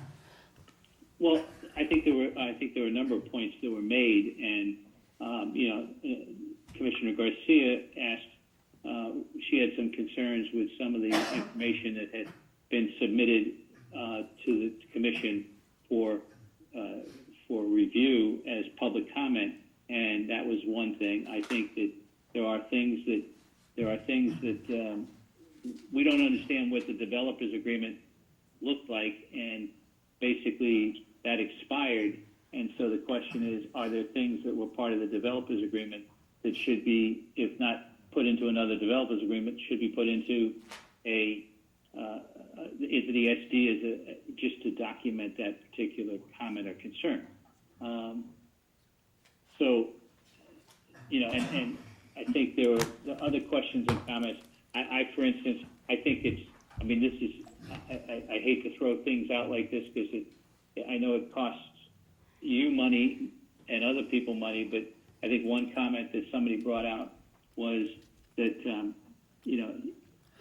it would be interesting to have on the roof of the parking lot some kind of green space, some kind of parking green space that, to be at a doggy park or something like that, or it could be a green space that could be used. Let's face it, you've surrounded yourself with probably 3,000 to 4,000 students in the three schools that exist there, right in the immediate area, El Sol, Osea, and OSHA.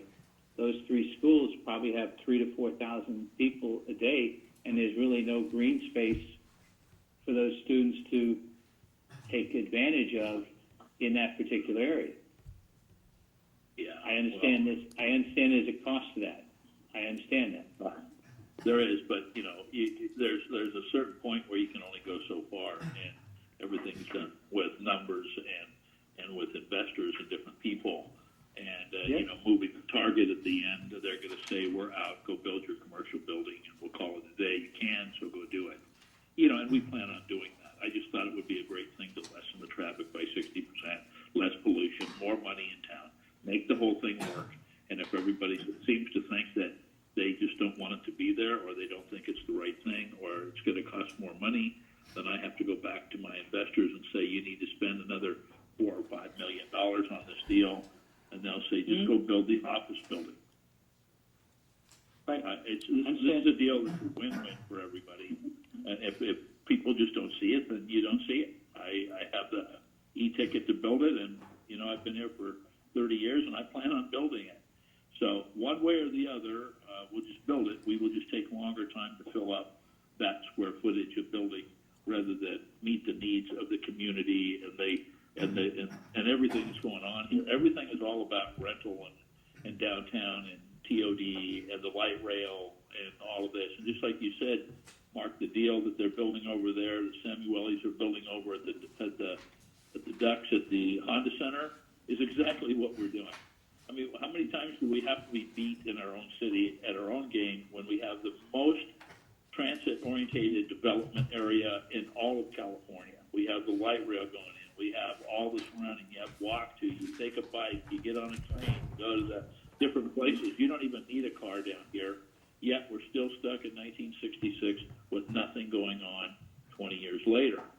So, if it's not now, and we build the building, I'm going to take advantage of the Opportunity Zone funds and build the building, and that's how it'll be. I mean, and there'll be 5.5 times more traffic with that than having a live, work, play. I mean, I'm not going to walk away and say, look, if you don't vote on residential component, which lowers all of this and makes it a better place and brings in a lot more money, I think you guys were all appointed to this position and stuff for doing the best, which I know that you're doing and what you want to do for the community and for this city. But if the deal is you don't want it, then you just don't want it. And I'm willing to bend and make things happen, but if it's going to take too long and it takes this in particular investor out and it doesn't work for you guys, then it doesn't. Then I'll continue and I will build the building because I can, and that'll be that. And I think it's a mistake. I'll find a buyer for the building, and they'll hold the building and put major companies in there, tech firms and stuff like that, are a huge demand right now for stuff that's TOD because all their people that work there are millennials and Gen X and Gen Y. They live for these kind of things. You live there, you work there, you play there, you take the light rail, you take the train, you go to the ball game, you go to the Ducks game, you go downtown, you spend money. That's why people like Samueli, really smart people, they have the Honda Center. They're building all around it, doing the same thing I'm doing, and the same thing that we should have done years ago. And here we are talking about it some more. Well, maybe we should get this. Maybe we should do that. I'm up for that, but there has to be a time when we have to say, okay, enough's enough. Either you like it or you don't. And if you don't, I'm okay with that. But, I wanted to tell everybody, here's the way it goes. You put residential in there, you keep people down here, they'll spend money here. Things will make the change, and the people that say they don't want it down here, it's going to lower their tax basis. Our tax dollars are huge for this. The property, we're paying $60,000 a year right now for this piece of dirt where the same tower sits that's going to be paying more than $4 million a year in property taxes. But nobody will do it. The building permits, the number of people that are going to work on this building over a 3-year period is maybe $130 to $140 million in labor in this property. We put people to work. We make things happen. We build the neighborhood. We improve the property. We make good things happen for good people, and we're going to give back to those less fortunate. I've proven that over and over again in the 30 years that I've been here. And I hope we can come to some agreement. But adding deals and stuff like that, makes me go back to these lenders and stuff and say they want us to put a park on the road. I don't know. They're going to say, how much is that, and why would we do it, and what do we do if we needed more parking, or why would we build so much parking if it's not needed? I mean, everybody has an idea for that. I think if you want to build more parks, the inclusionary fee by not having, the in lieu fee by not doing inclusionary housing, that in lieu fee, as far as I know, that's park dedication. They use that $4 million to build parks. So don't put the affordable in. Take the $4 million and build a park with it. Let's do something. Let's take eminent domain on some of these really old crummy properties and turn them around and make them a park. I agree with that. I'll be the first one to pitch in with money for that. But it's not going to be on the roof of a building. I'm sorry, go ahead. That's fine. That's fine. I understand. Okay. I like your idea, though. I think it's a really good idea. Well, I mean, it's just concepts. It's just concepts. It's just concept that makes, comes out of the discussion. Okay. I'm going to bring it back to the commission and ask if there's a motion. A question. Go ahead. It sounds like we're stuck on the developer's agreement. What should be in it? What from what has You can't force a developer agreement on the developer. He has to apply for it and want it. Yeah, I think that's the real issue. Yeah. If I can finish, I wasn't trying to do that at all. Sorry. I'm trying to say is if staff can give us guidance on that, because we're just kind of here asking questions, but there's no feedback in terms of what actually has to happen with that or doesn't have to happen with that. Maybe if we can get some feedback from staff about that, that might help us clear up some questions, or we usually don't talk about those. Yes. So if you guys can give us some feedback on that to make us feel like maybe we don't need another 2 weeks to try to understand that, that might be helpful. So, and if I can add to that really quickly, just because I think that my personal concern is that there's a lot of even John Hanna, who supports the project, referred to the developer's agreement and some of the items that secured what I understand to be prevailing wages for some employees. There just seems to be a lot of things that were included in that developer's agreement that we don't know whether or not we need to be discussing them or whether we should be discussing them. That's concerning. Thank you, Commissioner. The development agreement is a tool that is available to the development community and is applied for by a developer to ensure that the city would provide the certainty in terms of its approval for a term that has been pre-agreed to. The previous development agreement was approved for 7 years. It expired in 2012.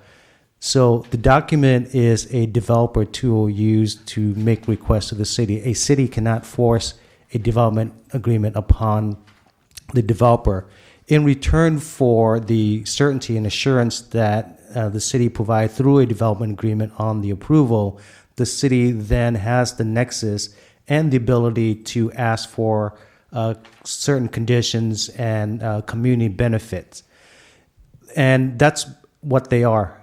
Community benefits that may not have a nexus to a project impact. What we're talking about including into a project is a project conditions that would have to have some level of helping to address some of the physical concerns of the development and not necessary community benefits. Those benefits do not, unless they have a direct nexus to the project, cannot be imposed as part of a project condition. So Commissioner Garcia, I think you brought up the issue of labor and wage. That is something that is most oftentimes considered in a development agreement, but it falls under a community benefit where the project developer and the community agree to it separately, but it's not necessarily a condition of the project approval because it does not have the nexus to the physical transformation and development of the project. So in summary, unless the developer asks for the development agreement and submit the application for it, the city cannot impose or require a development agreement on a project. Lisa, can you help confirm that? No, that's correct, Min. So there are certain conditions that you agree to in a development project that you don't have to agree to because there is no nexus between your project and those community benefits, but you agree to that developer agreement in order to get some certain benefits and lock your the codes in at that time. So again, I'm just going to just jump on Norma's comment. The comment was made that there was an agreement. As an example, there was a PLA agreement with the union, and I'm just the concept there is, I guess, is that a side agreement between the developer and the union? Is that something that falls under the category of some documentation that the city would have with the developer at this point in time? It would be between the developer and the labor representative. The city Right, through yes, not with the city. Okay. The city wouldn't be a party to the labor agreement. Okay. I was sure that was the answer, but that's wanted to ask it. Go ahead. Sorry, no. I thank you, Mark. I would just be interested in seeing what those other community benefits are. I think that's sort of where I feel like I'm operating in the dark in that respect in terms of understanding what the developer was previously agreeable to, and to the extent that we could have that discussion or that conversation where that door may still be open, then I think it behooves us, right, to make that request on behalf of our community. But again, as Min mentioned, we can't require the developer to ask for a development agreement. We can't require, just so you understand. Well, no, absolutely, and I think just like the developer agreed, on the record today that he's willing to absolutely include those additional neighborhoods to mitigate any traffic issues as well as the affordable housing. I mean, those are the things that Mike is clearly on board with re-honoring, if you will. And I think the question is, well, what else is on that list? That's the question. I completely understand. I think everybody on the commission completely understands that there is no way to bring the developer into a developer's agreement. But the fact that Mike, on the record today, said he's willing to re-honor some of those things outside of the ER mitigation, then I think it behooves us to do that, and that's really that's where I'm coming from. Okay. Cynthia? It cleared it up for me. I understand now. Okay. So the question is this something that I guess, and I'm throwing this out because I can hear the frustration in some of the voices and things, but what is the earliest that we could potentially bring back a discussion and have a discussion with a special meeting versus a meeting that would be held April 13th? Well, I think we need to ask ourselves at this point. I completely understand with what Norma is saying. At the same time, it seems like we're a little too late to the show because these things were not revealed or the information was not shared with us in terms of the past and the now. We were just focusing on the now, and now this comes up. So whether we find out what was in the agreement prior doesn't matter because it's not for us to be able to ask to go back to that. Unless, Mike were to say, okay, I know and this is what I'm willing to do, we can't do anything. And I don't foresee staff going back and kind of going through that again. So where does that put us? And I don't know what Mike's timeline is. Personally, I'm excited that this project can move forward. It needs to move forward. It's been blighted for so long. We need progress. The unknown sometimes is fearful, but I really think that we need to move forward. So how much longer in time is there for us to work with? This is Mike. Yeah, go ahead, Mike. It's Mike here. And try to consideration for helping everybody here. This goes in front of City Council on April 21st, and that's the end of this month is a big day for my investors and stuff. End of April. So I have to have an answer one way or the other whether we're going to add residential or we're not by May 1st is my deadline. So when is the planning commission? Do you guys have another meeting between now and April 13th, Mike. April 13th. Is that enough timing to make a decision on April 13th? Is there enough time between that and the city council meeting? I don't know. You guys have a certain time in between meetings. Is that enough time? There are public hearing and noticing requirements that would prohibit us from being able to have the planning commission and still make the council meeting. So the question is, if the planning commission meeting was moved back a week to the 6th or whatever that date would be, 13th. So the 6th would be the date. Is that feasible? 13th. Do you have a planning commission meeting on the 6th? No, we have a planning commission for the 13th. But at this point in time, I mean, the other side of the equation is we're doing things out of the ordinary anyway because of the situation that we're in. Right.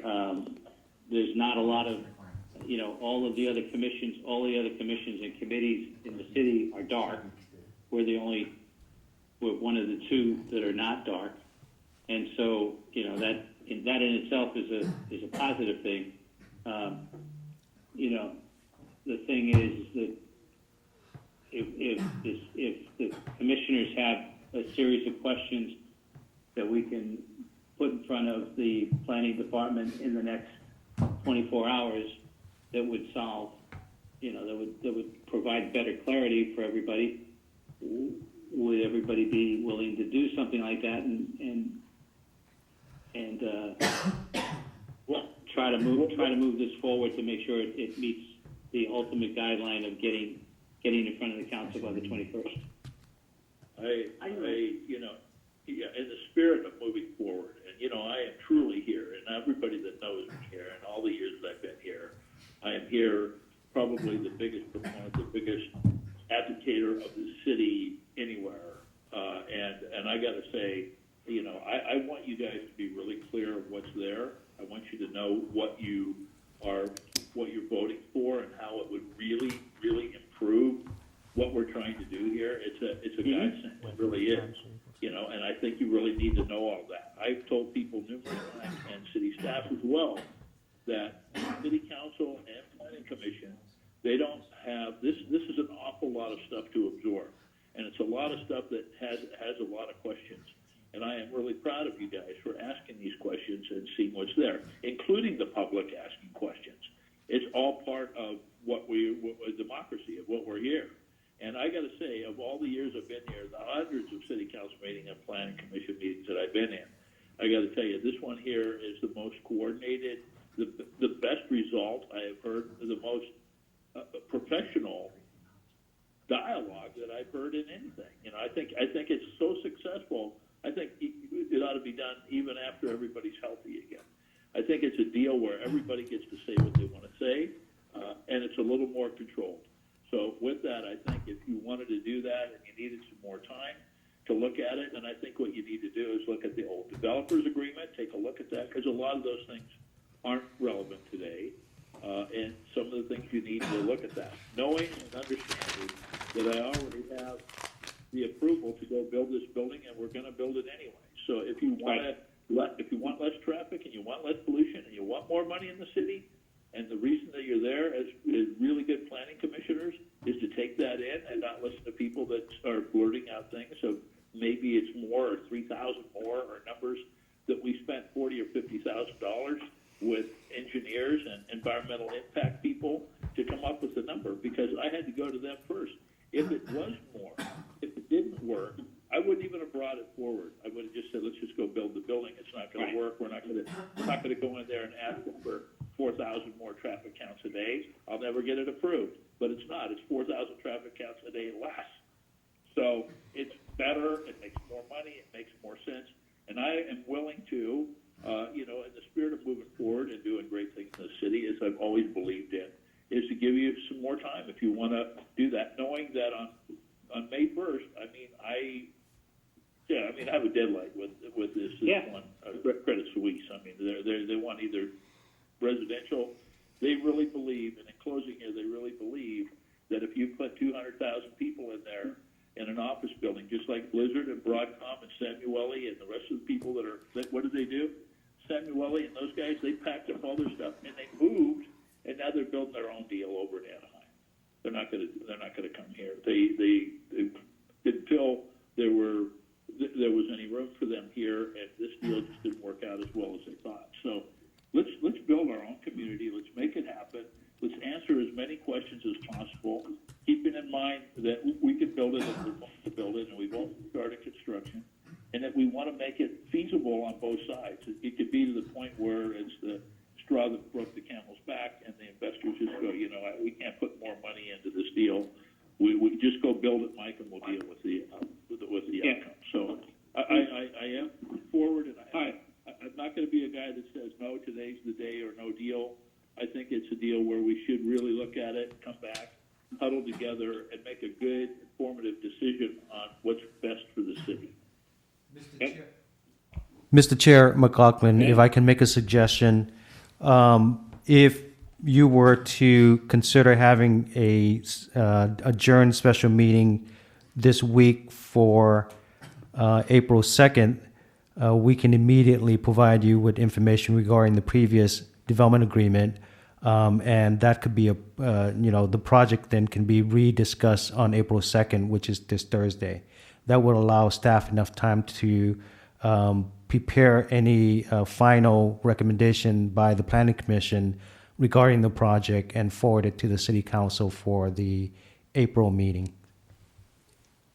And April 6th doesn't work from your standpoint? Is that what I'm hearing? April 6th is too compact. We still need to prepare a staff report that follows your decision, and it has to be turned in. It also has to be noticed with the publicly noticed 2 weeks in advance. Okay, but how are we? I mean, April 2nd. If we're gonna have in other words, we're essentially continuing this item as a special For 3 days. Special meeting for 3 days. Is that adequate time to do the appropriate noticing? Yes, it is under the Brown Act. Yes, it would provide us enough time to do noticing and also prepare the. For a special meeting, yes. Just double checking. No, good question. Good question. we're just going from a special meeting, and we're just going to continue the special meeting for 3 days. And, Correct. okay. Cynthia, do you, are you good with that? Are we taking a vote?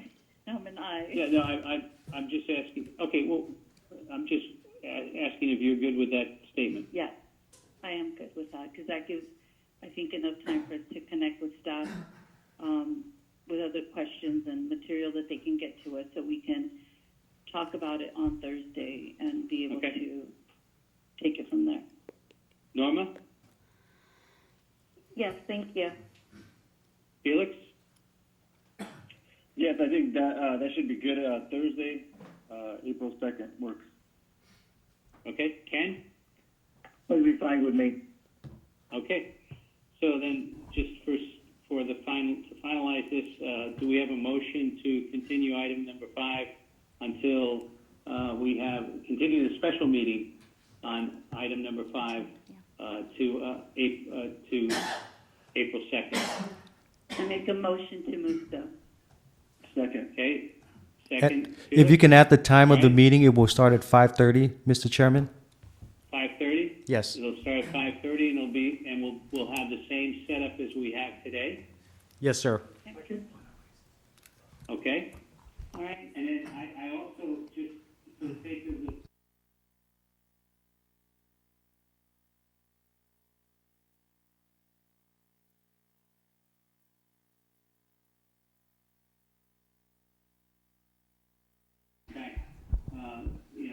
contract signing, and we'll be able to follow through with that.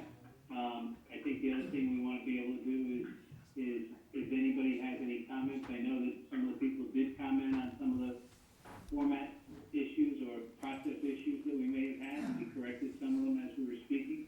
But if anybody has any comments about, how we can improve this even better, we're more than welcome to,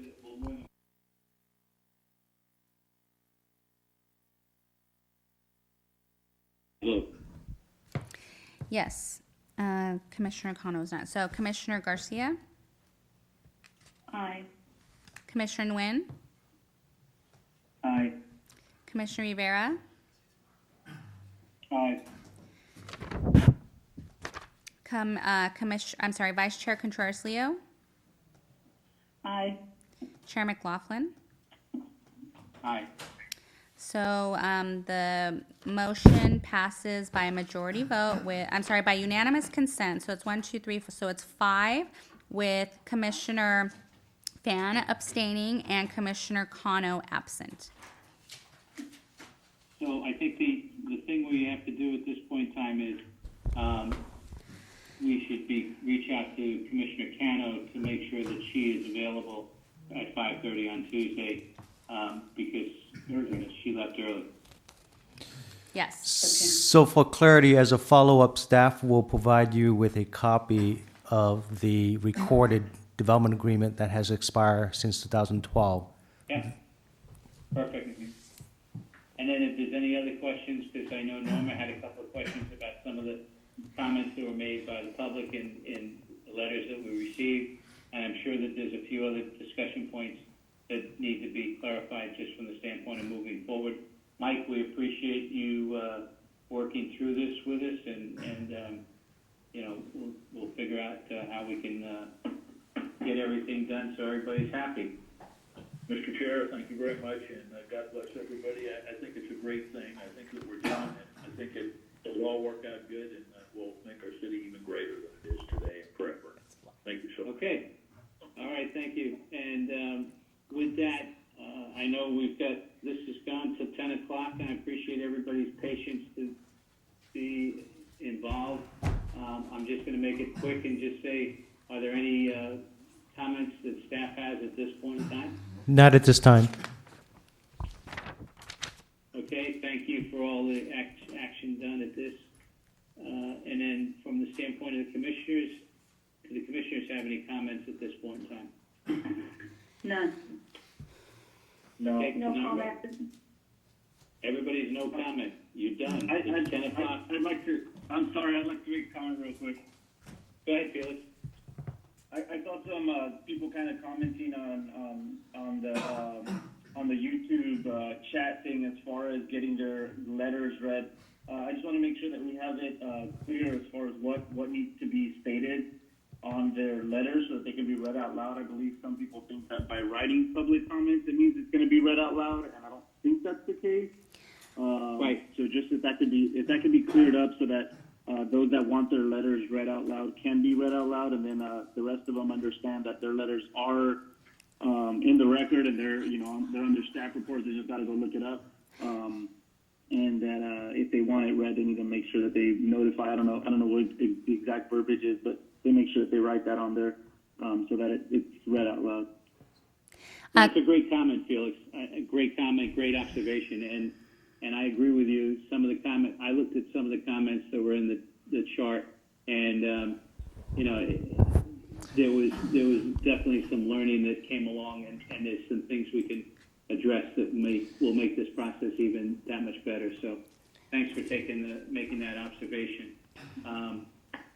With that, I'm just going to say I don't have any comments right now at this point in time, but thank everybody. I want to just thank everybody for their patience and for those that joined in on the chat. I really appreciate your input and your support there. With that, we will adjourn. Mr. Chair, Chair McLaughlin, can I make a final comment? So, historically, your chance, man. well, this is in response to the Commission's comment regarding the public comment. So, historically, any public comments that we receive that is in written format that we receive prior to the meeting, we will post it up before the meeting so that it's accessible to both the commissioners and the public for review. Any written comments that we receive afterward would also be posted after the meeting and would be forwarded to the commissions for your review as well. Today there was an exception made because of the new format of the meeting, but that's not historically how we have practiced written comments that is delivered to us by the public. Well, I appreciate your comment there, and I appreciate your statement. But I think that in this time where we're kind of faced with a lot of situations that we're not really sure how we got ourselves into it, but we're into it.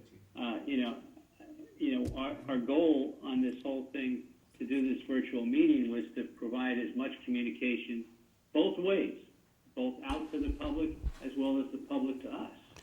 And I understand your comment and your concern. I just think that if we have to read 2 letters or 3 letters because somebody wants that to be read in lieu of it just being part of a website listing, I don't see why we won't do that to just if it's something the public is looking for.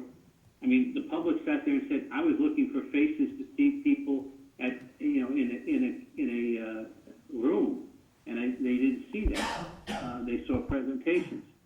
So I mean, I think we got to take these comments and take them serious and say, hey, let's try it out. Let's see what it does to us. And if it becomes a challenge or a burden, then so be it. We change and adjust. If it's not a challenge or a burden, I think it'd be something that we should do to make sure everybody is clear on what's being said and done, and how we're trying to move these processes forward. Thank you, Mr. Chair. That was very helpful. Thank you. Okay. It's a work in progress, and I think we did a good job as the first virtual meeting. Absolutely, I think. And by the way, the format that we followed tonight is the same exact format that the council is going to follow tomorrow. And I'll give it to Sarah, because I think Sarah did a tremendous job of coordinating a lot of these things and getting a lot of the information together. She did a great job with that. Thank you, Sarah. She spent a lot of time coordinating her activity with Daisy so that what Daisy's planning on doing tomorrow will be consistent with what we're doing here. And I think that at the end of the day, we're leading in this whole process of trying to communicate to people virtually.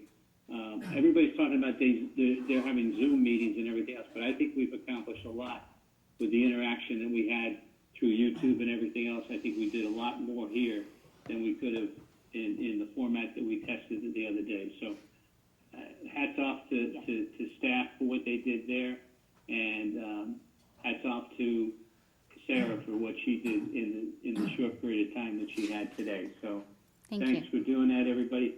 Now, Min, can I adjourn the meeting? Yes, sir. Oh, Please okay. do. So, Yeah. Oh, did I say that out loud? so the meeting, our meeting today we're adjourning item number 5 to continue the special meeting that will be held at 5:30 on April 2nd, and we're going to do that in the virtual mode that we did today. And again, one last thing, anybody wants to comment, feel free to comment back and tell us how we can improve what we're doing already. Thank you. Thank you, Mark. Good job, Mark. Enjoy the rest of the evening. Goodbye. Okay, call Lisa really fast. You need to stop. All right. Oh.